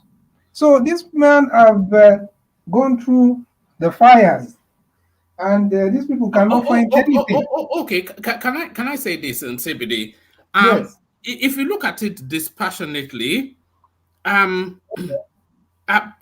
Peter Obi, he doesn't demonstrate anything that suggests that he has the requirements to be a president. So he has been so hold on. He has been a governor for 2 terms. His tenure was unimpressive, below average, sandwiched between two people who did better, and now and then the third person now who is even doing even better. Allegations of corruptions wrapped around him. Peter Obi, he managed a mono-ethnic, mono-religious space. So there is nothing in Peter Obi's history to tell you that he has the capacity to manage the complexity and diversity of a country like Nigeria. His CV does not live up to the job, leaving out ethnicity, and anybody that is dispassionate will tell you that. It just wasn't good enough. It wasn't good enough. I totally 100% reject. How do they usually say that thing in Nigeria politics? We condemn and reject. I condemn and reject everything you have just said because it's not true at all. Everybody knows that. Obi did not manage a mono-ethnic, mono-religious space. So is it Shetima that managed the mono-ethnic, mono-religious? Apart from that, of course he managed. Have you gone to Anambra State before? You might say, oh, there are not so many Yorubas because you're not hearing. Anambra is 80% Igbo, 95% Catholic. No, there are so much Northerners. You know of Hausa people. You know they are. Yes, of course. I'm sure you have your suya sellers. Everybody has their suya sellers. But Anambra is 80% Igbo, 95% Catholic. Well, I don't know about that. How many Yorubas? You are even being economical. It's more than 80% Igbo. What are you talking about? Well, one man, like top 90%. One man. Just to be clear with you, it's not. It can be 95% Catholic. I'm Anambra, and I'm Anglican. Mono-religious space. What qualifies him? And he didn't do an impressive job. A lot of people will tell you that one man. See that you guys accepted Muslim. No, Islam. let's not do that. Does not make us. We are mono. That's what I'm trying to make you understand. We are mono. We are mono religious. We are mono religious, just like the South, right? They are also mono religious. Unless you go towards Edo, that is where you see Muslims, right? That are from Edo. But if you're going from Delta State down to Rivers, yes. they're all Christians too, and they are divided between the Christian. They're divided between Catholics and Anglicans. We know that. But don't go too deep into that. Let me say this. Hold on, Ekene. How would you then pick somebody that has limited experience? His antecedent as a governor was vastly unimpressive. Has not managed anything like diversity. Has questionable things around ethics and due process and financing. Somebody like that, you pick him over an Atiku Abubakar who has managed the expanse of Nigeria as a vice president in all of its complexities, and somebody like Tinubu who has managed one of the most complex states in the country successfully. One man, I have told you that those. I have told you that. Can I just respond? Let me say this, Joel. In terms of every governor in Nigeria, the whole 36 states in Nigeria, if one man wants to be sincere, in terms of HDI, Human Development Index, look at this I want to know the governor that have done better than Obi in that particular aspect. Human Development Index. No governor. Creating a room. Do you know what drives everything? Do you know what drives everything? Ekene, do you know what drives everything? It's not a human development or whatever it is you said. It's IGR. That's what drives everything. Yeah, no, I disagree with you. A lot of people might believe with IGR. I disagree with you. It's the money that drives everything. It's Human Development Index, not IGR. How do you fund it? How do you fund that here human development? One man, are I've we told you. campaigning now? Is it Huh? campaign It's time? human Why are development we index. browsing I can about this? begin to No, no, I it's can just begin saying to that give you the now example. that could be, come. I'm saying that the rejection of Peter Obi is ethnic. It wasn't good enough. But back to You know, CBD, one man, you should have asked them. You should have asked them that. Okay, what? Okay, let me give example. I'm a Yoruba man supporting Tinubu. They are Igbo. They are supporting their brother. What is the difference between the two of us? Don't mind That's them. not Can see you that's at not the fiber, issue but here. then they're not fiber. That's not the issue here. What is the The issue issue? is this So you one can, man. if you cannot accuse yourself of One tribal man. The issue is bigotry or this, right? whatever, You you can't just cannot say you accuse can't me of just the Their same region, you are thing. voting 90% will be, and then they will call out hold on on, hold fiber. on. What kind of? I mean, do you Yaradua, guys look at the finger that's pointing back at you? hold on. Yaradua was one of the best presidents we had. Yaradua What makes you think was the so? governor. Can I What do you finish rate now? Can I somebody say something now? that ruled Can for I say just 1 something year? now? Can I say something now? Let me just talk. And Yaradua was from Castina, predominantly Muslim. He never ruled. He never led any place before. When he came in, we saw the kind of things he did. We saw the humanity in him. That is the point. What did you do? Jonathan, let me finish, I beg. He didn't do anything. Jonathan. Okay, He didn't do anything. He He didn't do anything, I know. Jonathan. didn't have, not I'm even talking have, he about didn't have time no, to do. I'm talking about capacity now. People that that led in just a state and became president. Jonathan did it. And when it was Jonathan's time, Jonathan led as well. Now, you cannot even compare Jonathan's time with Buhari. You cannot. So let's just Buhari leave did all more this than matter, Jonathan. all this drama, all this Lagos, blah blah blah. One man, look at how Nigeria is. What are the Lagos boys doing? They're the one running Nigeria. What are they doing? What are they doing? All right. Please. Let's CBD reclaim the floor, and then we go on to Mike, and then we can open it up. And Yes. we've still not heard from Simba as well. But back So to you you. mean after me is Mike? You know, Mike will come and say things that are totally non-existent. I wish I was going after him so that I can correct some things he will say. But no problem. So what we are saying is that you people keep saying the manage multi-ethnic whatever in Lagos, but I think you always forget or you choose to ignore the part that Lagos, the formation or the kind of demography of Lagos and the cultural whatever of Lagos is it's as a result of Lagos being the former capital. Abuja, is it up to 30 years old? Or it's maybe 32 or 33, I'm not sure. So everybody will go to their capital city. Why have we not saying the same thing for Ekiti or Ondo or whatever? So let's be honest when we are talking about Lagos, please. Lagos is the former capital of Nigeria. Everybody goes to their capital all over the world. And that is why Lagos up to today, some people are talking about giving it a special status or something like that. But me, I'm not for that. I believe, well, I can't even say so much because I feel like the Benin people also have something to say about Lagos. So let me not even go into who is Lagosian and who is not. But the thing is that let us be having honest conversations. And 2027, like I said, Peter Obi, there's no other person more relevant right now than Peter Obi in the political space of apart from obviously I'm talking of the real supporters on ground or the real popularity, not who took the power. Let's put it that way, because now it seems in Nigeria is about who can take the power, not who can be voted for. You know, so it's the normal thing. That is what Nigeria has turned into. We have seen it also in the three governorship elections that they just had.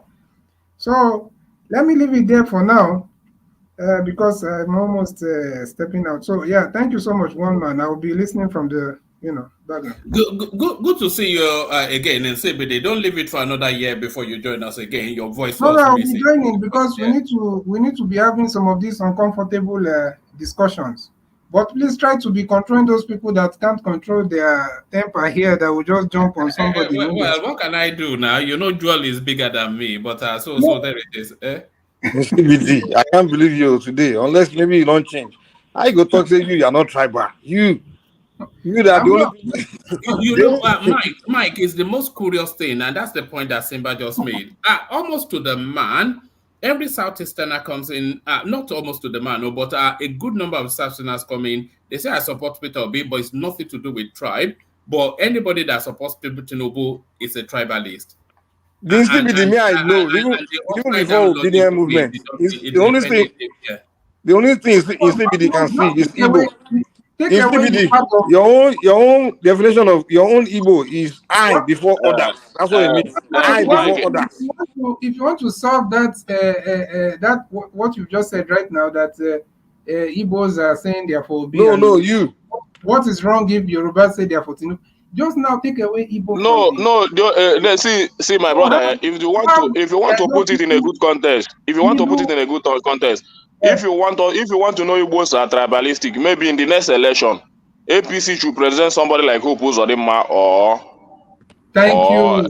But Jones Okalo, somebody but like that to contest. Then you know whether Igbos are But the tribalistic. reason you are even making our point, because the reason you don't like those guys because they have affiliation with the reason you don't like Ibu no, Sodima because he has affiliation with No, they are from Igbo now. At least they are Igbo no now. the reason you Yoruba don't can like always support anybody from APC it's in a lie. Yoruba land. No, the It's reason a pure you fact. guys don't like those guys is because It's they a are pure affiliated fact. with people from other tribes. That's Yes, the reason. So Mike has the floor now, but let me just say this: nobody is saying that Igbos are tribalistic. Of course not. They're the most Nigerian of people.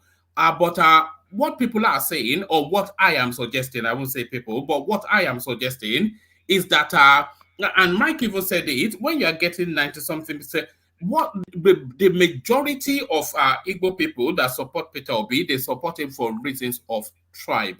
And there is nothing wrong with that. then don't look at the Igbo people. Look The at the most South. competent in Igbo Look at land. the The most South competent in people. Igbo land. No, to be The more most realistic, competent in Igbo land. my That brother, is Obi.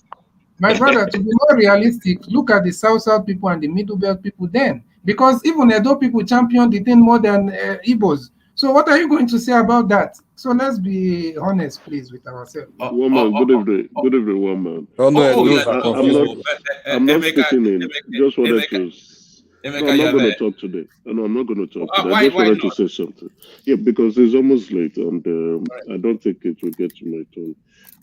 I think let me address the panelists, guys. Please, the interjections are getting too much, right? And if you know, and I know it's very difficult for the moderator, that is woman, to be controlling everyone, and it's quite unfair if everybody just wants to talk at each time. And it's, you know, even that's another reason Morris got on one man's nerve. He left. Bishop and Joel fought. Bishop has gone out because of the interjections. Can we, you know, at some point allow people to flow, even if you don't? There are a lot of comments here today that the opinions I did not rub well on me, but if I interject, it's going to cause some conflict or friction, and then we are going back and forth. You know, it is the interjection that is resulting to the fight. So if we can just calm down, if you don't like the opinion, use your own minutes to address it. Even though that other person may come back later on when the space is open, let's be all fair to others who have not spoken. If I count the minutes everybody has spoken here, and this show starts by 5, this is 6 hours, and no, some other people have not spoken at all. Please, can we just respect that? It should be fair. Let's use our time to for interjections or to do a rebuttal to somebody's comment, then go into the topic if we want to do that. Thank you very much. Good night. That's what I want to say because I can't wait. This is almost 11. Hold on. Thank you, Emeka, for that. And Emeka, thank you for acknowledging the struggle as well. And I don't object to the interjection, but I've always insisted that the interjection should be short and to the point, and really there shouldn't be. And if somebody wants to interject and then they go into some long essay, and then when you're trying to pull it back, it becomes difficult, and then somebody interjects that interjection, and then it just spirals. It goes off. Maybe into another approach you can use if the person interjects, you just deduct it from their own hour, their own minutes. If you interject, you take it out of their minutes and tell them, okay, you've already spoken. So I think you should keep people quiet and allow others to flow on their own speech. If you interject, you take it off. If it's 2 minutes, say you've used 2 minutes out of your time to interject. So that way, Yes. the reason why, I think from the format we have here, we have allotted time, then we open it up. The times we adhere to that format, will find out that by 10 or by 9:30, we open up the space for everybody to have an open floor. And everybody would have spoken on the panel. But when we have more interventions, it usually spirals down to 11. And most people will go. I didn't like the way Morris was kicked off. Neither did I like the way Bishop went off. And Joel is now a contentious analyst, coming up with real topics that will make people get really upset. And we start fighting and going at each other. And so, Joel, please keep your real issues for Fridays. Now you're condemning something and you're even making it worse. Why are you attacking? No. Hold on. I wasn't attacking Joel. I was just being sarcastic to Joel. No, you're okay. Emeka, I must commend your gentility today. You are too gentle today. What happened? My brother. Because I got very tired with all your interjections. I want to sleep. Good night, everybody. All right. Thank you, Emeka. Join us tomorrow. And by tomorrow, we'll be implementing what you've just put in place now. And against my natural instinct, I'll be a bit more assertive. I don't like to go too hard, but what the guy has just said now is exactly what you're doing. Mike, to you. CBD. One man, I'm leaving. Sorry, CBD just say it's not tribal. The next thing is just do now is take the side of his tribal man. I'm leaving. Sorry. Let me just say, you see, one man say he does not interject, but just try and mention Obi here or start talking something, you just find all manner of interjection. CBD. Oh my man. You one of those people give me tough time those days, man. You don't come back. You're welcome. Okay. Yeah, Maurice, you guys are welcome. See, Maurice on relax now. Oh, he's on relax. At least your own. Just be less tribal, beg. Be more fair now, okay? Don't be say everything I just hide before others. Okay. All right, no problem. Okay, one man. Yeah. Yeah, one man. All right, we were just free flowing at it. Really, you know the funny thing, Mike. When the thing started, I was convinced that it wouldn't even last 2 hours, but here we are, deep into it. We started off with an LGBTQ narrative, which a lot of people were sending to me on Instagram. That there's some European agreements that Tinubu is about to sign. That would decriminalize that LGBTQ space within the Nigerian space. So a lot of people up in arms about that. Nigeria's inflation hitting 27.3%. So that is to tell you that those phone calls from home, they will be increasing in numbers. Why we deported Nigerians, the Saudi Arabians were saying essentially it was just a visa issue. Nobody convinced. They thought it was a business move. And then Joe Igbokwe, and I think you'll agree with this because you've always said this as well, Mike. So this is Joe Igbokwe, and this is what he says. It says Nigeria with a population of more than 200 million people is a potential market. If you are a graduate and you cannot find a job, go and learn skills. Painting, laying tiles, trading, laying POP, iron works, making doors, transportation, trading online. So really no reason for the population in itself sufficient enough to provide anybody with a job. So we were just, and then people suggesting that Nuhu Ribadu should really be sacked. So that's what we were wrapping around at. Oh, you see, Joey Boko think about it. Okay, Joey Boko just gives them an idea. Go and learn these things.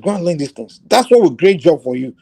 You don't wait for one president to come and meet you in your room and say, hey, come and take this job here.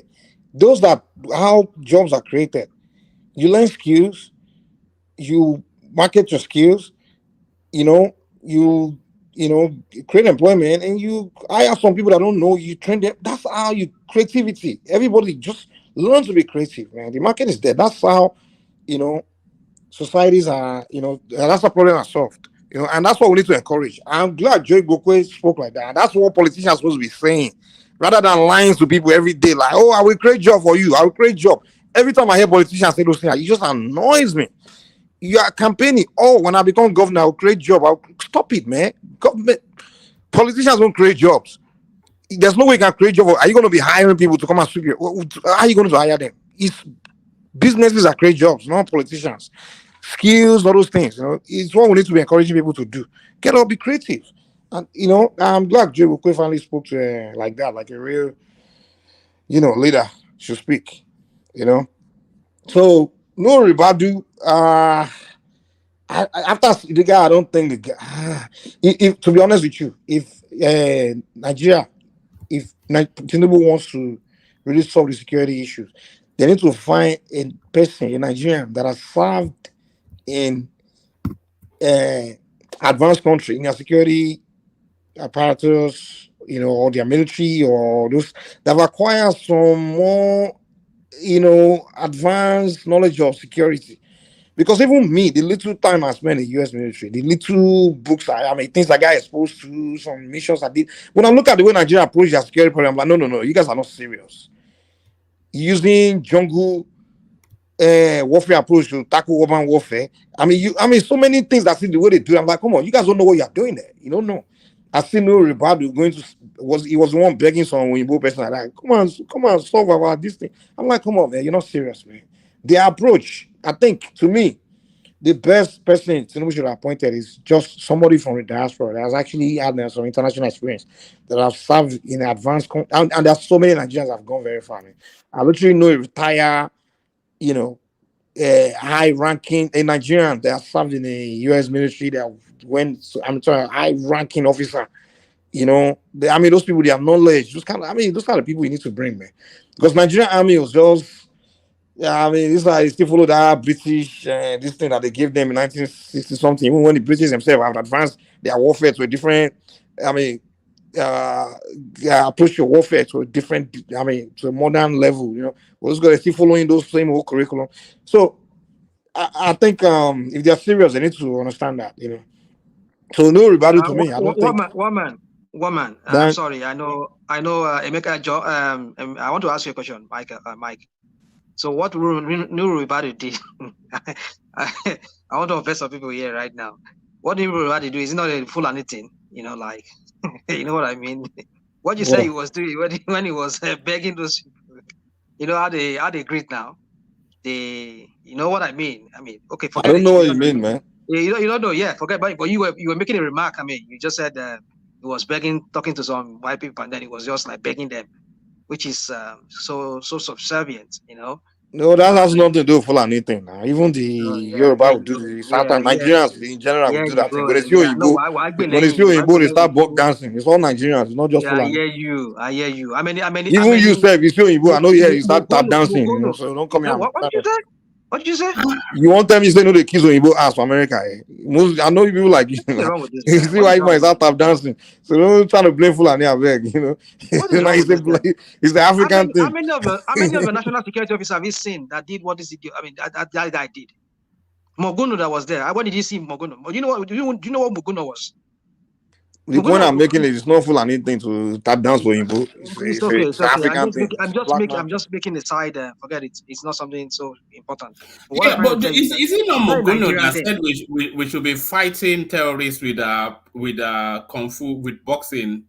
Remember when he said we should be fighting them back? I can't remember when he said that. When did he say that? I will go and bring it. He said we should be fighting them back. You see, woman, nobody works with this. I think that was Minister of Defense. No, it was Mogono. It was Minister of Defense. No, it was Minister of. I remember. It was Minister of Defense. That man that said Nigeria should fight for themselves. Everybody should go and fight for themselves. You forgot that. He said they should not run. They should not be coward. It was the defense minister or something, or security, something like that. You hold up a fist against AK-47. Yeah, you say don't be a coward. Stand and fight. The guy's like another Ojuku. Stand and fight, don't run. Take stick. Go and face. Ojuku that was harming young boys with sticks to go and face Nigerian army. I'm like, come on now, are you serious? Are you serious? I don't know how some black people think, man. He's telling people to not to be cowards and go and stand and fight without no weapon. When you're supposed to say, hey, let's harm the people and tell them to stand up. I mean, at least arm them and teach them how to shoot, and then you tell them to stand and fight. But don't tell ordinary people to stand and fight without weapons. Are you serious? But then, Mike, so sorry, when Mike, when Mike, me and Mike like to interject each other very well. Now, let me say you didn't allow me to interject you earlier. But you interjected more than any other person. Let me just say this. I forgot what I wanted to say now. Just go on. I forgot what I wanted to say. You were going to comment about Ribadu. I know it's about Ribadu. Yeah, it's just what I was just thinking is about this Ribadu matter. Where I mean, it's for me. It's just what I want to say is that you people were debating about people that did not perform very well. I see Tinubu taking him off from that place. He doesn't perform. I like that which Tinubu did. Says, if you do not perform, I'll take you out. That's how it's supposed to be. That's how this idiot that left should also have done it. So I just hope he follow through with his whatever threat. He has two opportunities now. This Ribadu, who is not fit for purpose, and Gbadabe Amila, who is useless. So he's saying that, so he has the opportunity to prove that now. Yeah. So if he follows through, it all depends on Tinubu to follow through with whatever threat he has made to his ministers or people serving in his cabinet. If you're not performing, I just let you go. That's how every employer would do. One man, what's your problem with Bajamila? Everything now. Did you not see the ministerial list? When people will be turning up at the Senate and they'll be turning them back, sneaking in names that were not meant to be there, removing and deleting names. They went and put a 24-year-old boy as being in charge of a parastatal, only to put. It's just making. So you think that Tinubu does not know about those people before they brought them in? Please, look. You are just shifting the blame.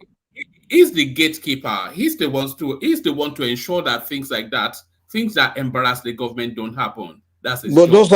Those are not key positions now. It's not like he's putting people like that in key positions, And sometimes those people are just people that his constitution forced him to pick. Like you have to pick someone from every state, all those kind of things, I mean, so you can't just say it's just picking a bunch of incompetent people like that, So the key people, the key positions is picking the right. I mean, people that are at least good enough, Yeah.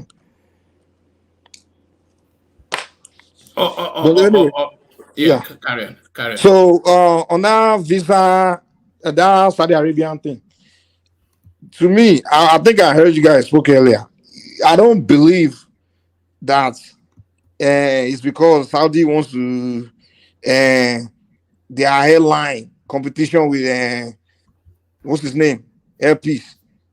I don't. They may have a competition issue, but I don't think that particular deportation was because of airline competition. I mean, what, are you kidding me? There must have been some. It's got to be that visa issue or something like that. But it won't be because. Why would you say okay? You deporting all these people because it doesn't make sense. Just like I think someone said earlier, like why? Okay, so people will fly into the country. So because they didn't fly from your airline, you're not telling all of them to be punished, sending all the passengers to go back. It doesn't make sense. It doesn't make. I don't think so. I think that deportation, that sending them back, has nothing to do with the airline competition with Saudi airline. I don't believe it. Forget what Maurice and CBD will come here to tell us. They just like to play that victim. They just want to everything that involve Igbo man's business. They will say, "Oh, they're targeting us." So they try to play that victim who's crap. Like, oh, look, come on, man. Mike, let's listen to. You see, even if you look at what one man is putting up now, that aircraft is Max here. Max here have been flying Kano to Saudi Arabia. Only God knows the number of years. Saudi Arabia, they are as they call their airline Saudi. They are not really interested in international this thing so much. And even if they want to think of a competition, it won't be Nigerian. Like, what I'm saying? I don't think Nigerians are the. Let me tell you the real things. Let me tell you what happened. About 3 weeks ago, I'm very sorry to say, because if I mentioned it, they will say I'm tribalistic. An Igbo man was caught praying among the people that come to Umrah, a Christian. He didn't hear about that. There are rules. Most people that come to Saudi Arabia, they come for pilgrimage. Is that they come for Hajj or they come for Umrah? Majority of people on board that earpiece, they are from Umrah. And one of the rules of Umrah, because they don't want you to come and stay in Saudi Arabia, you are coming for maybe one week or 2 weeks, perform your whatever religious rite you want to do, and go back to your country. And one of the rules is that you must have a return ticket. Return ticket. That's what I was thinking. So thinking. it's not about visa. You They understand? know Nigerians, they are very disorganized. So they might have more airpiece, might have. That's what they are doing. I said it on this platform yesterday. That's what they did.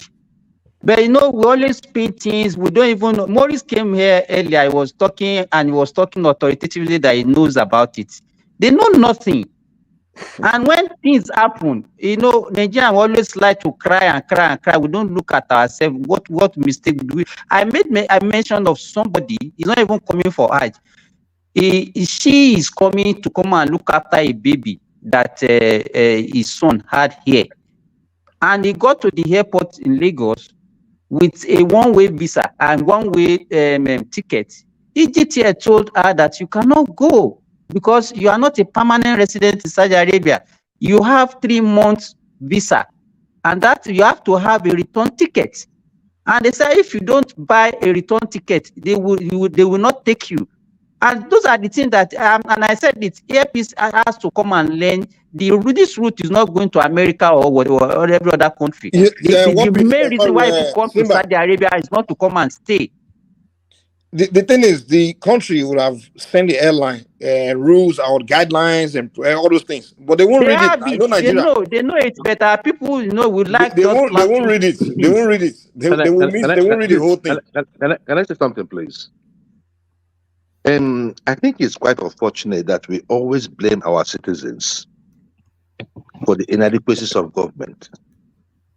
It's quite unfortunate. What's government have to do with this one? Hold on, let me say something. There was an aviation guy, I think he's the CEO of, I think if it's NACA or something, that came on Arise TV today.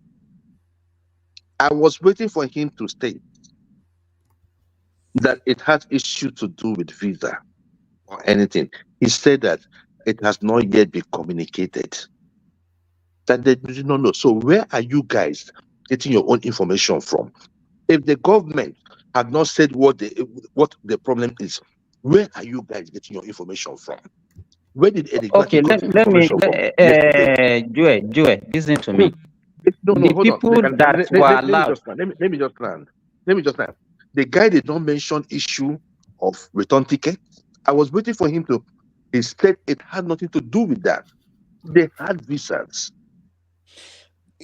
Joel, when you're traveling when you're traveling to another country, that country's embassy issue you. Was it Nigerian embassy that issued a visa or the Saudi?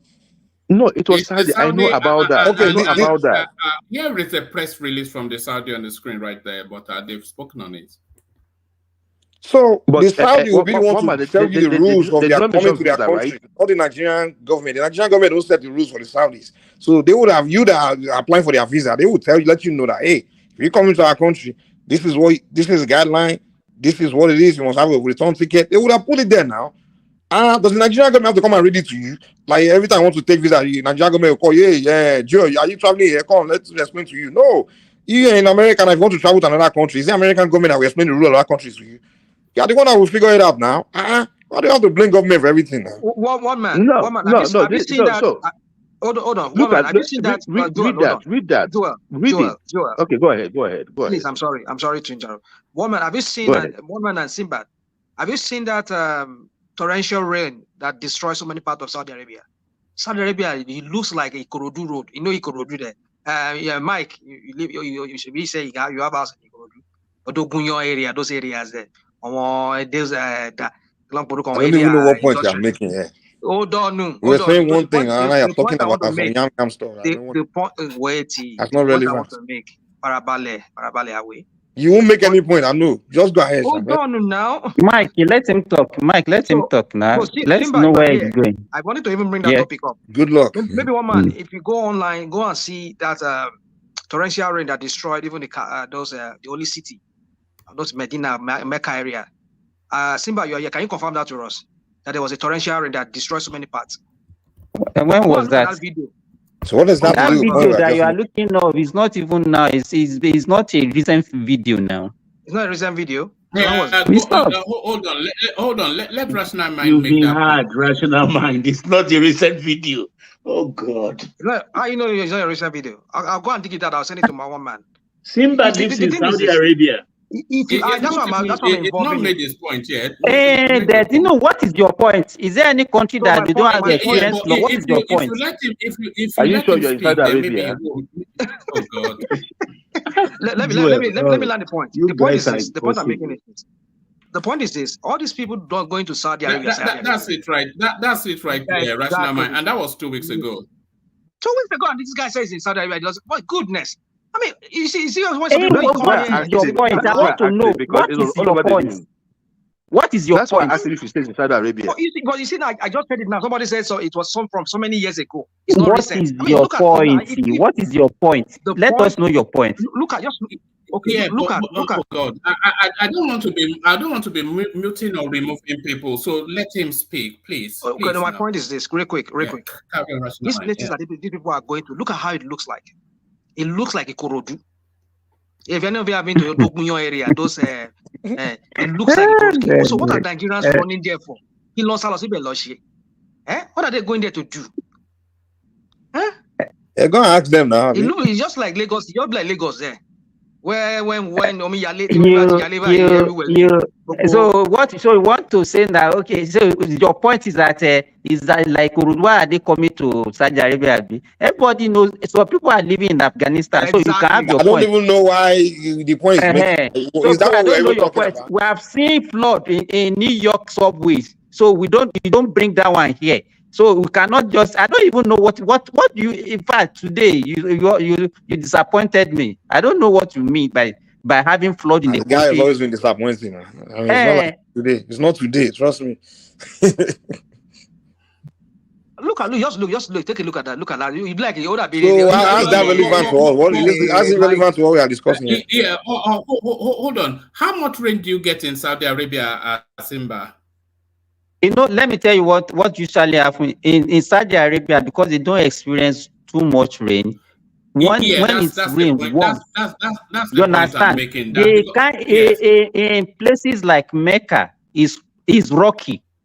Do you understand what I'm saying? It's mostly rock. It doesn't absorb water.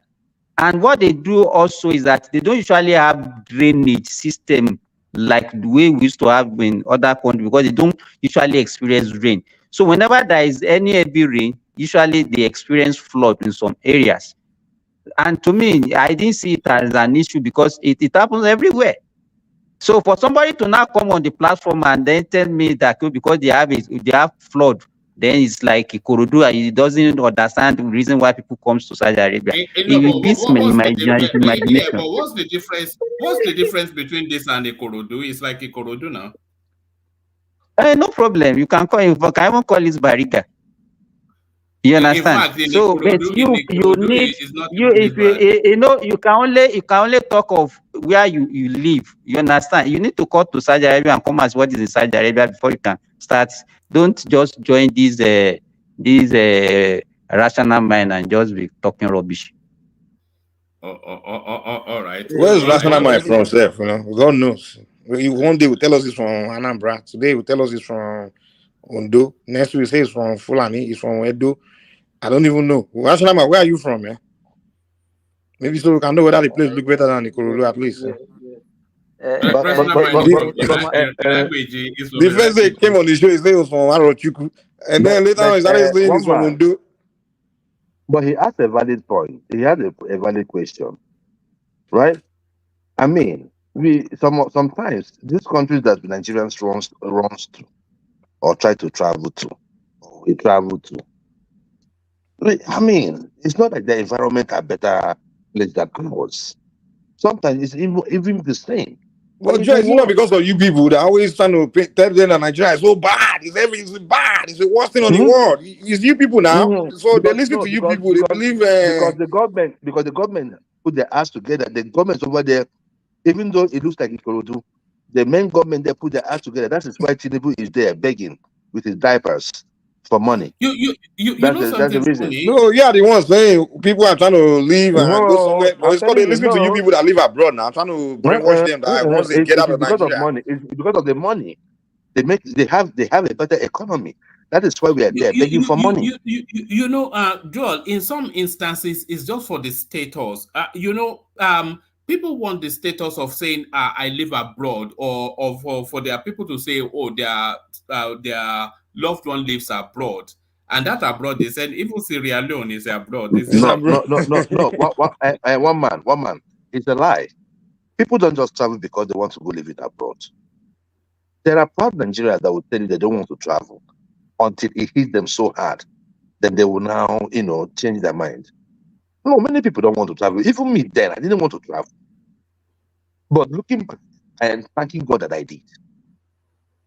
You understand what I'm saying? So many people don't want to. Look, going to Saudi Arabia, most of these places that we come to, is it that sometimes we take shit from people or not to take from. If we were in Nigeria, you're not going to take it.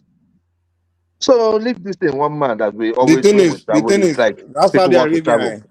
The first job they will The get. monetary value, even in Libya, one man, do you know that those days they made in Libya hence more than a banker in Nigeria? A maid. Those days when Really? Gaddafi was alive. And you wonder why Yes, people want now. to japa when you guys start making all this propaganda. You wonder why people No, now you are no, telling no, no, Nigerians no, to go to Libya no, now. That's what you no, just no, did. no, Yeah? no, no, no, You are no, no. encouraging them to go to Libya when we all No, know. Libya now is a mess. If you go, you're on your own. I said under Gaddafi. That is what I said. Under Gaddafi, if they made a maid, people were traveling to go do maid work in Libya now. It was You didn't about say the under money. Gaddafi. I didn't hear you mention that. Woman, did you say under Gaddafi? I mentioned Gaddafi. I mentioned Gaddafi towards the last of my said under Gaddafi. That's what I said. Before the US and Obama came and Hillary Clinton came and messed the country up. So people just travel because of the money. And you understand me? One man, is it easy to travel? Don't you know that traveling is a setup? Don't you know that But the the moment you thing leave the is, shores of Nigeria, you cannot borrow money from any Nigerian anymore. You can only get money from your fellow abroadian. You go to Nigeria now and you stay in Nigeria and I say, my brother, my money don't finish. No, my brother. So it's a setup. Immediately you leave that shore. So who is good in that? Please. All right. Back to Mike, who still has the floor. But yeah. as I hand over to as Mike takes the floor, he actually takes over the full session. So Mike, the Joel was actually wanting to leave, but he wanted to speak on that LGBTQ narrative. So that's why he's held back because I think he has some strong views on that. Simba yet to speak. So after Simba, then just open up the space. Baba still not covered all the topics he wants to, and Rational Mind is there to interject you just to annoy you. So you have the fullness of it. Prince came in with the super chat. That's not Prince Daddy, but a different Prince. So thank you, Prince. And Ayo, of course, as ever, that's Ayo, and you know he doesn't do it once or twice or even three times, or even four times. It does it endlessly. So that's Ayo right there. So thank you, Ayo. Kulata poking fun at the Labour Party space. So that's Kulata. And Kulata now wanting to join, inviting Joel to go to court because he gave Uju F9. So thank you, one and all. So be nice to Mighty Mike, and Mighty Mike be nice to them. See you guys tomorrow. And by tomorrow, we'll be implementing exactly just what Emeka said right there. Because the one thing, for all of the beauty that this space is, the one thing is the waiting time that people have to hang around. Ogbeni fell asleep yesterday because just from the long wait, Maurice left in a huff because he couldn't, and then This thing, I agree with that thing he said, but this is the rule you should make. If you want to interject, it should be a statement, not like a long story. Some yeah. people, and it's so funny that these people they will tell you a long story just to say one thing. I mean, you could have just people call me a straight shooter. Like, it frustrates me when I'm talking to somebody and you want to land a point, you want to say one thing, make one point where you could have used one sentence to make. You begin to tell me go around, tell me things that are irrelevant about it. and then it just takes so long just to land a simple point when you can just say, "Hey, let me interject. What about this and that and that and that?" That's it. Just make it a sentence. So this way you can do one man is okay. If you want to interject, you have 10 seconds to make that statement. You understand? Because you can land a whole statement in 10 seconds. If you haven't packaged your statement, then no interject. You know, Mike, I'm so reluctant to remove that interjection because that's just the unique selling point of the platform. But like you said, the interjection sometimes it is longer than the delivery of the person that's actually holding the floor. So everybody, just to be forewarned, don't be offended. But from tomorrow will be a lot more rigid with the with the One time man, management. Yeah. one man. Emeka's point is valid as well. You can just put the 10 seconds is ridiculous though. It could No, be not 1 minute. not a literal 10 seconds, but not Uh, an yeah. interjection that then turns No, into an interjection should be a Yeah. form of a So question hold or on, please. correction. Hold on. We are just making everybody's giving a suggestion. So what I'm just saying is that sometimes the drama, drives the numbers. You feel me? yes, So it's not like sometimes regarding it's not it like goes it's fast. not like we Everything are goes mad fast. people, but sometimes it's good to chip it in. Then everybody will Yeah. wake up. You Yes. feel Yeah, I me? cannot agree Yeah. because your So show will be boring That, with that was why I let you go yeah. a little So bit. That was why I let you go yeah. a little bit earlier, Jojo, So let's because keep it. The the show place must go needed a on. little bit of Ghostbusters. Yes, and you brought it. yeah, yeah. Good night, one man. If you take away interjection, then your show will be too boring. Because one guy can just be doing long Yes. propaganda and everybody watching like, what is this guy? No one can correct him. And then everybody just be quiet. One guy talking, maybe one boring individual. Yeah, The interjection got to be beauty is done, that man. interjection, Mike. The beauty is that interjection. We can't remove the interjection. It's very good You to can't me. remove it. Yeah. The You only issue can't I just remove have it. with it is some people want to Because interject some and people then can just come and be pending lies and be talking, and then they will just yeah, be selling wrong information to the send wrong to the. information. Like you see in some of Yes. those shows. They'll say, hey, Mr. This thing, you have 7 minutes.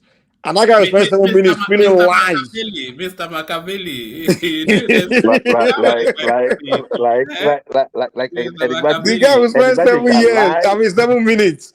Like Anybody if you can lie, package his and he can line, lie just very good. No. Mm-mm. All right, brilliant. So we implement that tomorrow, and tomorrow everybody bring their wallet as well. I want to be mentioning names other than Ayo as super chatter. So over to Mighty Mike. Mighty Mike, to you. yeah, all right. Like I was saying, Sha, let me land my point. So um okay, I think there was something I wanted to say, right? But okay. One thing you guys were saying earlier regarding, I think something I call it because people were arguing about this thing, Nigeria happening to somebody. I think Joel was you guys. So I think where I see it is there's a difference between Nigeria happening to somebody and Nigerians happening to somebody. To me, when I go to Nigeria, it's Nigerians that are happening to me, not Nigeria. Nigeria is not happening to me because Nigeria is good. When I land in Nigeria, the weather is beautiful, the food is nice, nature, I say scenery. I mean, when I go to the countryside, the village side, I mean, Nigeria is a beautiful country. It's a beautiful landscape. I would say Europe happening to me, that their cold weather is worse than Nigeria. I mean, like, so if you want to look at that, Nigeria is not happening to somebody. It's your fellow Nigerians that are happening to you. So I think that's what I think it was Mamazita that was making an argument against you guys. So to me, that's where I see it. If a government official are performing bad, that's a Nigerian happening to you. That's not Nigeria happening to you. I don't know. I totally agree with you, Mike. I totally, when they were talking, I was just looking at them. I said, okay, the so-called, if you experience any bad thing, it's not the Nigeria as a space that is happening to you. It's your fellow Nigeria that is causing harm, that's making life difficult for you. And that's what we should be addressing. The Nigerians Okay. that are Okay. messing things up, you know. Okay. See. We use Nigeria because of the situation that we have a broken system. If you take away the people from Nigeria, Nigeria is just a land. If you bring the people into that land, then people want to know what is the identity of people, the group of people that lives in there. And the group of people that lives in there are Nigerians. So you don't know, I cannot come out and say, oh, Emeka did what to this to me, or this hospital did this to me, because it is bad news all round.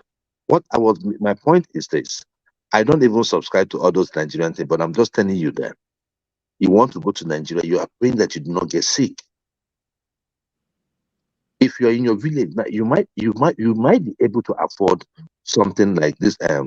What is this hospital that we went for our lottery visa in VI? You might be able to afford all those hospitals. Have you thought about proximity? So let me ask you this now.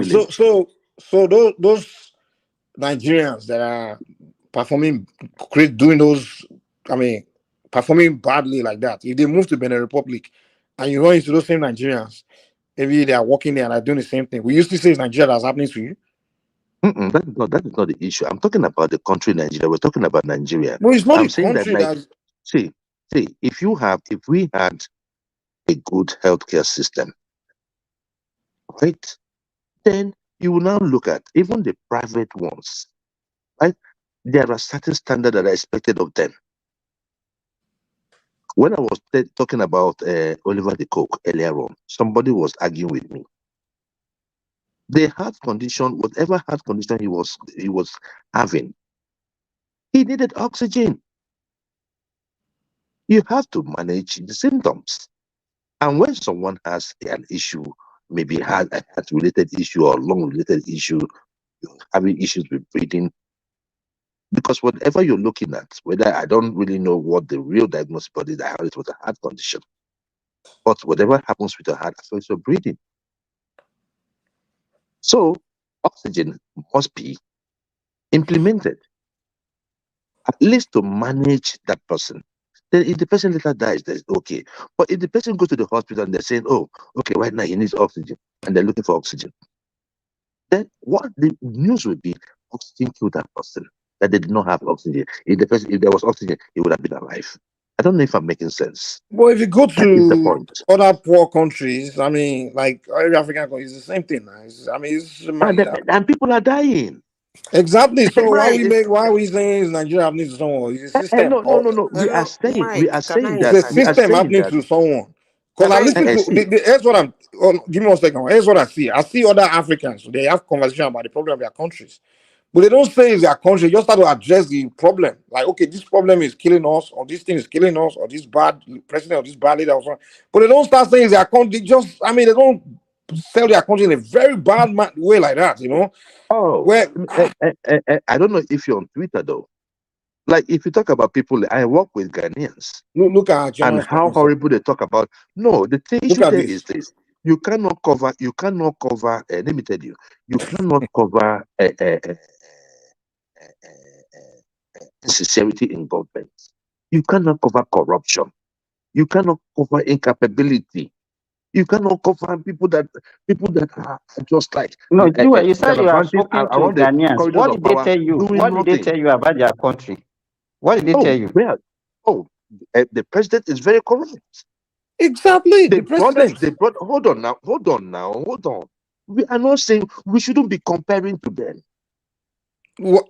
Come on, man. In fact, no, I'm telling you, because Ghana's, let me tell you, when our inflation But was at about 40%. No, you wait, just listen. You said they complain about their government, that their government is corrupt. Have you ever seen a Ghanaian that is not speaking badly about Ghana? Saying Ghana will happen to you. But yes, that Ghana will happen to you. What are you talking about? They don't say all They those don't do that. No, they do. They don't do They that. all have their own slangs too. They all have their Which own slangs. slang? Okay, give me their slang. Tell me their slang. I don't know, but they all have their own slangs. What are you talking about? Mike, can you let's believe me. Even in Ethiopia, even in South Africa, they all have their own local slangs. Let's let Mama Sita say something. Madam Sita say something. I am one person that is very interested in Nigeria happening to me. I am very interested in Nigeria happening to me, and I look forward to that. Do you know why? People that Nigeria happen to, I know who they are. They can never lack oxygen in the hospital. That you are living in Nigeria as a Nigerian doesn't mean Nigeria has happened to you. Nigeria, I'm talking about Nigeria. I'm not talking about people in Nigeria. I am not talking about citizens of Nigeria. I'm talking about Nigeria as a country and what is made of. And I want that thing that Nigeria as a country is made of to happen to me. Now, let me tell you one of the things Nigeria is made of. Nigeria is a country with almost $500 billion GDP. I want that to happen to me. I wouldn't be talking to you people on this platform. Nigeria is We abandon us because your level will change. Nigeria is a country that is blessed with natural resources, ranging from oil, gold, emerald, name it. I want that to happen to me because if an inflation of over 27%. I agree. And if I'm speaking, please let me finish. And if I happen to have one of those oil blocks, I won't be speaking to you people today, and I will die oxygen in the hospital. Now, let me tell you an idea of people the government of Nigeria has happened to. Because I had somebody telling me that the government of Nigeria should happen to me. Actually looking forward to that. When Obasanjo was the president of Nigeria, he was the the woman spearheading the government of Nigeria. He picked some Nigerians and made them billionaire, Denuga, Detola, etc., etc. I'm looking forward to Nigerian government happening to me. Elumelu them. I know a lot of people who are made in Nigeria. They are product of Nigeria, full blown from head to toe. They are not lacking oxygen in the hospital. Now, talking about the 25%, this, that, those ones are human made, not Nigeria. Living in Nigeria doesn't mean Nigeria has happened to you. But let me say this before I end this topic. Every country in the world has good, bad, and the ugly. If you want, in the whole world, people leave another country to come to the US. Why did they come there? They want America to happen to them. A lot of things to go on in America, the good, the bad, and the ugly, which include insecurity. A Nigerian woman was shot in Florida. He wasn't in Nigeria when he was shot. His neighbor shoot her through the door. So it depends on what you want. If you want the bad to happen to you, let the bad happen to you. Hallelujah, praise God. But for me, I look at Nigeria in the eyes of a well-blessed country. And when somebody tell me that blessing should happen to me, all I can tell the person is amen.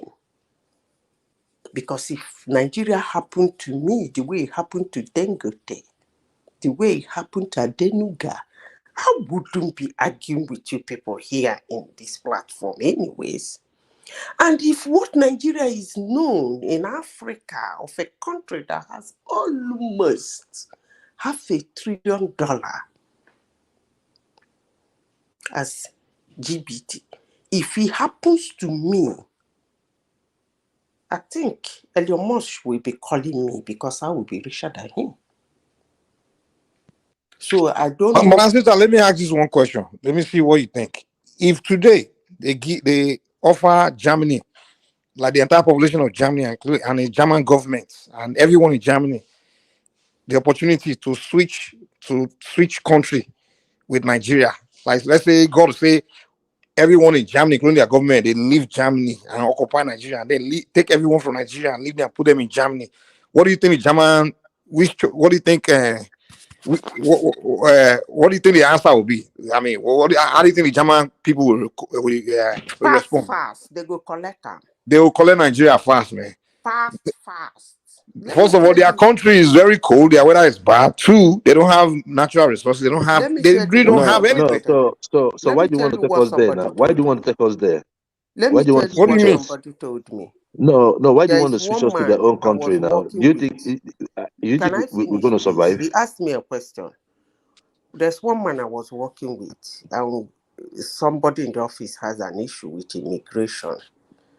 And he said something. He's a white guy. He said, if they tell the whole of Africans to move to Europe and America, and tell the whole of Europe and America, he was just exaggerating, to move to Africa.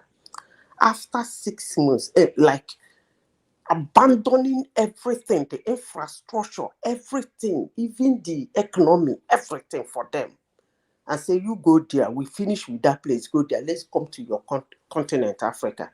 He said within 6 months, all the Africans in Europe and America will start looking for visa to come back to Africa. So, Mike, I think I've answered your question by saying that. That's true now. Perfectly. It's They a will good be analogy. looking. Now, in essence, what If I am saying is that for people who want to reason, let's talk with our reasoning, not with our instinct. What am I saying in essence is that the land called Nigeria does not bring evil. That's just what I'm saying. The land called Nigeria doesn't have any evil in it, but the citizens in that country create evil for themselves. That's all I have to say. So if you move those evil citizens out and bring another people in, it's going to be a different scenario, because the land is there flowing with milk and honey 247. 365 days in a year is there. So for somebody to tell me the land to happen to me, man, amen. Please pray for me. I'm looking forward to that. Please. Okay, let me ask you this question. So Nigeria with insecurity, you want it to happen to you? That's Nigeria not See, like with hold on. Let Papa me Jeff is answer like him. you Nigeria don't with Please, understand let who me he is didn't get causing answer it, the man. him. insecurity. Let me answer My him. sister, can you explain the beginning? How I explained in the beginning, like the difference, whether he want Nigeria to happen to him or Nigerians happening to him. Maybe he didn't get that part, you know. That is why I'm going to. When I talk, I like people to listen to me carefully because I make myself very clear. That's why sometimes when people want to interject me, I say, but the question you want to interject me for, I've already answered it. I said, you asked the question, Mike. You said, do I think if they swap humans? You didn't say swap land.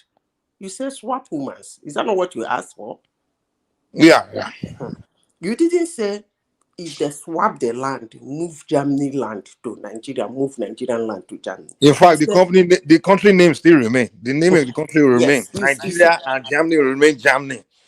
you just say swap the humans. We they accept it? I said in a blink of an eye. In fact, they will even buy gift to give you. Even Jali Coco will agree with us.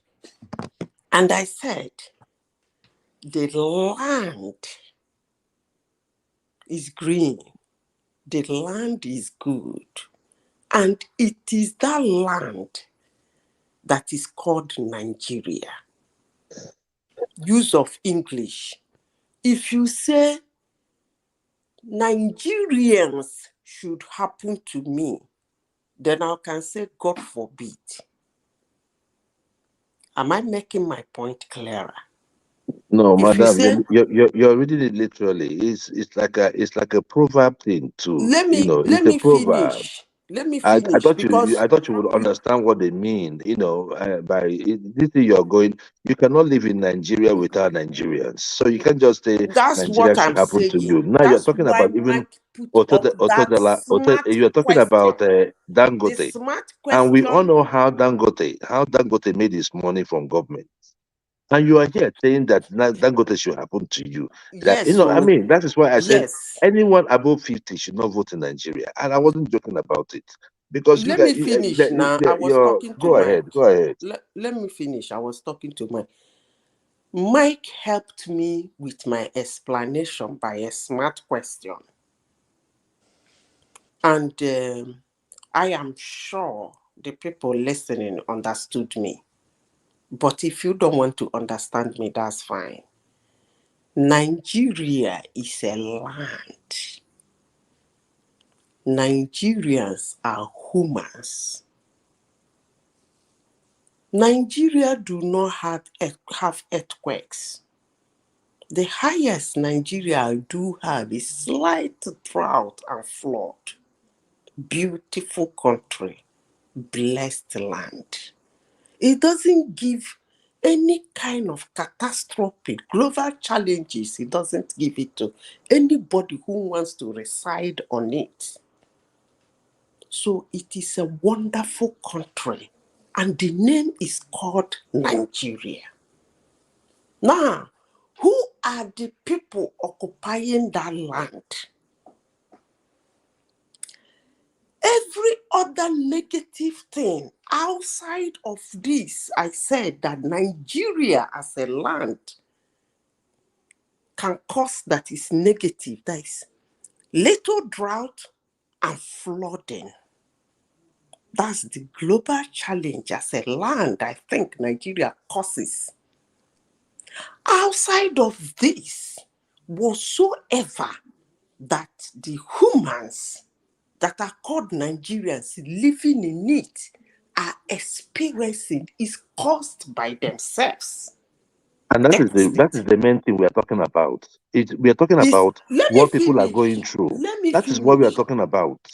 Look, It I is don't not the like land of when I'm Nigeria. talking, Everybody knows that somebody Nigeria. doesn't want to. If you're holding your opinion, Your hold point. your opinion and No, let me your point is talk. made. I'm just saying something like your point is made. You're talking about the land. You're straight about the land.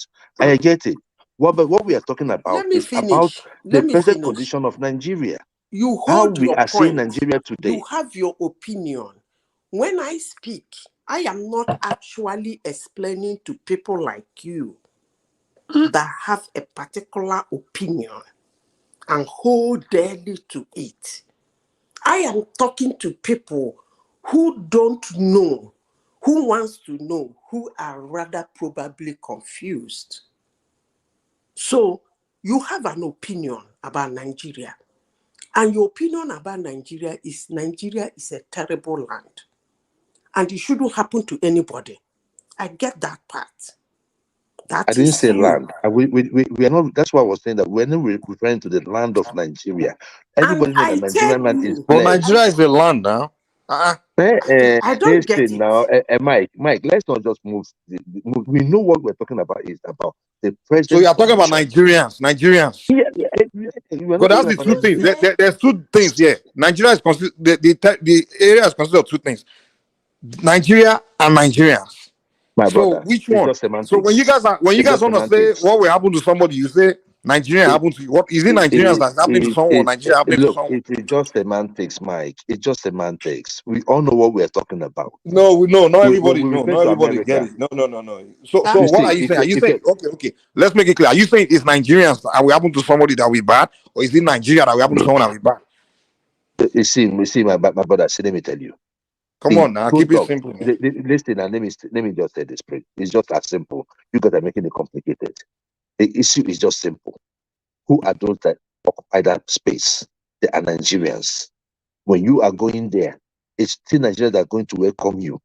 We still have all those resources below us. You are talking about everything that we have in Nigeria. Still, our inflation is at over 27%.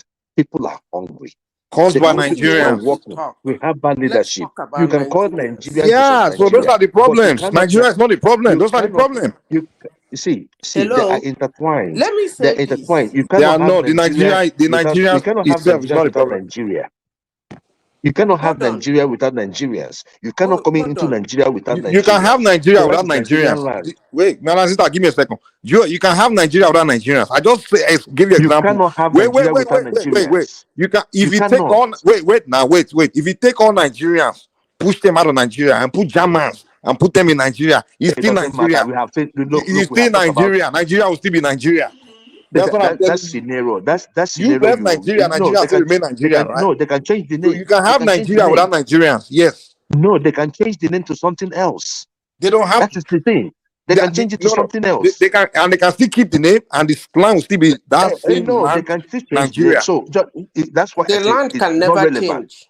The land can never land there change. belongs to us. The The land land there can. belongs to us. If you're traveling to America, you say, I'm traveling to America. Whatever you see in America, if you're coming out from America, you'll be like, look, see, in this part of America, this thing happened to me. Right?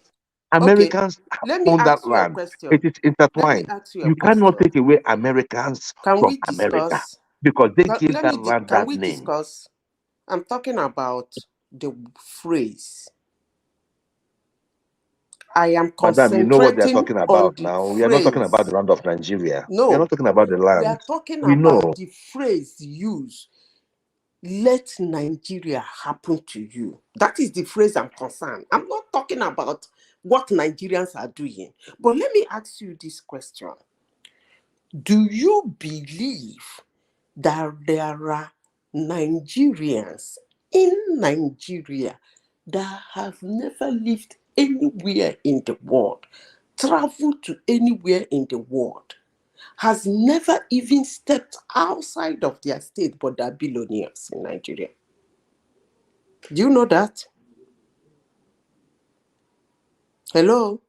Yes, I know that. Thank And do you. you know that? Do you know You that there are more people, good successful morning. Nigerians that stay Talk to you abroad people tomorrow. than in Nigeria? Let's have a conversation, madam. Where is madam? Okay, Mike. Mike, are you there? Yeah, I'm with you. Yeah. Okay, Mike. Do you know that there are more successful Nigeria, like more successful abroadians, right, than it is in Nigeria? Yes or no?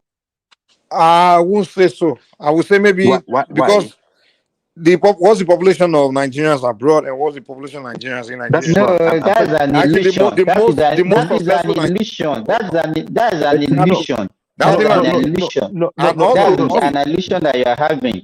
even the And most the same successful. thing that you not an think that illusion. everybody that lives in USA they are the best in the No, world. I'm talking. That's No, an illusion. no. I'm not saying. You see, whenever we talk about issues like we talk in percentages, right? If we want to look at it in terms of percentage, the percentage of But do you people that agree lives that in the richest abroad. Nigerians in the world are What the do you ones mean in by Nigeria? being so? I don't even understand. What do you mean by being successful? What do you mean by being successful? Living from hand to mouth. You are able to afford That hand to basic mouth, things. Is that being you talk successful? about. Some people don't even see the hand. They don't even see the mouth in Nigeria. It That is is what I'm saying talking about. no. Hold on. There are some Is Nigerians that that live same in the country that you are talking about? We don't have homeless people. We don't have Hold on. people that cannot even feed themselves. You can live in a house and still be hungry. Forget the housing thing. Look, Mike, this is what I was trying to make you understand. But Nigerians are not We made a homeless here point. now. Hold on now. What is Zimba saying now? We made a point How earlier do you on. know? We said about 133 million Nigerians, right, are living in under poverty. Let us be fair. Let us just like give it like say 10 million Nigerians live abroad. Most of them, 10 million. Okay. I would say, yeah, millions, right? Over 60% of them are living at least very well above average. But you cannot say that over 60% of Nigerians are living well above average. That is my point.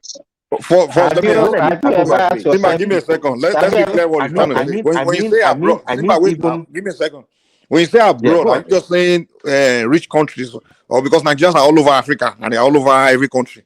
So when you say abroad, are you only talking about advanced countries like the United States, UK, all these, or are you saying just abroad outside of Nigeria? Because I said, let us include everybody, right? Because that is going to give us our 60-40 fraction, right? That is why I said about 60% of them. Not even the one, because even those African but countries you're talking wait, you about. didn't answer my question. When you say Nigeria abroad, are you talking about Nigerians in all the all the I countries say in the world, like Boboe, all of okay, us with abroad.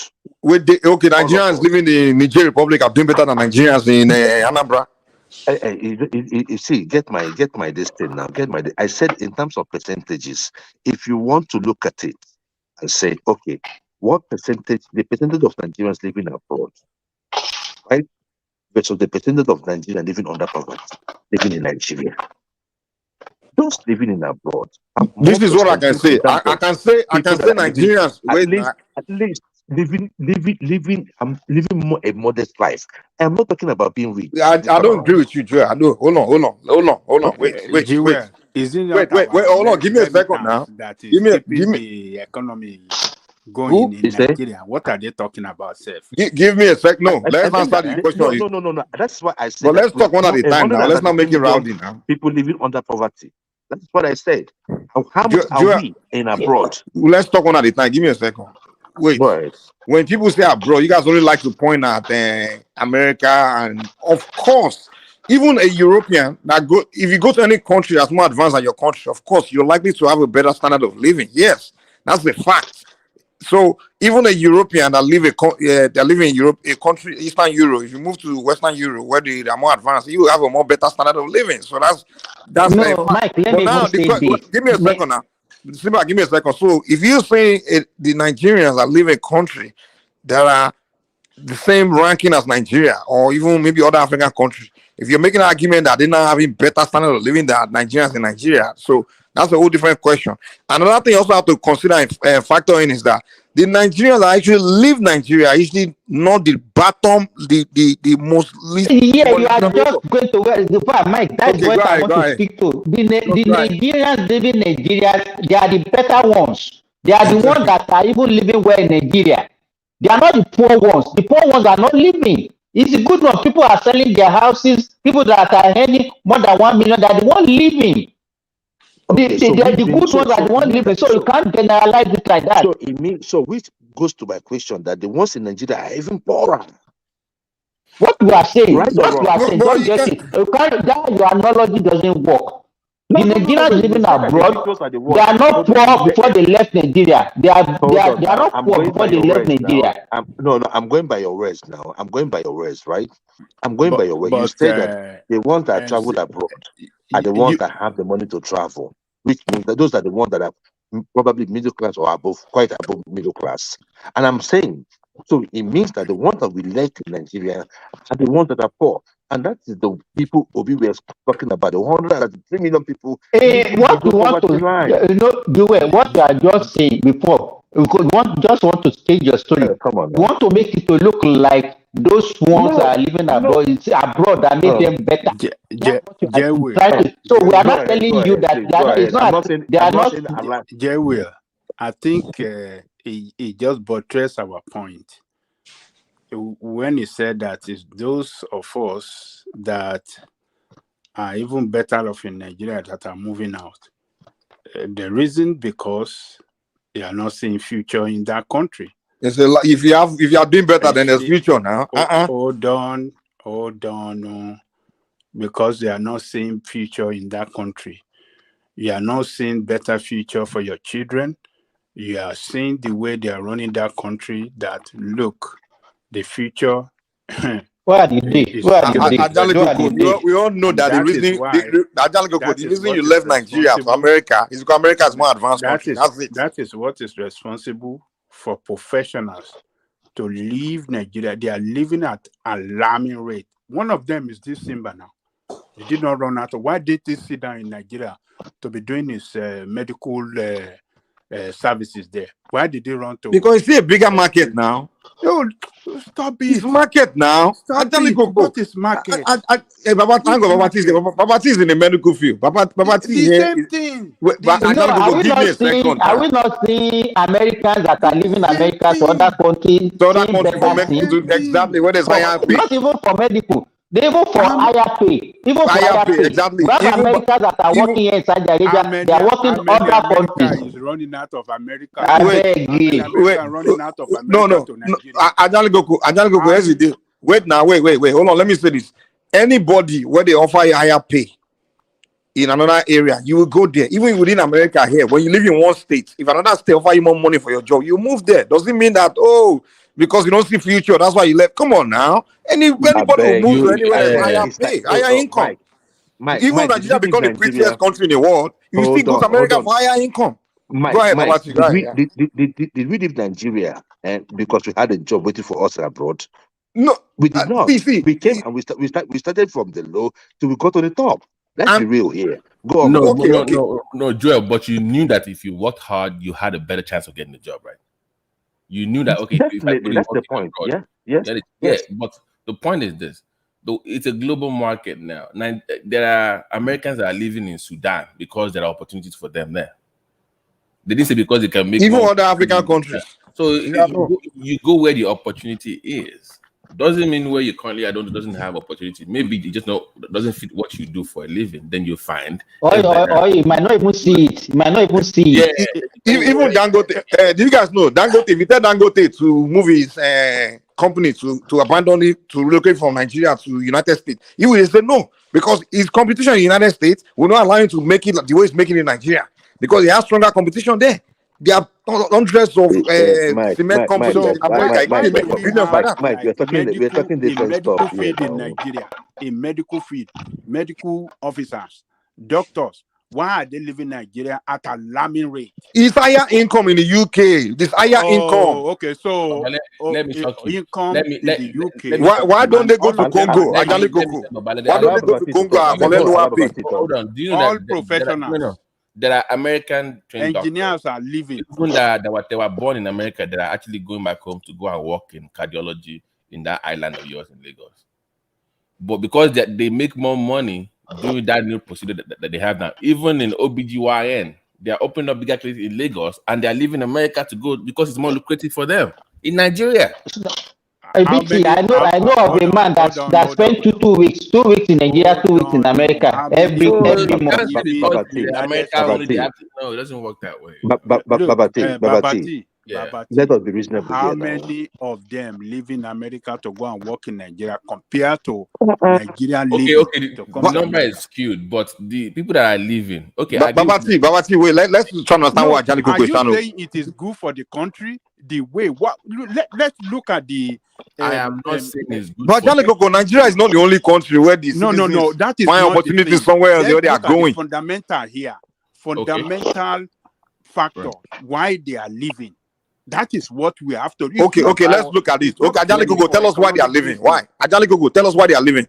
Why they are living is because Nigeria is not offering better future for them. They are seeing it. Some of them have worked in Nigeria for years. The situation are getting worse for them. Can you explain this future you're talking about so we understand? You can just explain it. Future is the number one. Some of them. Explain it now. You can't just use word future. What do you mean future? Economically, it is getting harder for them. So, and they're looking at their future that, look, how would I give my children better education when I don't earn enough income? How do I get even better life for myself in the future? So Nigerian doctors are not earning good income. A lot of reasons are responsible for that. And when they see a way to leave Nigeria where they can get better life and get secure life and better future for themselves, they will leave. Anybody will do that now. Even an American. Wait. Ajali, your logic here is not holding anything. Majority of Nigerians that have left, that live in this country, are even afraid to go back to go and resettle in Nigeria. Because of the propaganda they hear from you guys online now, all these things. You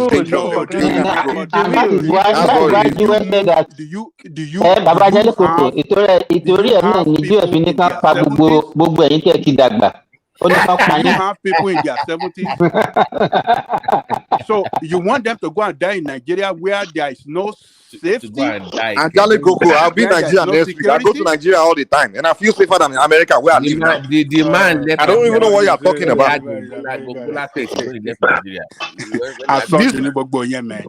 It's true. I'm telling you, where I live right now, as we are talking, I can't really go too street down without. Hey, where you are living in bad exactly now, but I'm going to Nigeria. Where I will get to Nigeria, I'll feel safer because I'm where I am. How can you go to America? Mike, how can you go to abroad and live in ghetto? What are you talking about? I don't live in ghetto. It's just, bros. I'm not living in the ghetto. In fact, I live in an upscale neighborhood. No, bro. Do you want me to? You don't want me to turn my? Do you want me to turn my camera and show the skyline? Jog around and come back. Oh no! Do you want me to show you where I live? Show you my skyline? How can you live in the skyline? How can you show me skyline and you're afraid to walk one by? What are you talking about? I live in midtown of a city. You know what midtown is always it's close to downtown. That's you know what it means. That's where most of the it's most expensive. Also side by side is where most of the druggies come to buy drugs and everything. So we know it. That's what it means. Midtown. Right, so it's not the ghetto, it's not residential, it's not a poor residential. Move to Nashville, come to Nashville, we welcome you. Bro, even that is dangerous. Come and do what? Country music, or what do I want to come and do in Nashville? There's something in Nashville for black people. No. But Chief, you come to Nashville, you won't believe it. Bro, I have been to your. The danger is global. Let's stop this. Nigeria is dangerous. I worked briefly in Mofusboro. It was the most boring place on the planet Earth. That was how long? That was how long? I can't even live in that. That was how long ago? What the hell was that? No, I'm not coming back there, man. No, I said that was how long ago? How long ago? I was with this hospital network for like I think 3 years during COVID time. Okay, during COVID. I was doing locum stuff for no, never. That was a dead. It's a dead state, man. I'm sorry. I can't come to Tennessee, man. Sorry. Okay, I go now. Go stay for Boston. We don't even need you here.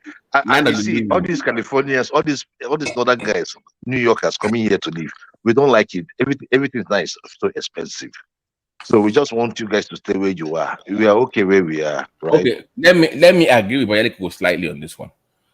From the 70s to the late 2000s, it was always the lower middle class and the poor that had money, that maybe they borrowed money, that were traveling for better opportunities. But I have to agree with him just slightly that even the rich ones that are well-to-do now, and now, even though they are doing well in Nigeria, are still choosing to leave. But it's not the numbers. Yes. It's not that many compared to what it was before. Before it was just lower middle class. But even the rich now, some of them, not majority that are doing well in Nigeria. No. Like I told you before, many. I have someone that in Abuja that has 2 houses in Abuja, making good money, and still I'm like, why do you want to leave? Because his wife came here to give back, right? The wife came here to give back, so the wife stayed with us. And we like it here. We want to start afresh. I said, what do you want to do? Do you want to come through? So then I said, no. Do you know that program that you buy a house and they give you a green card? Yes. So the program was $500,000 before. Now they have increased that money to almost $1 million now. For real? So the money has gone. Before it was $500,000. If you buy a $500,000 property in America, they give you or open up a business. Right, but now the money has gone up to, and so they want to raise that money to come here to do only God knows. I'm like, so you will sell everything in Nigeria to raise that money to start doing? They're like, yes. So that kind of stuff. I'm like, is it that bad for the reason that to even want to leave that country, even though they are doing okay to sell like their properties in Abuja? To raise that. If you give me $1 million, I will not leave any country for America. If I have $1 million. That's what I'm saying before. Before it wasn't that way before. If I do well, Babati is what we are promoting. We are promoting this thing. We are promoting it. No, Babati, you don't know what they are going through in Nigeria. If they are not living, look. Some of them they need to regret their decisions. They need to regret their decisions. Peace of mind and better future for themselves and their Actually, children. Gogo, did you ever visit upper class communities in Nigeria, or did you only spend time in Ajegunle? I don't understand. You just think everybody in Nigeria is just. Look at You just think everybody in Nigeria is just suffering. It's I just don't suffering. I What don't kind of? know I mean, I don't get it, man. I don't know upper class that you are Maybe talking you only about. spend your entire time in Ajegunle and came straight to America, and you don't think everybody condition is Ajegunle condition. I don't get I it. don't even I don't Look at you. even this I'm even laughing this at you. notion that they used No, to have that they are the one the people in diaspora that are the one financing the people in Nigeria. How much are you giving to them that you say you are the one financing them? Stop right there. No. Let's admit here. If diaspora stop remitting money for anything in That's Nigeria, the end of that Nigeria country now. will collapse in 6 months. Six That's months, the end of come on, Nigeria see now. that. 6 months, that country is done. Trust That's me. the No, end the of country is Nigeria. not done. Most of those people will go to the farm and start farming. They are lazy people that just are sending money. The point of the fact of the matter is this: there's no country in the world where you won't find poor people. Even in America, and I will tell you, Joel and Ajale Goku here, we Nigerians in America, the Nigerian community will do better than the Black Americans in America. Yeah, We do better than most of the community. Yeah, exactly, because so the fact of the matter, you see poor people in every. There are some people where their poverty is something they create for themselves. Even if government give them all the welfare in the world, they'll still remain poor. Give them all the assistance in the world, they'll still remain poor. So there are always going to be poor people in the Can world. I put a word in So you can't keep. It's like me now sitting here looking at the poor Americans and I say, look what America has done to them. They are America. This is what America is. You're only pointing at the poorest of the poor. What about those that are doing well now? Mike, let me mic to you. You see, we should be doing what China and India and Cuba, what they're doing, what they've done, and what they continue to do. When people leave your country, make them an asset to your country. Leaving the country is not as bad as you think it is. If the country that they are living in mass can make money off of them, that I read the Bosun, the info guy wants to do with Nigerian youth now, where it will train them to be IT guys and they can leave, make money, come back, or even work remotely, or the way Cuba has done with their medical professionals, or the way India has done with their engineers. They can be, even though they are leaving, they can be an asset to your country. So let's not just dwell on people leaving. How can we then make them, when they leave the country, how do we make the diaspora benefit? You can make money off that as a government, and I'm glad that even they are But some kind of money. Obasanjo tried the program now to encourage diaspora to come, connect. And then even this current white government even do diaspora commission. But the Nigerians in diaspora, the moment they hear that thing, they started telling other people, don't go. They will kidnap you. We started pushing propaganda. We discourage ourselves. We are the problem. Look at what We are the problem. He said they set up They will discourage those that want to go and contribute. Those Is ones it to left woo Nigeria in diasporans the home? 80s. Is it to woo diasporans home? Someone like Ajali Goku now, if you tell Ajali Goku he wants to go to Nigeria and go and do something, he will tell you not to Is it go. to woo Nigerians And then, home, the diaspora commission? Is it to woo Nigerians home? No, they have a program now. Policy, Let me give it. No, let me give an example. To encourage Nigerians to come. Is this not what it's about? The diaspora commission. They want to do They want to introduce this diaspora mortgage program, for instance, where they know that people have been having issues with family members in Nigeria, sending money home and getting duped, all that kind of wala. So they're like, you know what? Nigerian government will help you with the land, with the property building. You can even pay mortgage on the line while building. That cuts out the family member issue. So they are making that informal sector. That informal sector. That's a good one. That's a good one, Baba T. I'm surprised that you are falling into this kind of nonsense they are telling you. Even the land in Nigeria. Let's see the program first before you. Hold on. Which program? Baba T, is the problem? Even the land issue in Nigeria. They have not settled. Even when they want to do something in Nigeria, the Nigerian diaspora they will discourage. If you have somebody like Baba Jerry Koko as a Nigerian ambassador, he will discourage everybody from coming to Nigeria. He will discourage even not even solve the problem. If a foreigner approach Ajale Koko and say, Ajale Koko, I want to come to Nigeria, he said, don't come. Let me explain. Those are the ones that we said diaspora. Hold on. Let me now. Hold on. Come on, man. The government knows that they've been having issues with those kind of people. Omonile, house, family members. Just go look at their plan for housing. Now, the mortgage system will be, we will build this house for you. it will be they want it close to the state capitals, ideally, for people in diaspora, because they know you like the city, like close to the city, like, or ideally in your capital of each state. They put the mortgage program in. That way, you know, I'm very, very surprised that you are buying into this crap. I am not buying it. I'm saying that let's give it a chance first before we do anything. Let Ajani go explain to us that is the crap. You know, shine when they say shine your eyes, shine your eye. Even the houses, they claim they are building for people, low-cost housing. Go and see how they are managing it. They are not doing low cost. No, they have even hold on. Don't talk about low cost. Let me even tell you how it works now. Hold on. The commission is going to be. It's not like Nigeria doing it. It's going to be between Nigerians in diaspora commission and the one in Nigeria. It's like that the one telling you what to do. Is okay. Like you have people that from here will be in the board. I want politicians. Mama them part of and we lay not them. I don't know if you can redeem my at this point. Give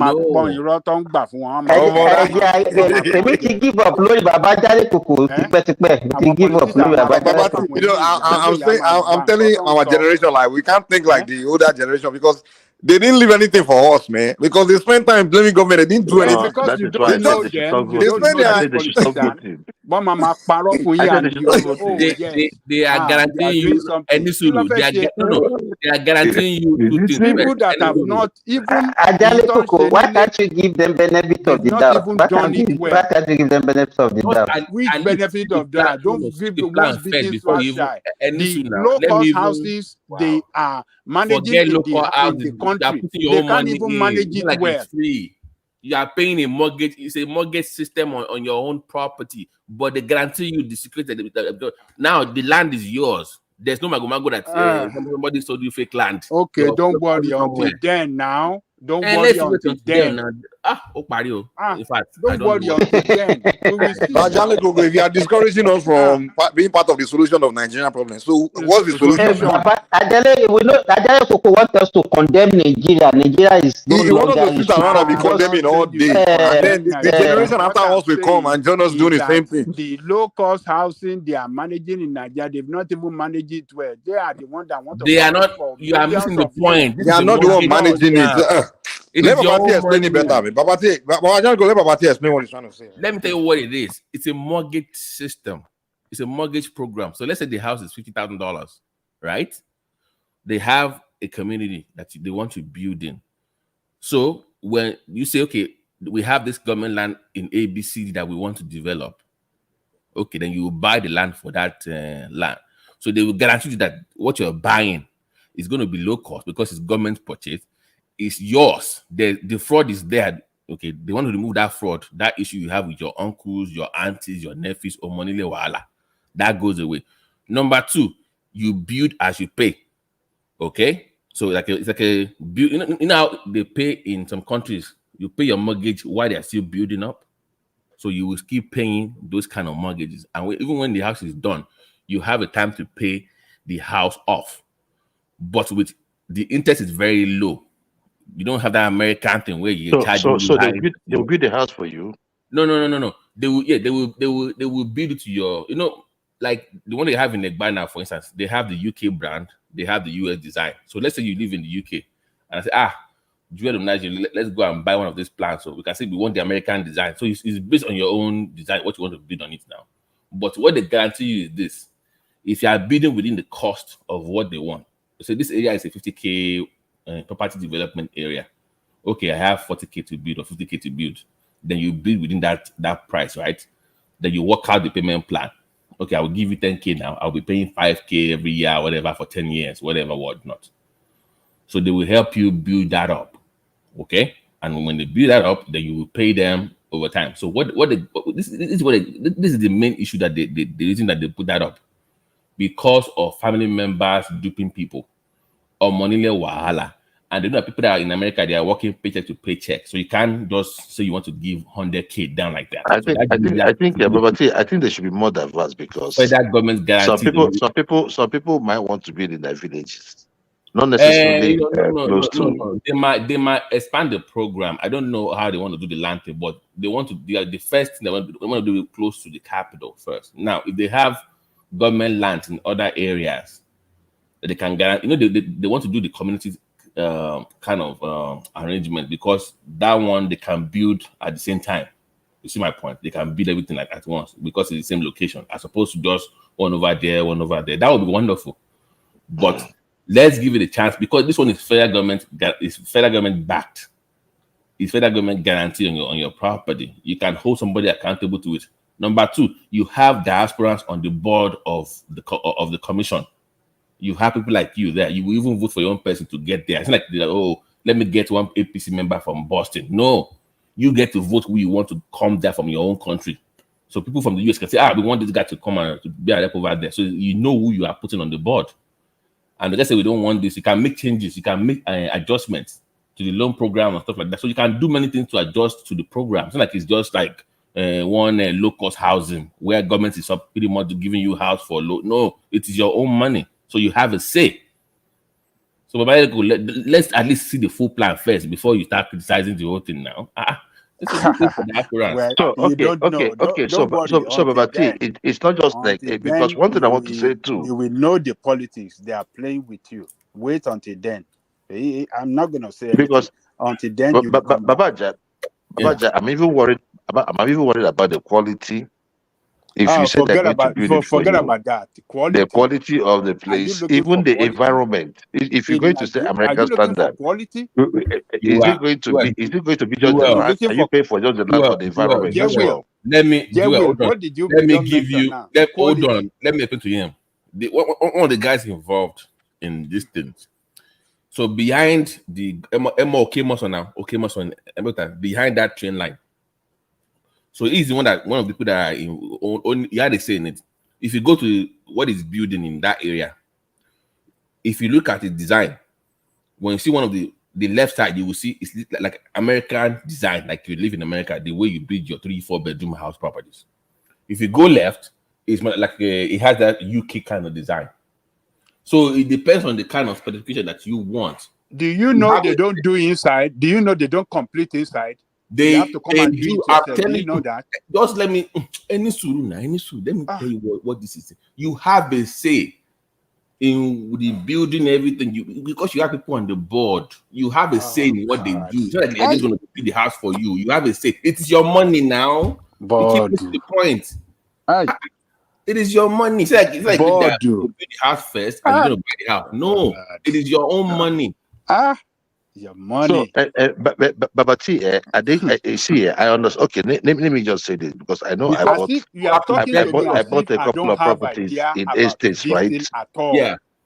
Would they do like the landscaping in that area? I've not done it at all. The road.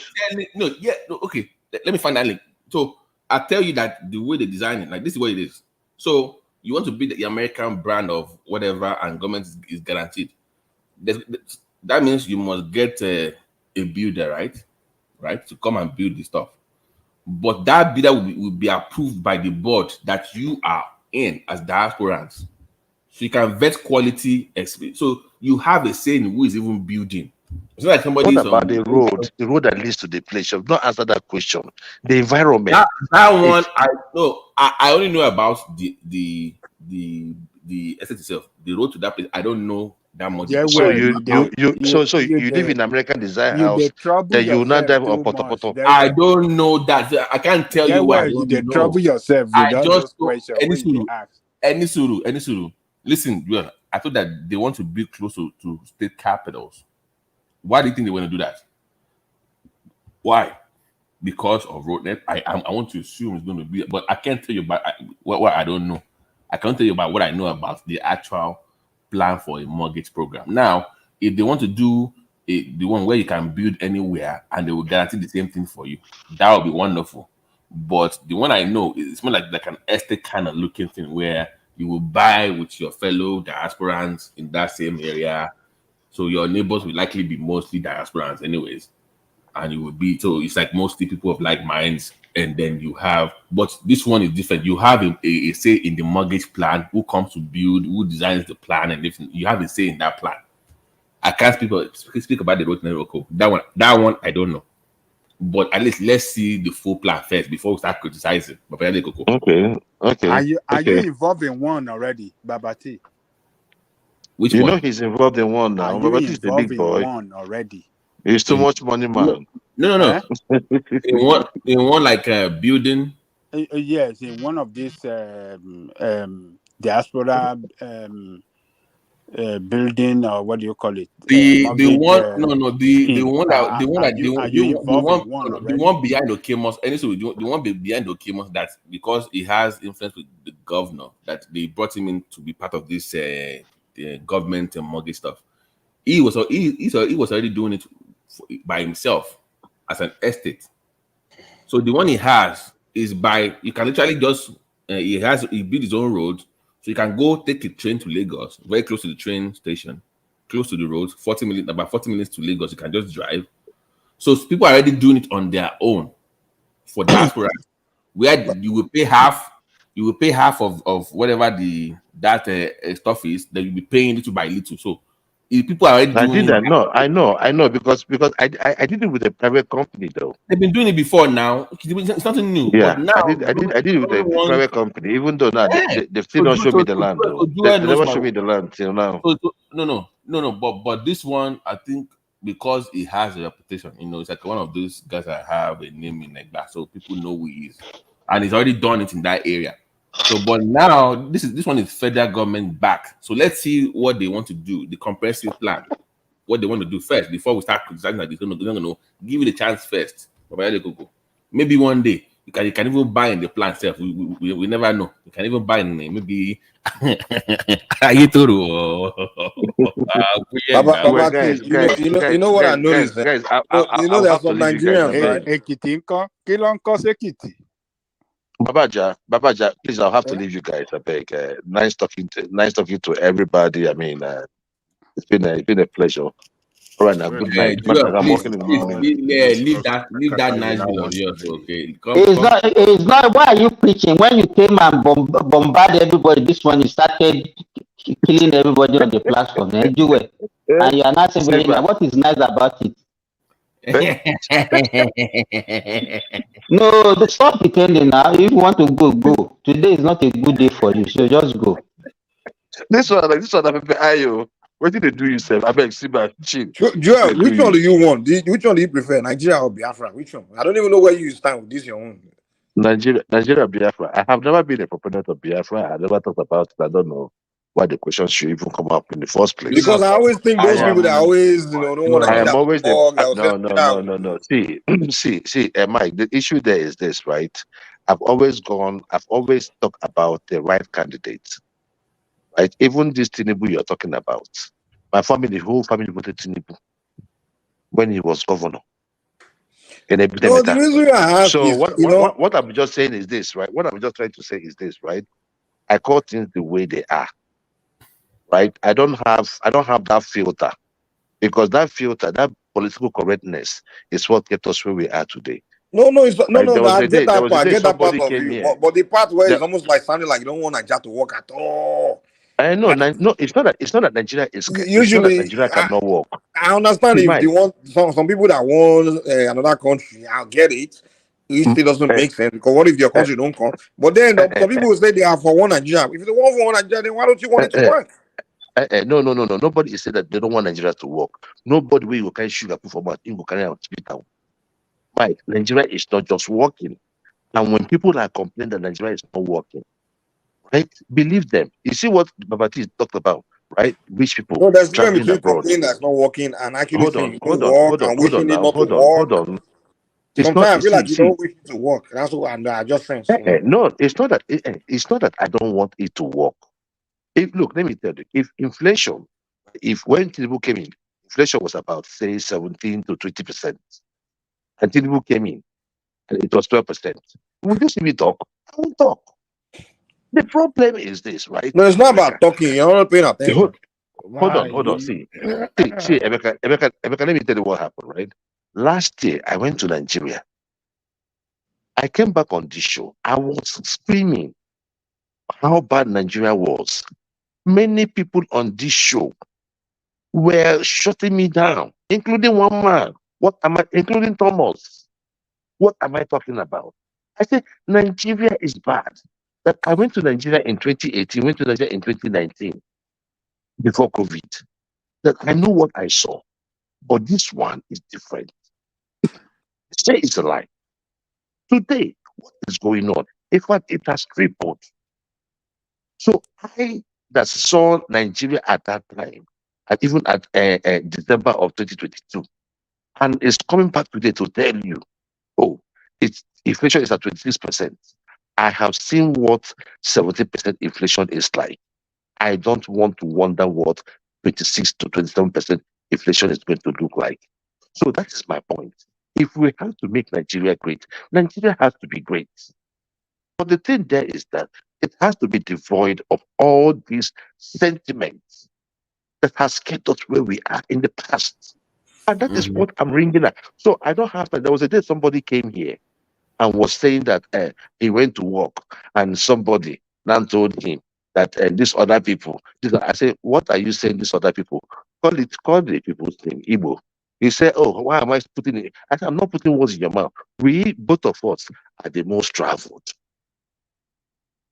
So what are you talking about? Say it out. Not hide behind, because so many of us have taken this thing from our elders. But why did you say that day? That you say, do you I thought you do you believe that is most of the people that don't like Nigeria are in Nigeria evils? Like, do you believe that? I believe no. I believe that he made it up, right? The person made it up, but the thing there is that he was trying. That some Nigerians don't like Nigeria. No, he was making that. He said that some people called him, people that were in Nigeria called him and said, "Why are these kind of people?" I said, "Who are you talking about?" He said, "I don't want to mention it. I don't want to mention it." When he said, I said, "Call their names." Say, "Na Igbos now, call them." That is when I knew he was lying. There is this, right? This hatred was bequeathed on us, our forefathers. We cannot. What are you talking about, Joe? No, I'm talking about this discrepancies or hatred amongst tribes. It was bequeathed on us amongst on us by our forefathers, and we have to change that narrative. So if I see somebody that is bringing up or coming from that angle, I call the person out so that we can change that narrative. It is I not think because that that's what so-called I hatred is believe in. exaggerated, to be honest. I think he's exaggerated. I really don't think any It's not tribe, any exaggeration. other tribe in See, Nigeria, I don't see. Mike, People have disagreements, is what I see. There's disagreements. Mike, yesterday,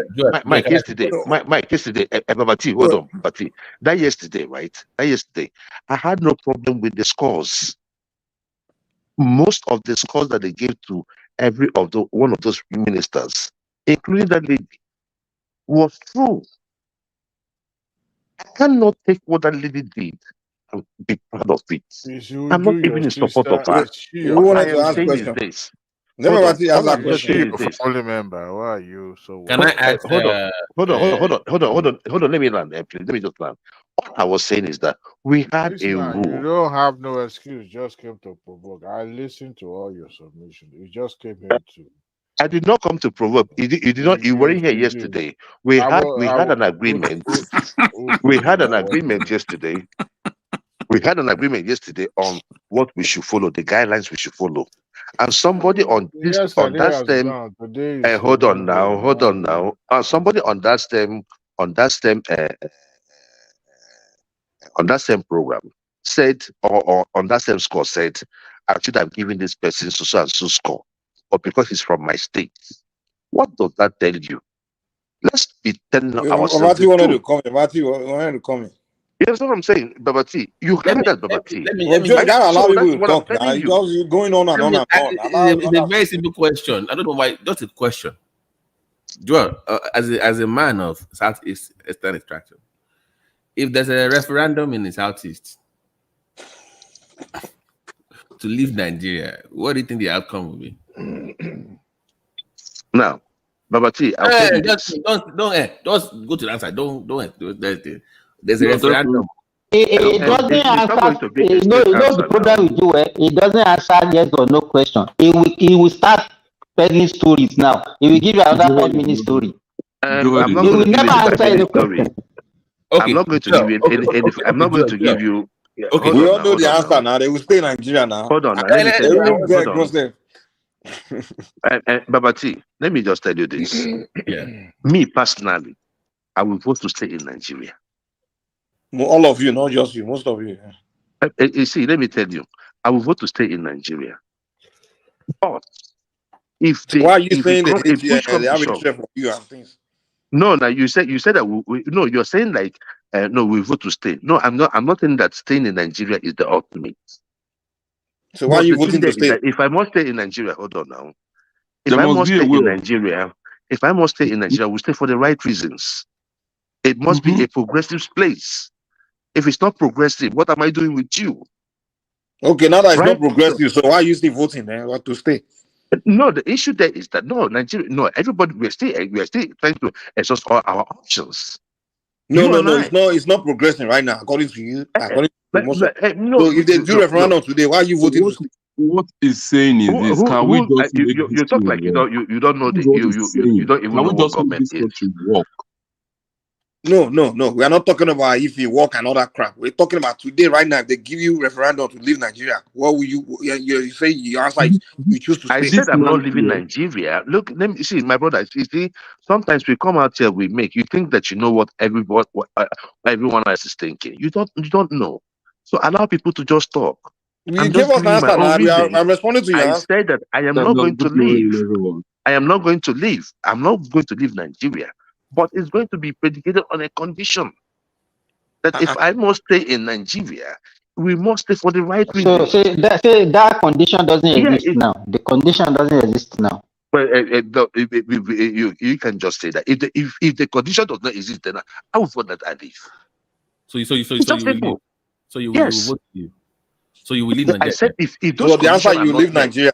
So you will leave Nigeria is the answer. No, come on now. You guys are That's the answer. I just said stop that. all this. You guys are You are not. not The acting like condition doesn't CNN. exist. You are You guys making are it not up. acting like CNN. You guys are not acting You like are CNN speaking. No, no. and You are double CBS. talking now. No, no. You are double Listen, talking. You are double I am not talking. double Okay, talking. well, let's I'm take not one of double talking. your. I was straight. Look, No, see, you take condition, and we are told you no, we're not see. giving you your I condition. said, And that look, means you are let me leaving. tell you. Mikey, why are you wasting your Okay. time with Jewel? Hey, Jewel will Joe, let never. Babati He will just respond. be. He will just be Let dancing Babati around respond. and dancing around and dancing around. Joel, you are saying the right thing. Just keep your parts. I know these Okay, people let will not. I just said, Let and you guys don't Babati. want to listen to me. Guys, we Let listen, me and we repeat what already I got your just said. answer now. Let Babati go. Babati go ahead, man. We No, can't let no, our people talk no, now. no, no, no, Joel. Don't think that was an honest question for me. It wasn't like a gotcha question because I want to dive into more into the Southeast politics because it's very interesting, you know. Because so I always want to ask where people stand on issues when it comes to like Biafra, the old Biafra, the new Biafra, because even talking with Nigerians in the diaspora, the second generation diaspora, Biafrans in America, so the kind of history that they tell. So I really just I asked this kind of question just to see where they stand when it comes to Nigeria. So it wasn't really it wasn't really like a gotcha question. Okay, it was a I genuine feel question. you. And that was what I was trying to explain to you, right? That if I'm going to stay in Nigeria, that I'm going to stay for the right reasons, right? Because if you give me that option in Nigeria today, the way Nigeria is, I'm going to ask you, if we're going to be here, so and so must be corrected. We're not going to have an INEC that looks like this. We're not going to have an overbloated government that looks like this. We're not going to We're have not a correcting. 7-state structure. No, There are no, no, certain no. things I'm going to add. Can you make it that those constitutions? Can you talk about that are tribe specific for the southeast that will be for you to stay in Nigeria as an Igbo man from the southeast? Because you said INEC, that is more broad. It's for everybody. Everybody feels something is wrong. But just No, for your own, the government must be right now. yeah, The okay, government must be right. but That's what I'm for your talking own, about. for your own, because okay, Joel, let me give an example that I have heard. Like somebody said that for him to stay in Nigeria, he wants the Nigerian government to apologize for the civil war and atone for that and recognize it as a national like a day. There should be a day for that. That is their own belief. Do you so? So I want to know from the Igbo man's perspective for your own region, not Nigeria now, just as a region. What are those things that you think will make you, because I'm going to stay in this country, I want to feel like I'm part of Nigeria? More Igbo specific, not just a more broader response, is my question. Okay. Now, if I can just tell you the challenges of the southeast, of the southeasterners, right? Power, road, education. If we have power and we have good roads and we have an upgrade on Onisha, Nnewi, and Aba, don't worry about Nigeria. You can take Nigeria. We'll be fine. We'll be fine. We just want what we just want. We want a fair country. That's it. That's where I can be able to do my work and give this going. That's it. Jewel, yeah. Light, electricity you are talking about now. Federal government has given it out to the state. In fact, the three things you mentioned now. Yeah. It's only hand of the states. Then the education is in the hand of your governor. And the road, most governors are just pocketing the money. They don't want to build road. So the governors are capable of building road if they don't squander your money. So all those three things are already, given out to the state. Responsibility of the state. But you see, if you come to the southeast and you look at the federal roads in the southeast, you will marvel. The state roads are good. The state roads are good. The state roads are not Listen now. You have more better state roads than federal roads. That's my point. If you want to go by percentages of roads that are built, you have more state roads that are built than federal. Not even only in South, even anywhere. My point is this: if we are destroyed now. His brother went to. So my thing is that. My thing is that if we're going to stay in Nigeria, like I said, these are my conditions. That's all. And if not, you will leave. Okay. If it comes to like say, dude, you want to stay or you want to leave, I will talk about how Nigeria. If we are going to stay in Nigeria, this is what we want, and it's good governance. That's the thing. It's not that hard. Referendum doesn't come with condition. Referendum is either yes or no. Yes or no. That's what I was. What would you do? What would you do? If it is referendum, whether to stay or leave, I'm not leaving. I'm not leaving. We all do that. You heard my respect today, man. Honestly, that money where they chop for Nigeria, you know what? Leave that money go. No. See, all those houses where you don't build for Lagos, no one leave those houses go. Babaja, but look, see this thing. This is the thing. It's just the love. It's just that I believe that. I believe in numbers. From all there, you don't shop Amala finish. Right? I believe in numbers, right? But let me tell you something. Don't be deceived. Don't be deceived. Yeah. If it gets to the point that the Southeast should go, do not think that there are going to be hungry people. Don't think that it's going to be a poor country. You can't stop. I promise you that one. At the moment, I promise you that one. It's not going to be a poor country. It will be the poorest country in Africa. It's a lie. You won't go or you won't remain. Which one you go do? Not the ask. You know what is happening? You won't go and be you remain. You won't go and be you remain. Listen to me, Joel of now. Leave them now. Leave that matter. It's not happening. We're not having a referendum. Joel, you understand what I'm saying? Yeah. Wait, my. See, Joel of Nashville, you can hear me, right? Yeah, I can hear you. But Joel, you get sense well, no. I like you. You get sense. You sabi the thing. You know the thing what you do. You know the follow. All these things. You make it come up for that. All those things. Don't chop and free. Once you make it come up for Nigeria for where. Look, today I'll delve a little bit into say the American Civil War. You know this referendum of a thing. They actually allowed them to have their referendum, and they voted for it massively. and they now started gathering themselves. But the union, when what is it called? Lincoln now became president. Him being an what is, don't let me bite my tongue. So Aboriginal. no, No, no, abolitionist. Abolitionist. abolitionist, yes. Abolitionist. He did not Anti-slavery. in his first speech, he did not make that pronouncement that slavery will end. But he says in his speech that the southern or those who are advocating for it can keep their slave. But when the Confederates now gathered together to started building that consensus, they now felt that what is it? This is not negotiable in the first place. That was when American troop, federal troop now started, going towards the south, towards Virginia.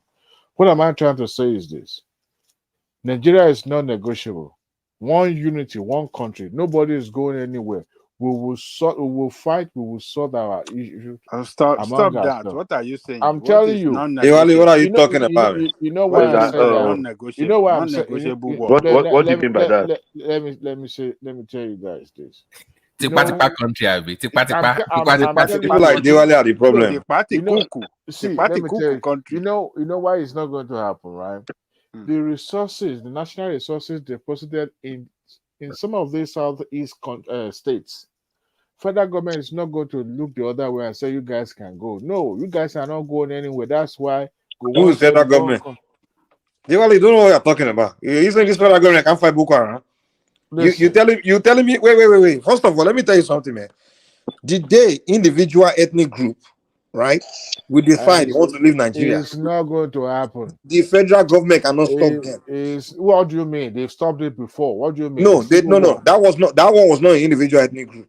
That thing Ojukwu did was he was doing Biafra where he want to take a whole So what bunch is of area that what is doesn't belong to him. what is the difference? There's a big difference. The entire If region let me decided tell you, to secede from the country, and the federal government said no, that's not going to happen. bro. There's no Okay. ethnic in Nigeria that will have What if enough this fight. happen? They will Wait. shut it down.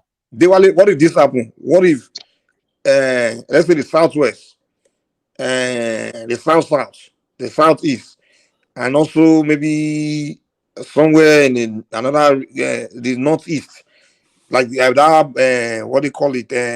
My Bonu people, they want to have their own country. You have this bunch of wait. This bunch of regions like southwest want to be its own country, south want to be its own country, south want to be its own country, So what and will now they make declare independent. What can the federal government do? They fight everybody. So what will make the northeast decided? You know what, we want to secede from Nigeria? They have. It's not what. Wait. That Boko Haram fight is not about. Although they didn't make it through. Mike, you know better than this, Jare. What are you talking No. about? The people that are benefiting from Nigerian Let me project tell you. would Let me not tell you let what can go. break up Nigeria. What? You see, when Nigeria can no longer, the federal government can no longer fulfill financial obligation to the state, that is when Nigeria will break up. When you go bankrupt, when Nigeria fails, as long as that oil is to still fulfill that, then everybody will start available. asking questions. What is the point of federal government? The common interest is that national resources, the crude oil that we have, that fossil fuel. As long as it's still available in Nigeria, no part of what are country you talking is about? Why are you guys talking as if you guys don't know what's up? What is it that brings Nigeria together? Isn't that the natural resources? Adewale. What are we talking about? Adewale, in the last war, let me ask you one question. In the last war, the last civil war, you know that the reason why it was easy for the federal troop to win that war, hold on now, it was because it was only the southeast. There was if there were more than one region agitating, they're fighting. They would. The federal government have been able to win that war. And let me also tell you. Let me also give you this hint. Most of the people that fought that civil war were from the Middle Belt. Those are the people that were used. Yeah, the neighboring tribes. Right? The Hausa Fulanis were just chilling. You understand me? The South South, they just use them as stable. They use them as they write like of Adakaboro and what's the name? No, Tell me, hold on now. Which region benefit more from Nigeria project? Which region? Not now. No, it's the southeast, man. You I say beg you, go with It's the the southeast. you are going with how the textbook definition of a It's the southeast that benefit the most from the Nigerian We're project. talking about the how North. They now? hold the power, and the Let me Southwest is sharing power with them. It's obvious. And they would not let go because of what they are benefiting. And that is why till tomorrow, no section of Nigeria want to see that government would decide and allow that to happen. Haven't you heard that one Nigeria, indivisible, non-negotiable? It's no way. No. I'm That is talking about root Buhari now. issues. That is Buhari talk. I'm talking about root Diwali is not issues even here. making sense, man. What Why are you say you the talking north has about? already? I Yeah. may not be Definitely Buhari, making no. sense to you, but others can understand what I'm trying to say. How No, can you? Nigeria No, you're not cannot saying break. anything reasonable.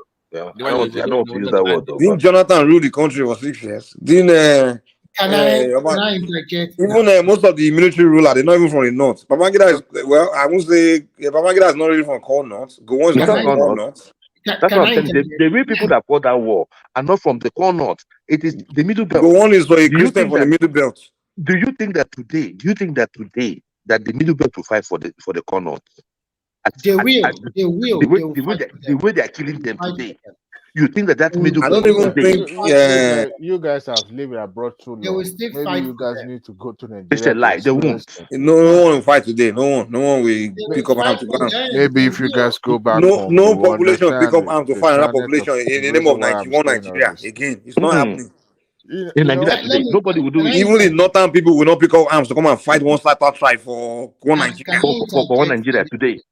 Nah. Can I interject? Go on, tricked everybody back then now. And Um, you are even that civil war, it's Ojugu's fault because he shouldn't have been making that threat about wait. My wait now, Remy, you talk. Wait now.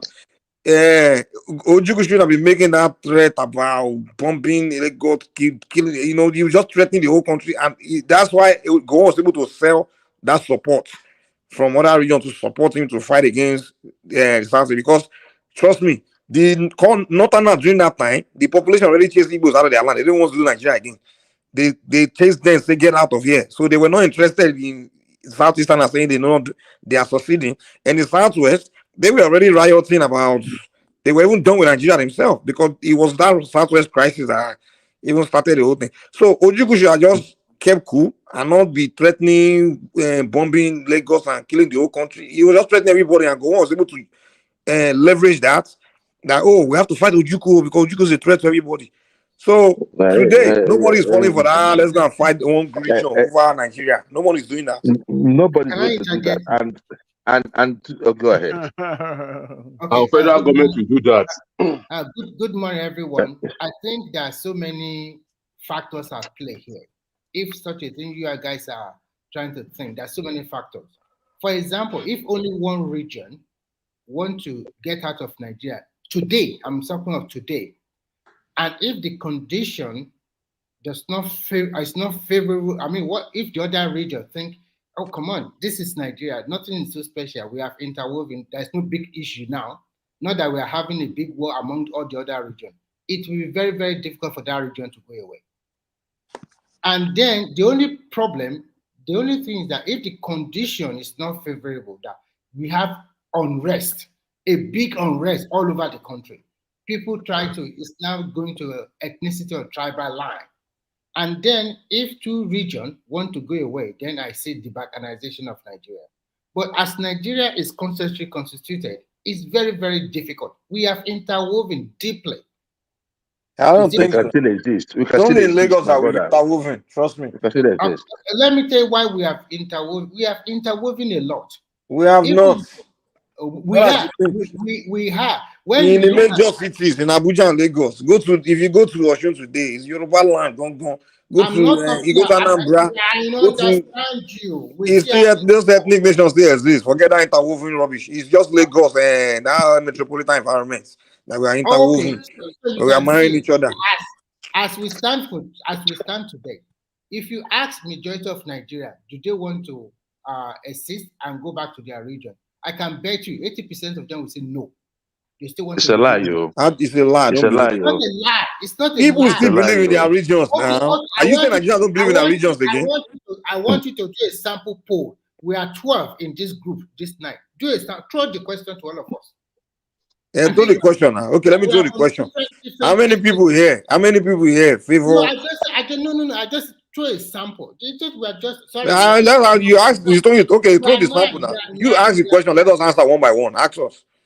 Okay. Would you like to exist Nigeria as from your own region? From my own region, yes. Ajanle Koko.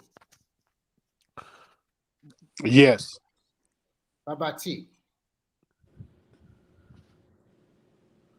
It's not there. Joel of Nashville.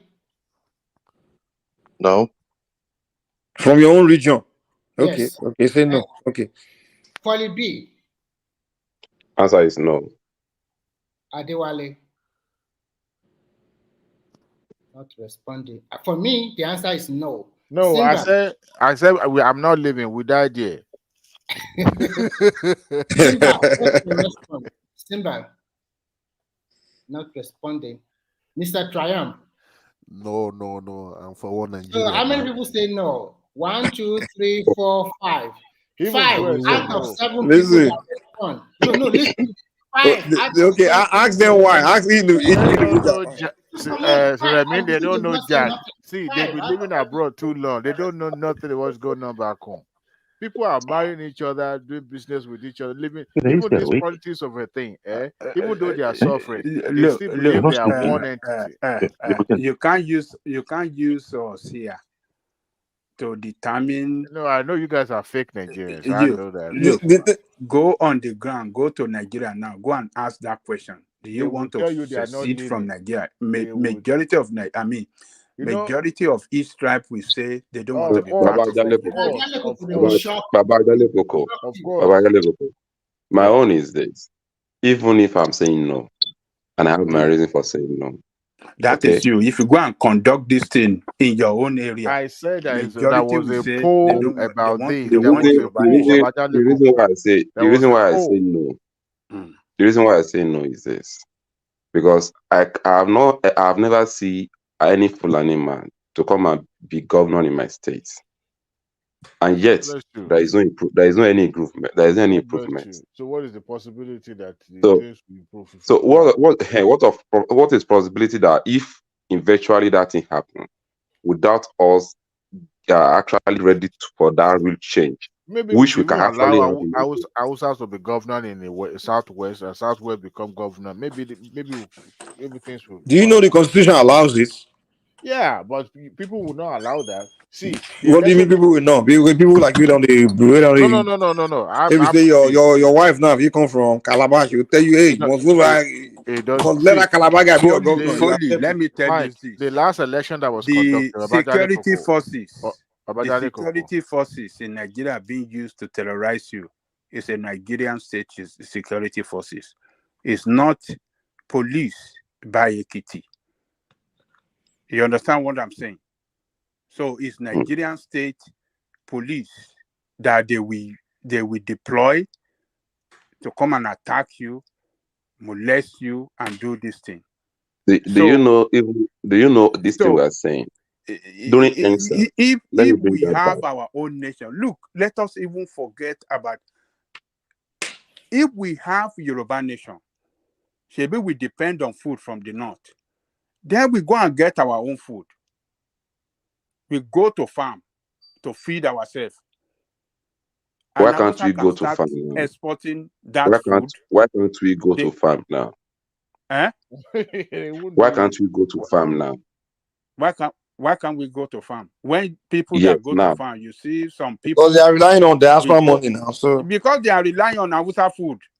Why are we relying on there be no food? food, let Yoruba go to farm. Because their family abroad are sending them money and they use the money to buy Hausa food. Getting your food from the north, haven't you? When I was growing up as a young boy, we don't know anything about Hausa yam. Hausa potato. Hausa this thing. We don't know anything about it. We don't know anything about it. We don't know anything. We have our own. We have our own farm. We have our own farm that we even have our own garden where we kept our own farm for the whole year. So what are we talking about? Babaja, let me say something real quick, please. Then what is the solution? The thing is this, right? The thing is this. Look, there's nothing wrong even if the food comes from the You north. are not going again. You've left so many times today. You Nah, are still here. you see that's the reason why when I say that if I say what I say, some people say I'm being insultive. Shut up I'm and let joking me now. talk. I'm joking now. There will, I'm joking there now. will. If we are Okay. separate, Didn't you if we tell are us you are separate leaving? You nation, told us you are we leaving will now. do better than we are doing as See what I'm Nigeria. saying now. See, Babaja, this is what I'm saying, right? Yeah. The thing is this, right? There's nothing wrong even if we eat food from the north. Over here in the United States, is it not a potato from is it Oregon that most of us are No, eating? no. You don't get my point. My Right? point is So that it's just that it's a dysfunctional country. no, It's no. that's the reason What why I'm we are all saying talking is about that this. look, we will do better if we are separate nation. We will do better. We cannot do better, Baba Individually. Do you know the that economy aspect, we We can't do do state, better better. Baba than Ajalewoko, do this you know Nigeria. states This conduct Nigeria is local not government serving the election today? interest of the common masses. Baba Let's go Ajalewoko. and speak in our own language to ourselves. We will do better. It's a We will lie. fight among ourselves, It's and a then we lie. will find solution to our problem I in each region. don't think you do business in Nigeria, Baba Adelekuku. That's the reason why you see all Igbo guys. They say they cannot leave Nigeria. They are just nobody. The population is our key. You understand? The population, the diversity is our power. The You only understand me? problem we We have need, there we is need, we leadership. need a leadership. Thank you, sir. So that's your Leadership. That's the power only now. problem. Move, Derek. Yeah, move. You guys don't know how to think, man. Do you know why I don't having good You leadership? don't know how to think. You're the one that doesn't know how to Listen think. now. Because Listen. is it not the same Nigerian that will control the resources after we separate? Is it not Bros, all the same? listen, let me explain something to you. Let me explain what the confusion is, right? What is it? In your own Wait now, wait. Well, let me tell you why Nigeria. One more, let We me need a answer good now. leader with a good policy, sir. That's You what gotta we allow need. somebody to talk. Okay. You have different part of Nigeria where people have different way of life, different ideology, different way of thinking, different way of doing things.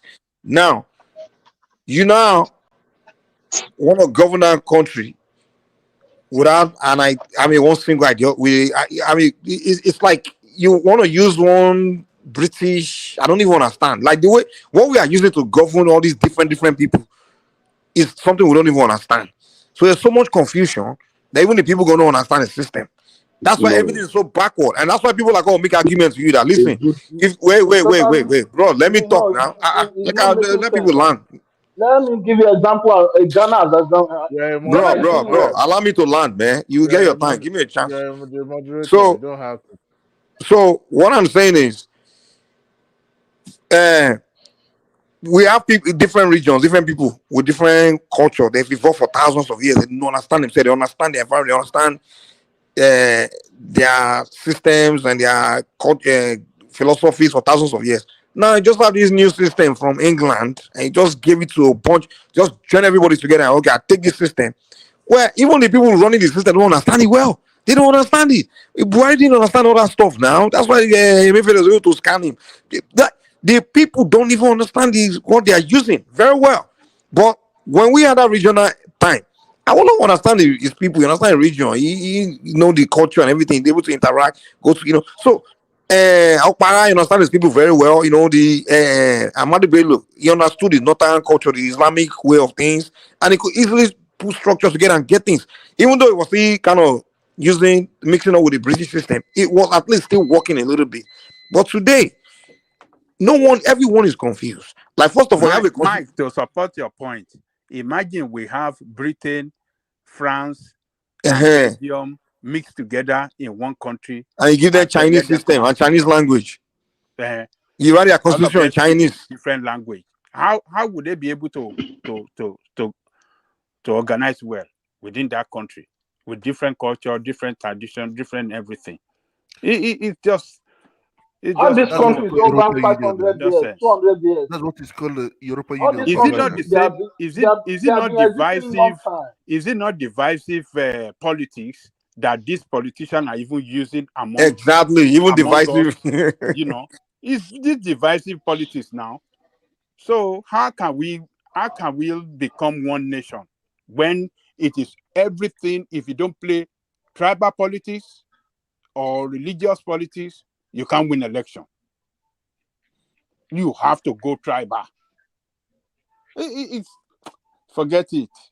We'll be stuck with that. We'll be stuck with this struggling for a long time. Most of this conversation, we base it on the federal government.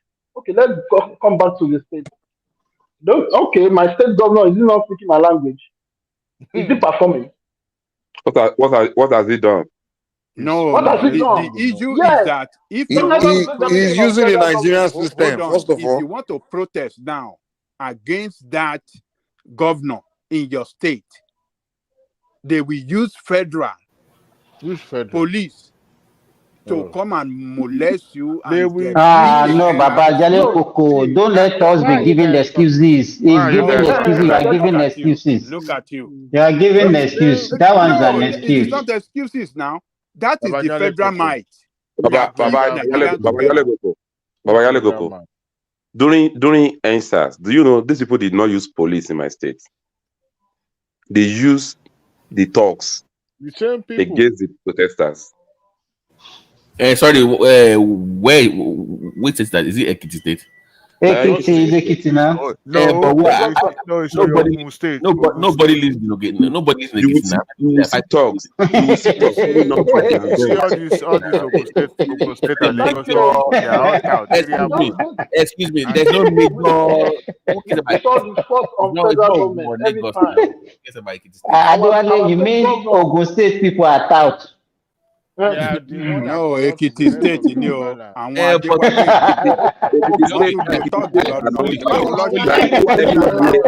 There is no any state in Nigeria today that politicians do not have their way. They already have their way. Hold on. They are on the street in Ekiti protesting. Nobody cares about Ekiti that much to care about their protesting. Lagos or Abuja or Abuja. It's Ekiti. I'm sorry. Listen, man. Your state So is the the one same that thing you corrupted guys the are rest. talking about, that maybe even if it's a region, some state like Ekiti also will also be backward to Lagos, Ogun. And what do you mean? What do you mean they are backward? What Remy, at times when you talk, I look at you. I never see any. Fully calm down. You should know what Ekiti stands for. I say calm down. Can you imagine? Fully calm down now. They are just enjoying themselves. Calm down when you are insulting my state. You are saying I should calm down. Insult back now. Insult them back. I will never take that from you, Sauga. Okay, you have fun. I love my state more than anything. Where is Foley from? Àwọn lọ́fẹ̀ẹ́ wá corrupt gbogbo Yorùbá tó kù. They only have 10 people living. I thought Foley was from Edona. No, I'm from Ekiti. No, Ekiti. Why so many Ekiti people here say come here? Telling you all this Oh no, I fẹ́ socialize ni. I fẹ́ socialize. Don't mind them. I fẹ́ socialize ni. Ọ̀pá ni wọ́n. That should tell you something, that we are always everywhere. Listen, guys.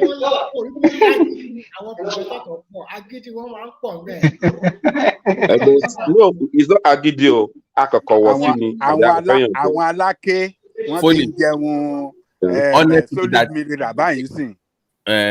In Nigeria, if it's not Lagos, Abuja, or Port Harcourt, when it comes to protest, it's not going to be effective. That's just the reality. Do you know we didn't even need more than 6 states in protest to change this Nigeria, to come out for protest to change Nigeria? Yes, there are some states why we don't even need their protest. You know, Foley, the reason why protest will not work in Nigeria is that even within the same state, you can't have people that share same ideology, same goal. That's the problem. So when you see a protest in Nigeria, a protest cannot solve the Nigerian problem. Not even. Because the politician we are jacking. They I will, have they a How will so- don't give even I protest have a alone. I don't solution even to know where we're going Nigerian to get it problem. from. I have a solution to Nigeria problem. Oh, Okay, okay, you would share, like to hear. Today, share. Vote Obasanjo for was you. like, We should vote for you now, Adewale. You have the Adebayo give us solution. something ridiculous now. once Obasanjo died, Nigeria problem will be solved. When ṣe it's ọ̀rọ̀ àwọn Well, ọlọ́tẹ̀ ṣe ọ̀rọ̀ àwọn ọlọ́tẹ̀ wọ́n fẹ́ About lọ pa bàbá ní bàbá fáwọn ọmọ ẹ̀ kí once ló we ṣe find fún like yín. this, once we find like this, Nigeria problem will be and solved. why would you think until somebody, I just don't, one person I died, don't think One so. for I person. don't the whole think country All to be of It them better? was will going to die. be ridiculous now.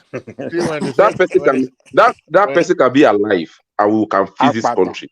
apàtàn gbowó. like, as long as they can still move their mouth, Nigeria will do No, juju. no, Yeah, I'm telling you. it's just because we've not actually identified the power that we have as a people. The day we actually know that fact that we have the power is the day all these people will run away from us.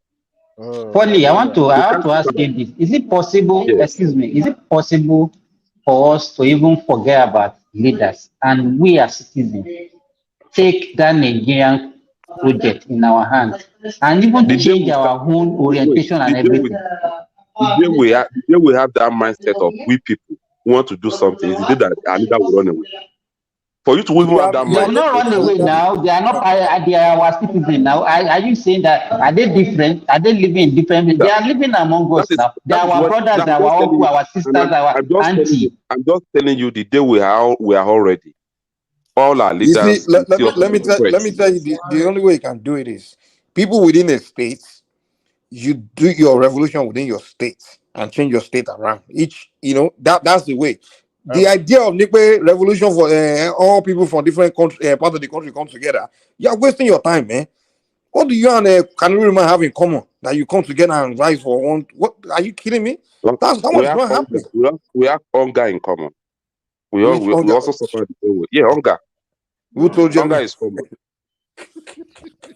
Self-employed Ah, is now common. you go and throw Tinubu. And I think Yoruba people will stand with you. Yeah, That one is subjective. When you say hunger in common, it's subjective. We know the land, we know that we are in economic mess now, but that does not mean that all Nigeria are hungry.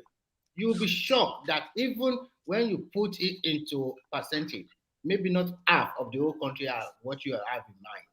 some people are eating pepper soup and drinking their beer. You say you're Do you hungry. know that most of the people coming on this show or any other online shows are people living in diaspora?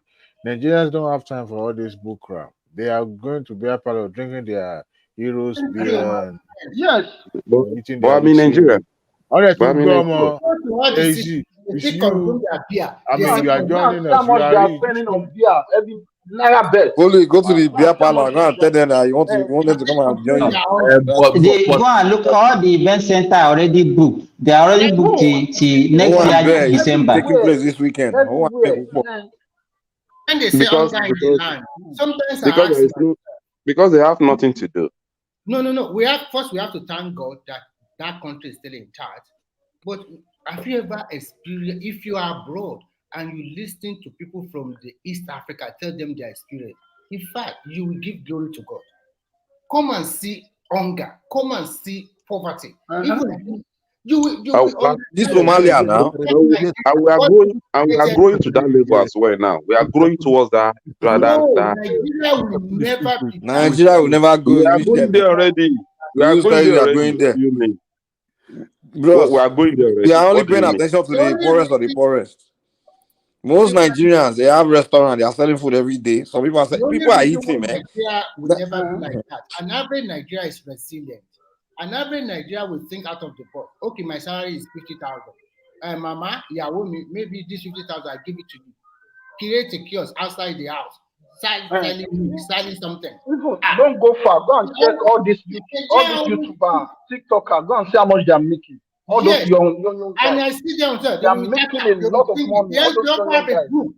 Nigeria are very creative. All these comedy skills, all Yes. this, all of them, they are making a lot of money, millions every day. And the number of crime is increasing every day as well. Mind you, Yeah, it's not everybody that it have happen access everywhere. to It happen everywhere. You It know happen what? everywhere. You know what? I discovered one thing when I move around the world. The only thing that differentiates a black man or white or Asian man is just the skin. We have bad people everywhere.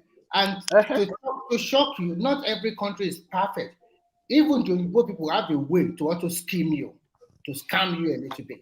They will judge a lot of things from you. And when they now want to cheat you, they will start to say, we forgot. You did not read the contract very well by yourself. You did not do this by yourself. You did not do this by yourself. Every country have a way to scam their citizens. And they take from all of you and they spread it. America is number one. Listen, when I first got to this country, 5 kilometers road, they will fix that road for 12 months. Tell me if this doesn't have an undertone of fraud. They are selling items $9.99. That $9.99 is not the actual price. They will hide the tax because they won't want to show you the tax that you are going to pay. What do you call that one? Isn't that 419? They will pay your tax. Pay your tax. Come and see in Washington. You go to Dubai. They will dig 1 hole for 6 months. Not them. They will be coming there doing 5 hours, 3 hours. America will tell you try for free. Don't try for free. Every year they will be repairing that road. Every year they will every year they will remove it.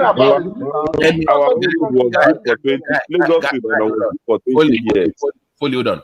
In America, let me tell you one scam in America. The number one scam.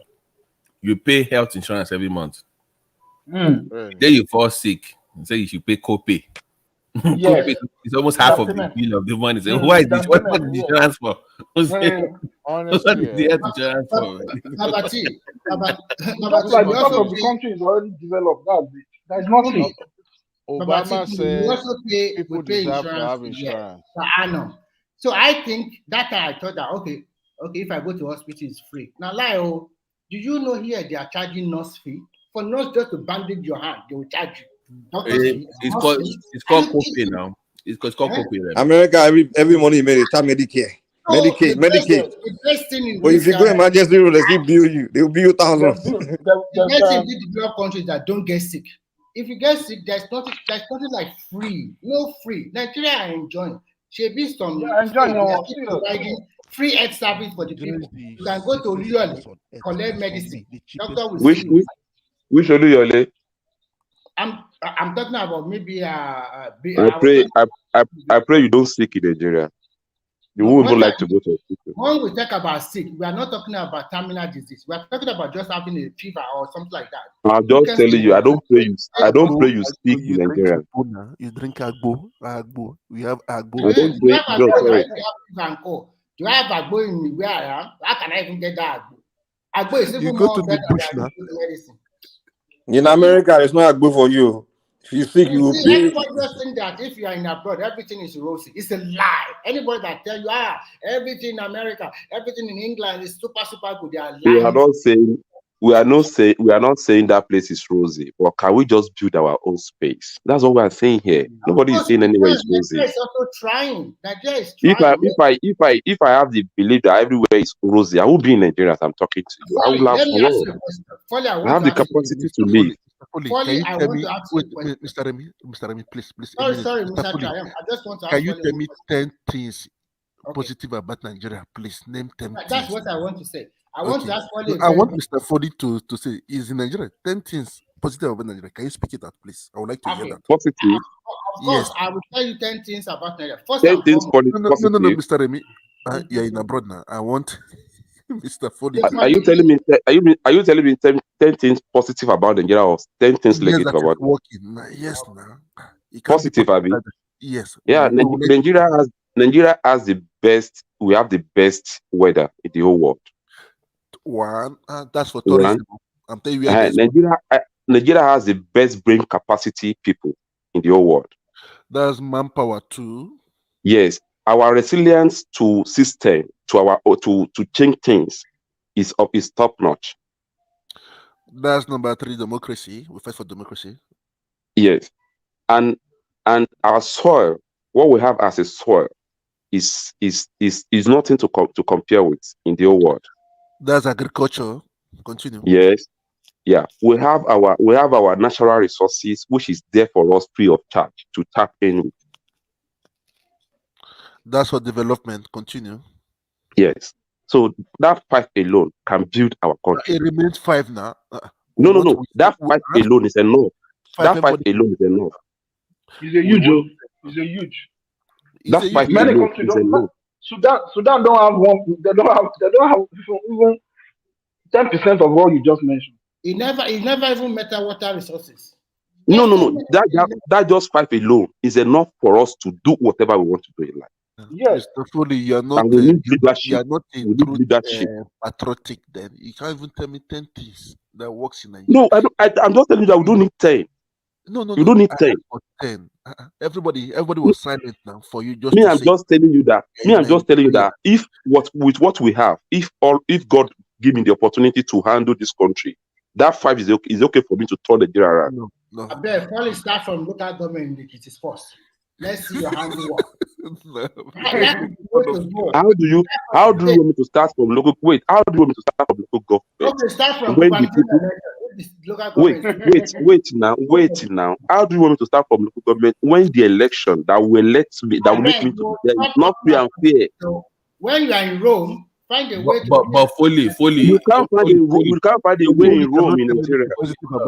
Foley, hold on. I've told you before. Even if it's free and fair, AAC cannot win anything.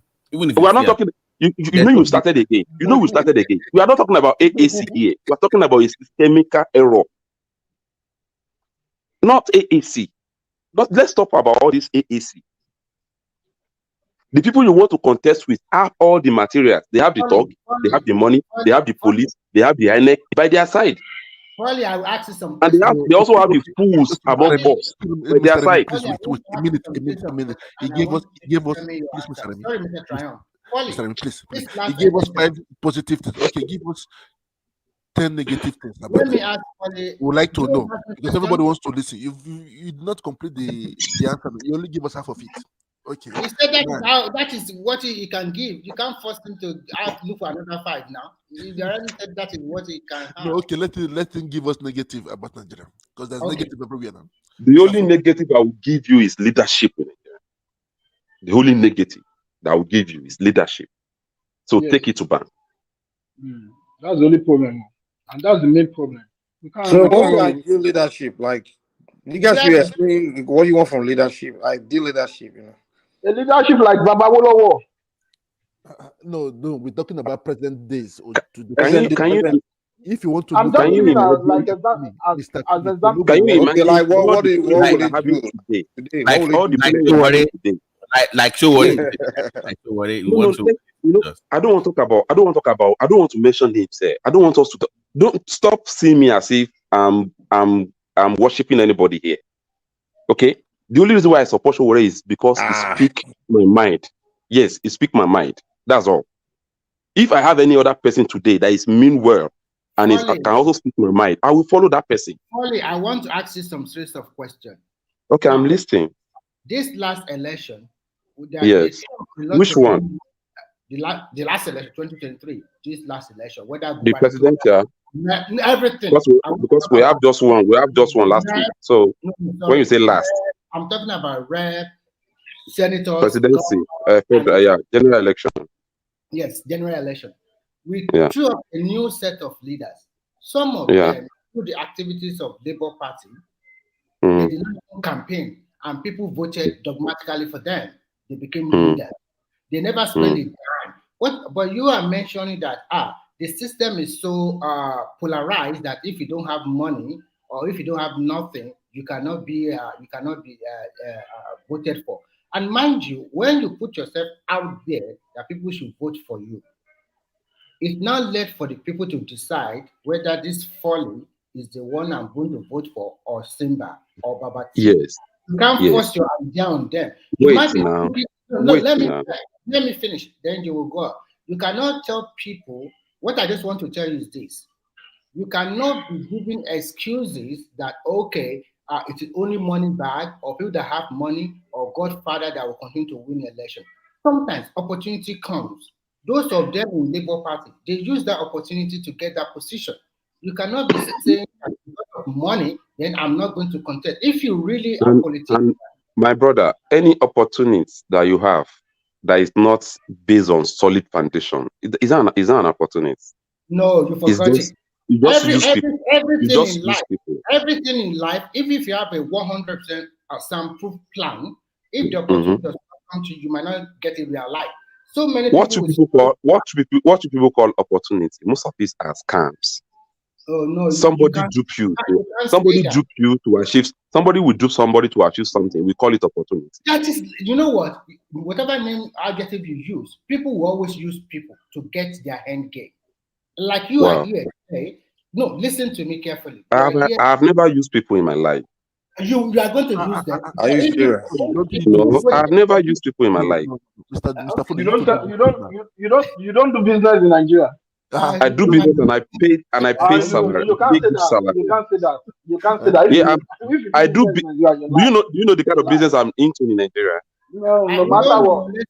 You lie for people to ask you to get profit in Nigeria. You will You say what? convince people I and don't lie. lie. My business don't even allow me to lie. My business don't even allow me to lie. Let me just tell you. My business don't even allow. My business, I'm into recharge card business. Okay, that's Okay. what you are into. And my recharge card business, everybody know the price that I'm buying. Everybody know the price I'm selling. So there's nothing I want to lie about. No. You can still lie on your price. You can still lie. How? There is no way I will lie. There is no way I will lie.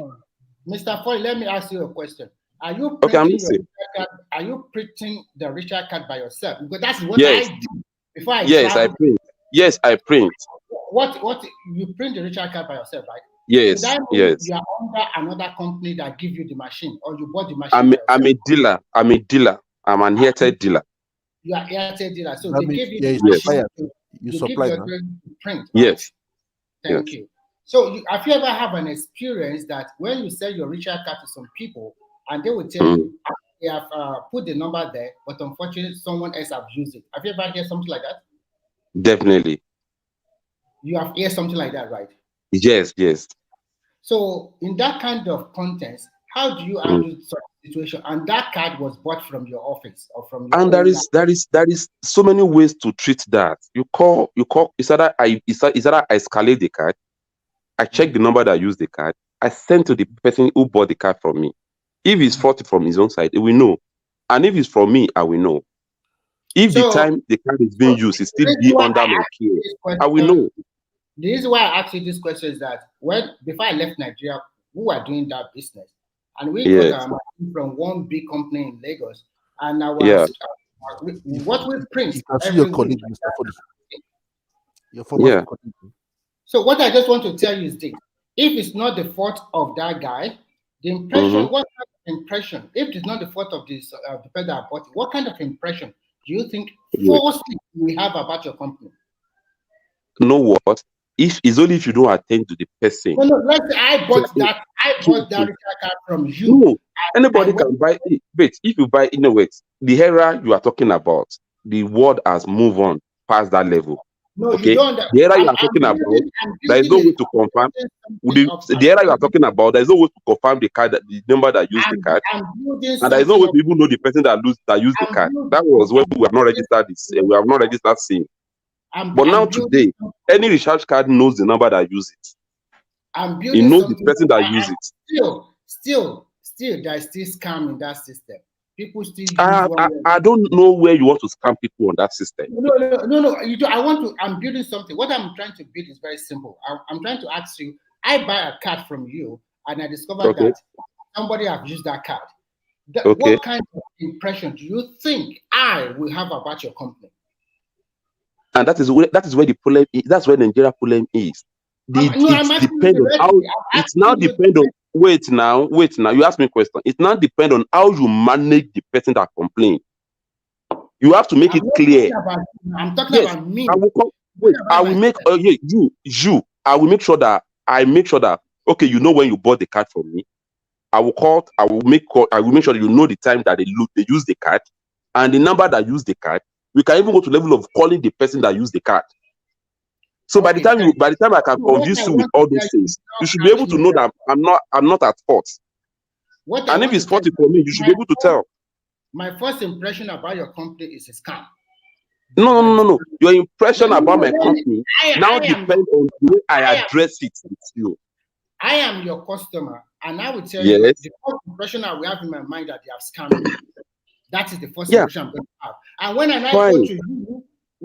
to you, you try to explain to me, you try to check your data, you try to check everything that who use this card. No, even if you find somebody that scam you and use that card, are you going to pay my money back? Or what are you going to do? Because me, I don't use the card. Wait now. By the time I clear you, my conscience and your conscience will be the judge within us. Because I will clear you that your conscience will be telling you that this is exactly what happened.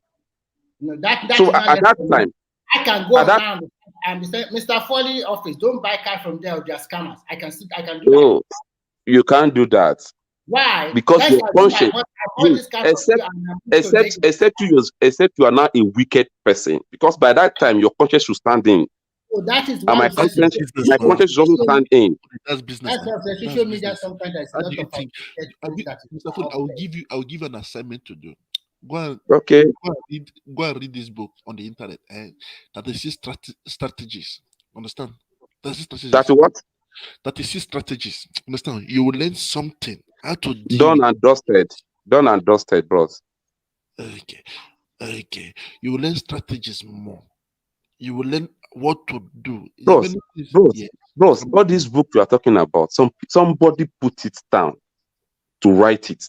That I have not read the book does not mean I can't have what the guy puts down there. Forget about all these things. That's the problem with Nigeria. I too know. No, I'm just telling you there are things that we always put like until you've done this, that's when you can know this. That person that put it down, think to put it down. So God can also give you that kind of wisdom by you not reading anything at all. Life, you need That's what I'm experience. telling you. Yeah, knowledge, you still need experience. You need to. Knowledge is important, it's not just. Knowledge is important, but somebody put that knowledge, somebody put it down somewhere as well. Yeah, you learn it from experience. That does not mean someone cannot actually have it with his own experience of life. Yeah, you can now, but no one is disputing that. No one is saying. Yeah. No one is saying because you haven't run into a book means you I don't. read book a lot. You know what? That was the day I was reading a book about leadership. When I was reading that book, I was seeing myself in that book. Yes. Yeah. You know what I say about you? You learn. What I say about you, Foley, is that you tend to I know all. I don't know all. No. Let me finish. I know the right thing. I know the right thing. Let me finish. You come like I know all. You don't know all the right things. I don't even know anything. Even my upbringing, don't even allow me to know all. Which one is it now? You know the right thing. I don't know anything. Let me finish. No, my upbringing don't even allow me to know it all, because I doesn't have the opportunity to know it all. You have opportunity to counter or to say whatever you want to say. You come as a person that I know all. You come as a person that is above board. I'm all saint. I don't sin. The way I look at things, if it's the way this country is being run, will be perfect. Sometimes I see, not say you are a dreamer. I don't say that. But what I'm trying to say is that you come about like, oh, I'm pure, I'm clean. And this is the way I want things to be done. If it's done this way, then that country will be perfect. You've forgotten that you are only one out of millions of different opinions, diverse characters, and diverse ethnic groups. I would have advised that you can, like people that live in Lagos, that they mix with Mr. Remy, Mr. Ford is here for business also because of the last discussion I had with him. I'm not here for business. I know. But you want to make. Let me tell you a little secret. People will not listen to you when you're in that's Nigerian strategy today. People will not listen to you when your bank account is not filled up. You understand what I mean? How do you know my bank account is not filled up? No. I can judge people by the way they talk. You understand? No. When you have wait. So don't judge people by the way they talk. Don't look at me as if I'm this kind of person that doesn't know what I have what I need, for God's sake. Okay. I have what I need. But are you blessing other lives? That's what I will ask you. Definitely. And that's my faith. And that's why you see me. And that's why you see me speaking about the people that think I can't reach, but I believe the government should reach there. No. I mean you personally. Are you I'm blessing? telling you, that is my area. That's my area. That's my feed. That's where I You love. want to tell me that you're a social That is worker? where I have my Are passion. you a social worker? Are you a social worker? We No. call it Okay, social that is my. With you listening to me here, you should know what I'm capable of doing by the way I talk. Not it now. I'm asking your main source of revenue. Are you a social worker? That's what I want No, to I'm know. not a social. I'm not a social worker. I'm a business person.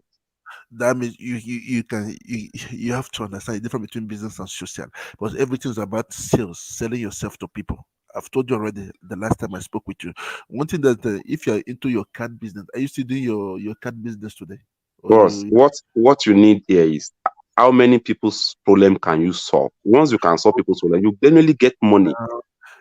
Can your Mr. product solve people's problem? If you want to be Yes. great tomorrow, Once your you must product can solve people's problem, you don't need to canvas. People will be no. looking for where the problem will be solved. He is telling you Carefully. that he is If a you can, successful businessman. oh, Money is okay, not his problem. okay. Okay, and he's Everybody using said it his now. influence. Till, He's using do his you know, money and is your influence. did your business have insurance in case you get bankrupt? Then your insurance will pay you back. In Your business, Nigeria, wait, are you it, in Mr. Nigeria? In Nigeria, you are talking about. they have insurance. And Don't tell me that they don't have what you mean by insurance? What you mean by insurance is various. You There can are so insure many your business insurances. if it's a case of You can loss insure your or life. fire. You can insure your children. You can insure so many things. So it's No, you can various. also insure your business against You can theft also or insure your business as well, which is we are all doing that already. So stuff for the in this Nigeria. is not We the use question. prayer for insurance in Nigeria now. I'm in Nigeria too now. I wasn't. My parents did not give back to me. Yeah, in Europe now. I'm in Nigeria too. We use prayer for insurance in Nigeria. And yes, later I they know. start telling that is from your family, your mother's side, your father's side, or from your friend. They start causing problems everywhere.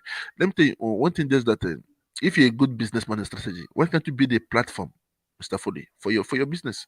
Like now, as you people see, I heard you earlier. You told me you are selling card. You can be multi places in one place at the same time. And you can be sleeping, your business is going fine. You just as a renter. Do you know as I'm talking to you, I'm on bed and I'm not Yes. bothering to go out and I'm not hungry yet. Yes, that's good. Are you still doing it more? Because one thing that when I'm, Nigeria, I'm also when you I'm also a, I'm also a crypto person. do you know that when you have I used to laugh. There's somebody I know when he came to Europe, he changed his small millions. All the money he changed, was not even up to 20,000 euro. You see, I see your money not Bros, pin. can I tell you something? Okay, I'm This listening.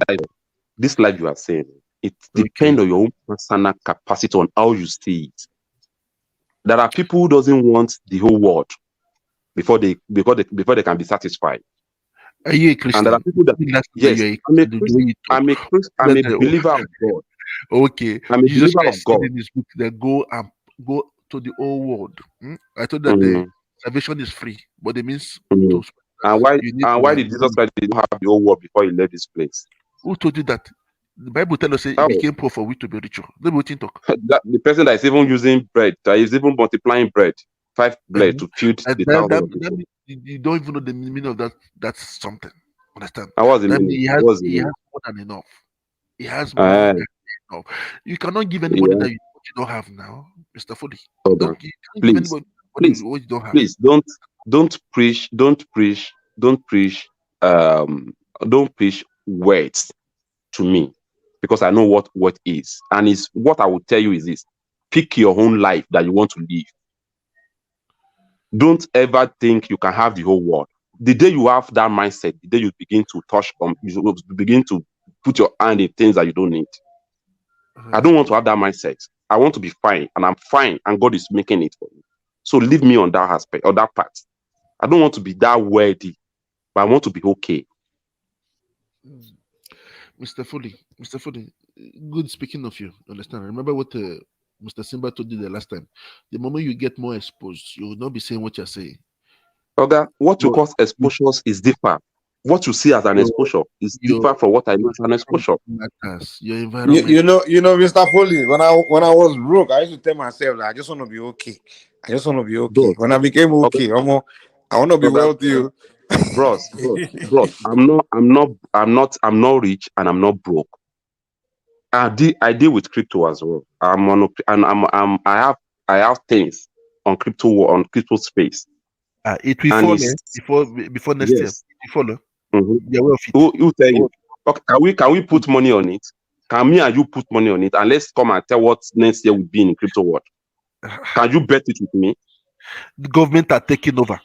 Even the What Europe. you don't know, okay, what you do, go and read about crypto as well. Let me just tell you this. Go What are and the read about crypto it. You don't read about it. What are the crypto you're into? What are the crypto you're into? I'm into crypto space, so I know vast about it. I know much about it. You go and read about it as well, because you speak as if you know it all, but you don't know No, this. But you go and study it. no, I don't put my money. I put my money in something that matters, tangible And that's things. why you're making a mistake. That thing that you call matters, crypto will swallow it up in the next 4 years. Go and write it down. Whatever you have been doing, revise your 10 years ago. Revise what crypto is in 10 years ago, and revise what you are today. You will know that you are not doing anything. We pray for long life now, and I don't forget this. So the next 4 years today, I will ask you, bros. In the next 4 years, that will be the next election even let me even Baba tell will you, win. let me even tell you. Some people stand like this 10 years ago in crypto space. It's going to scam. It's a scam. It's going to fall. Today, $1 of 10 years ago is now $37,000 value. They are going to regulate everything because Even the regulation. Let me tell you, the regulation will be. Let me tell you now, Chairman. Let me tell you this. The regulation will be this. Will be the things that will take crypto to the space. After the regulation, the crypto will go to space. Is that what you are waiting for? Go and read about these things. I'll give you. I have two now, but I know that it's not solid. Yes, sir. Okay. I can give you projects that you can invest your money in crypto and you will never regret. You thanks me later. According to my friends, you see that you do it first. When it is worked for you, then you. I'm doing it already and it's working for me, and I'm not telling you so that it will not be too late for you before you came in. Don't worry. Are you cashing out, Mr. Foley? Are you cashing some money out? Do you take benefits from it every month? That's what I want to know. I get benefit from it every seconds, depending on how you want it. No. I mean, can you withdraw your money? You look like this. That's why I'm telling you that you go and study. You don't know anything about this thing. Go and study it. If you are this question you're asking me is, we are past that question 6-7 years ago. Mr. Foley, 2027, by the grace of God, will be alive. I will ask you. Amen. No, not 27. Ask me 2020. By December 2024, we'll be talking about it again. Okay, you know what? Do me a favor. Okay. The price of one Bitcoin today is 37,000. Write it down. In the 2024 December, I'm telling you, one Bitcoin will be around $220,000. Write it down as well. Put my name on it, Mr. Foley. And everything is shaking. That's why Nigeria has instability now. In most of the financial crisis, when people complain, problem. You people are enjoying that community. This crypto space is a revolutionary space for financial crisis. Get it to yourself. I'm telling you. Yeah. It's just for people that want to launder their money. They put their money there. That's how they brought it. People that want to do what? Using it for laundering. Can you imagine? You don't even know what crypto is all about. Go and study that space. Go and study that space. Go and study that space. Okay. Then at the end, okay, we are here. I hope that you don't put half of your wealth in it, because today, if I have my way, I can put all my life in crypto. I can even borrow money to put in crypto, and I will tell you. And when I will tell you, in the next 2-3 years, you will not believe what will happen in crypto space. Go and write it down. Put today's down. Write it down. So start. They take start though. You know what? Don't forget MMM. What you call MMM? I don't even do it. I'm not even interested in it. I know what crypto is. I spend money to know what crypto is. Okay? I'm just telling you here. Write today's date down.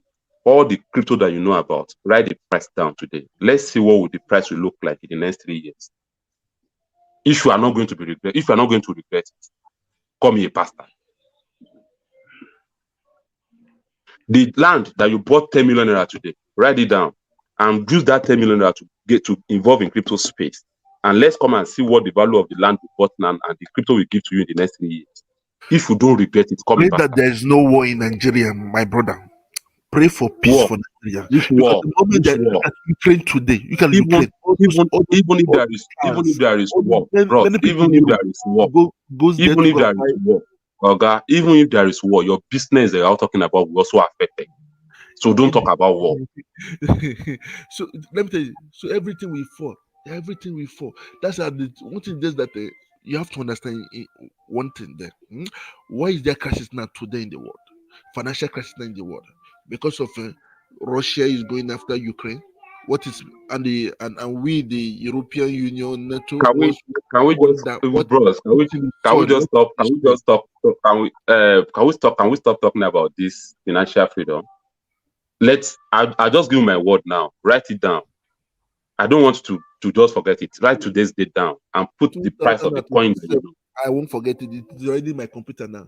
27. So just put it down, and you remember today that a guy, one useless guy from Nigeria, tell you this some years ago. Don't worry. Don't worry. Let me say this. Even though Nigeria with their prophecy, they say things, you know they work for abroad. Not do you know 10 years ago? Do you know 10 years ago, one Bitcoin was $1? Do you know? Do you know some people are sounding the way you are sounding? Even me, I was in your shoe 10 years ago. I was sounding the way you are sounding. I was saying that it's a scam, it's this, like you 10 years ago. But 7 years ago, I put all cap in place to know what this thing is all about. And when I get to know about it, I never regret any step I take on it. Don't worry, 2027. This space, you know what? This space, do you know this space actually make me to achieve what I want to achieve? Because I'm this kind of person that cannot even involve myself in anything that has to do with cheating, scamming people. And crypto is giving me that life that I want to live without even involving myself in rubbish. They have a lot of scamming there now. They have a lot. Many people lost their wealth in it now. You know what? That is what I'm telling you. The people that lost in crypto don't understand crypto. They only rush into crypto. They didn't even actually do their findings about it. There is no way you know what crypto is and you lost in crypto. People jump in, they jump to scams on that space. And that's what I'm telling you. I prefer to invest my money in gold, precious coins. Chairman, gold 4 years ago. Check the price of gold 4 years ago. The money you put in gold. Of what is going, because of what money you are spending today. Wait now. The price of gold 4 years ago, let's say you put $2,000 on gold 4 years ago or 5 years ago, and use that same $2,000, put it in cryptocurrency. Come and check the price today. You will know that your gold is nowhere to be found. Gold is more solid, though. Let me say I'm telling you, this thing you are talking about. You are still talking about the past. I'm a victim of this. Why America is afraid of Russia today? Nigerians are. If the guy now fraud, say the guy talk say him the lie, say him will make his swan support. Say he call and say he be fraud for national TV. Listen to what they talk. The level of evidence that Dino carry enter this studio, gonna show him, it dey enough make DSS go carry this INEC chairman. If to say we dey for country where people with just sense, where we dey use our heads. But man, not talk too much. Mr. Foley. I'm listening. Okay, no, I just kept quiet for Mr. Someone to talk. You understand? You sometimes you have to understand some things. Okay. You follow the best. Even Elon Musk wants to create his home. He put his money there. The money. Is he you want to create? Is buying? Do you know how many coins Elon Musk asks? No. One thing is that you cannot invest on something just like you are playing video game. You understand? You can have Do all you those know? money in Wait, your video game, but you cannot wait, enjoy wait, it. wait. Let me tell you what happened in that in the world. There must be an evolution of system all the time. What is happening now? The fiat is fading out, and crypto is taking over. Just have that as a take home today. Fiat is failing, and crypto is taking place. What I know, the world today is going into digital. So Because once you know that world is going digital, key yes, into that digital world. Crypto is the because digital every currency. Go and key in. according to as I told my friend, because I had it from a source, a viable source, that Europe just signed last month, October, the whole European Union, that they want to go to CBDC.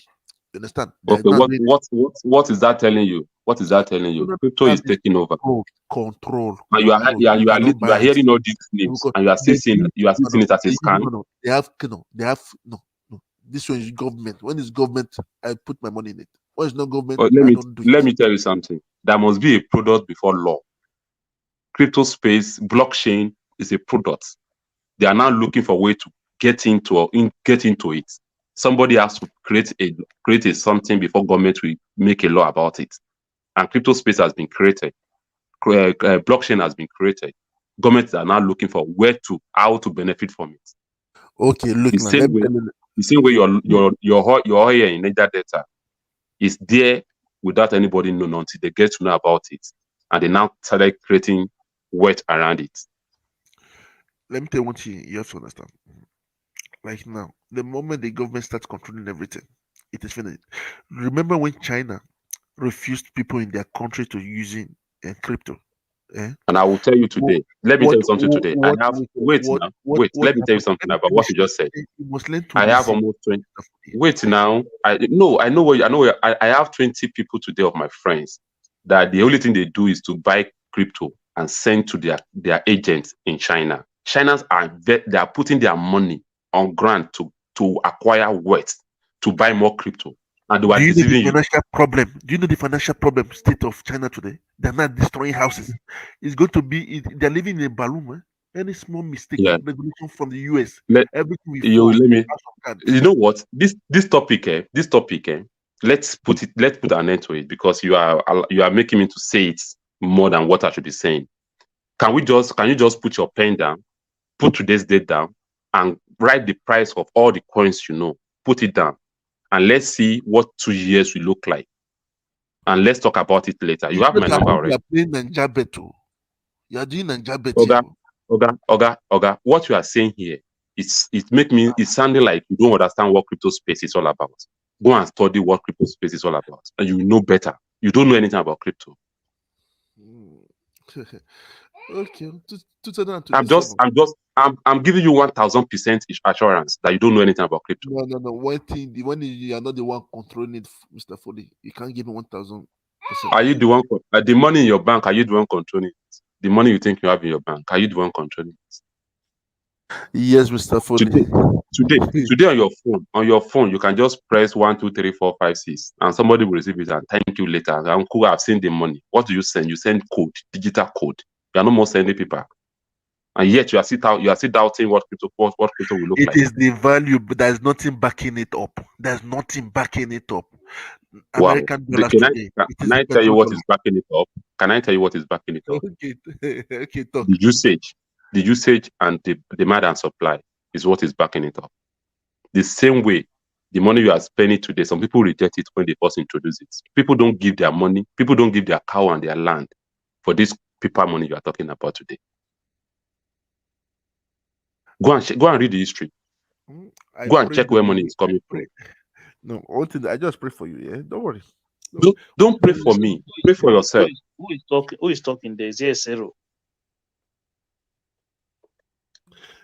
It's Triumph speaking, Mr. Foley.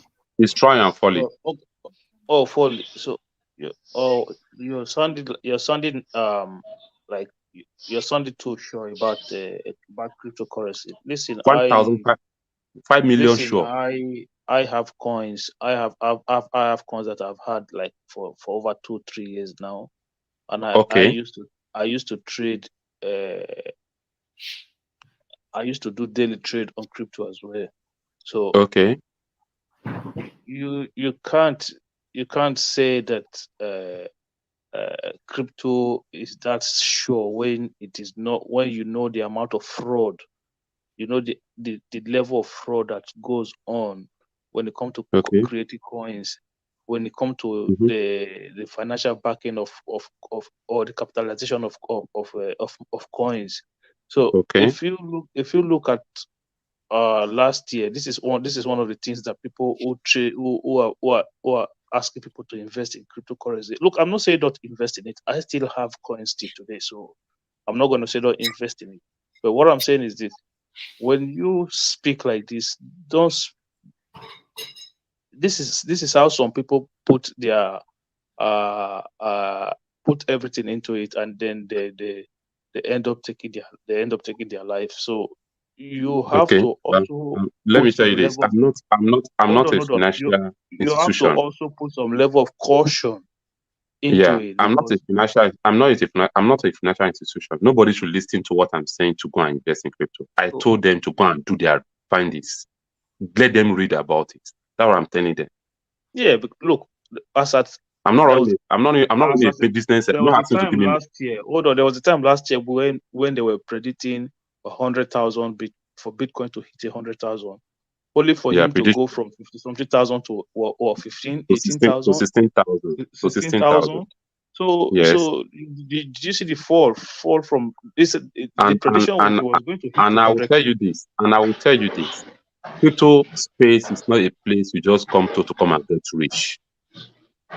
Okay, it's a place where you need to understand what you are doing.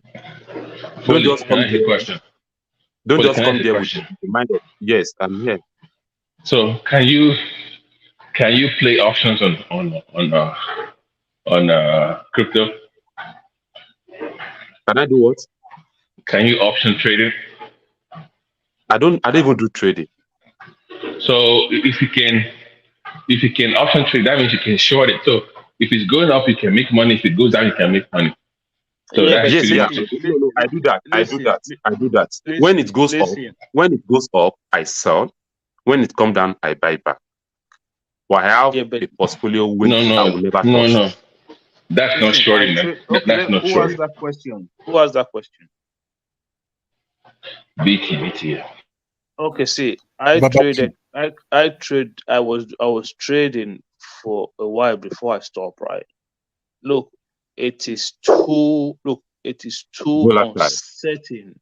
Right? It's too intense. It's The a risk, volatility in it, yeah. The volatility in it is so much that look, it's nearly and the risk impossible. is too high. Trading risk Yeah, is too high.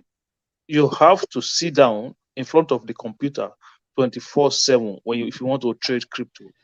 Like basically sit down and be watching your screen 24/7. You don't have time for that now. Come on. Look, I've put on trade whereby in the next 5-10 minutes I've made over $100. And I've also put on trade whereby in the next 5-10 minutes you've lost more than $100. So that's the level of volatility in it. So yeah, sometimes you make money from it, and sometimes you lose money from it. You look for every formula. Sometimes you will look short and long, you go short and long. I don't even encourage trading. I'm not encouraging trading.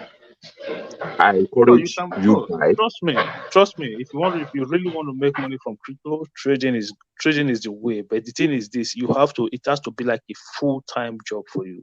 No, Because when you want to make money in crypto and you think trading is the best, okay, you can actually buy your crypto as well. Okay, don't put your energy in trading all the time. Just look at what maybe you bought it at 1,000, and the following 2-3 months, and the crypto moved to like 2,000, and that same 1,000 naira you bought can give you 1,500, and you just sell. You already make your money in that particular space. But when you are waiting for the gambling of a thing, the one you call trading, it's gambling, and I'm not in that. I'm not in for that. You are still taking a risk to trade. No, I'm not doing that. I only want to buy just like I bought a land at 1,000, and my land appreciated and it moved to $1,500. $1,500. I sell. I make my $500 profit on it. It's trading. That is also trading as well. Buy and but selling. that is not the point. What you are doing is just you're just there collecting. Look, people, when I look, I have coins that I still hold till today. Whether the OT want to disappear, let it disappear. Like that is the mindset. It can't disappear, bros. You will still thank God on it. There's no coin that will disappear. No, this is what I'm trying to explain to you. That what I'm trying to explain to you that when you invest in crypto like that, for me, it has to be a long-term investment. 5, Yes, 6, and 7, 8 that's what I'm years saying here. Yes, that's what I'm saying here. It's not come and get rich quick things. No, so it's just like you have to understand what you are putting your money and which coin are you buying matters as well. That is where you need your own. What I do now, I read a lot about coins. I will know your project, the usage of your coin before I put my money in it to buy. I can't just say because coin is coming to market, I will just put my money in it. No. Oh, that won't make no. Look, there was a project last year. One of what is it called again? I forgot the name of this coin. Look, it went from a very solid base. What's it called again, man? I know it's not Solana, it's not Sol. Is it egg? Is it egg or cake? No, it's not one of those new. It's not one of those. This I'm talking about. This was one of like a very well recognized project. What's it called? It went all the way. Ada? Is it Ada? No, Ada still there. I remember the name of the coin. Like you see when the market. That's exactly what I'm saying. There are coins. The people that want to push it out. The people that want to push it out. Yes. So when the market slumped here, and everybody was going like, yeah, you expect it to go, you expect coins to go down, right? Yeah. Now that this one lost, we're talking over 1,000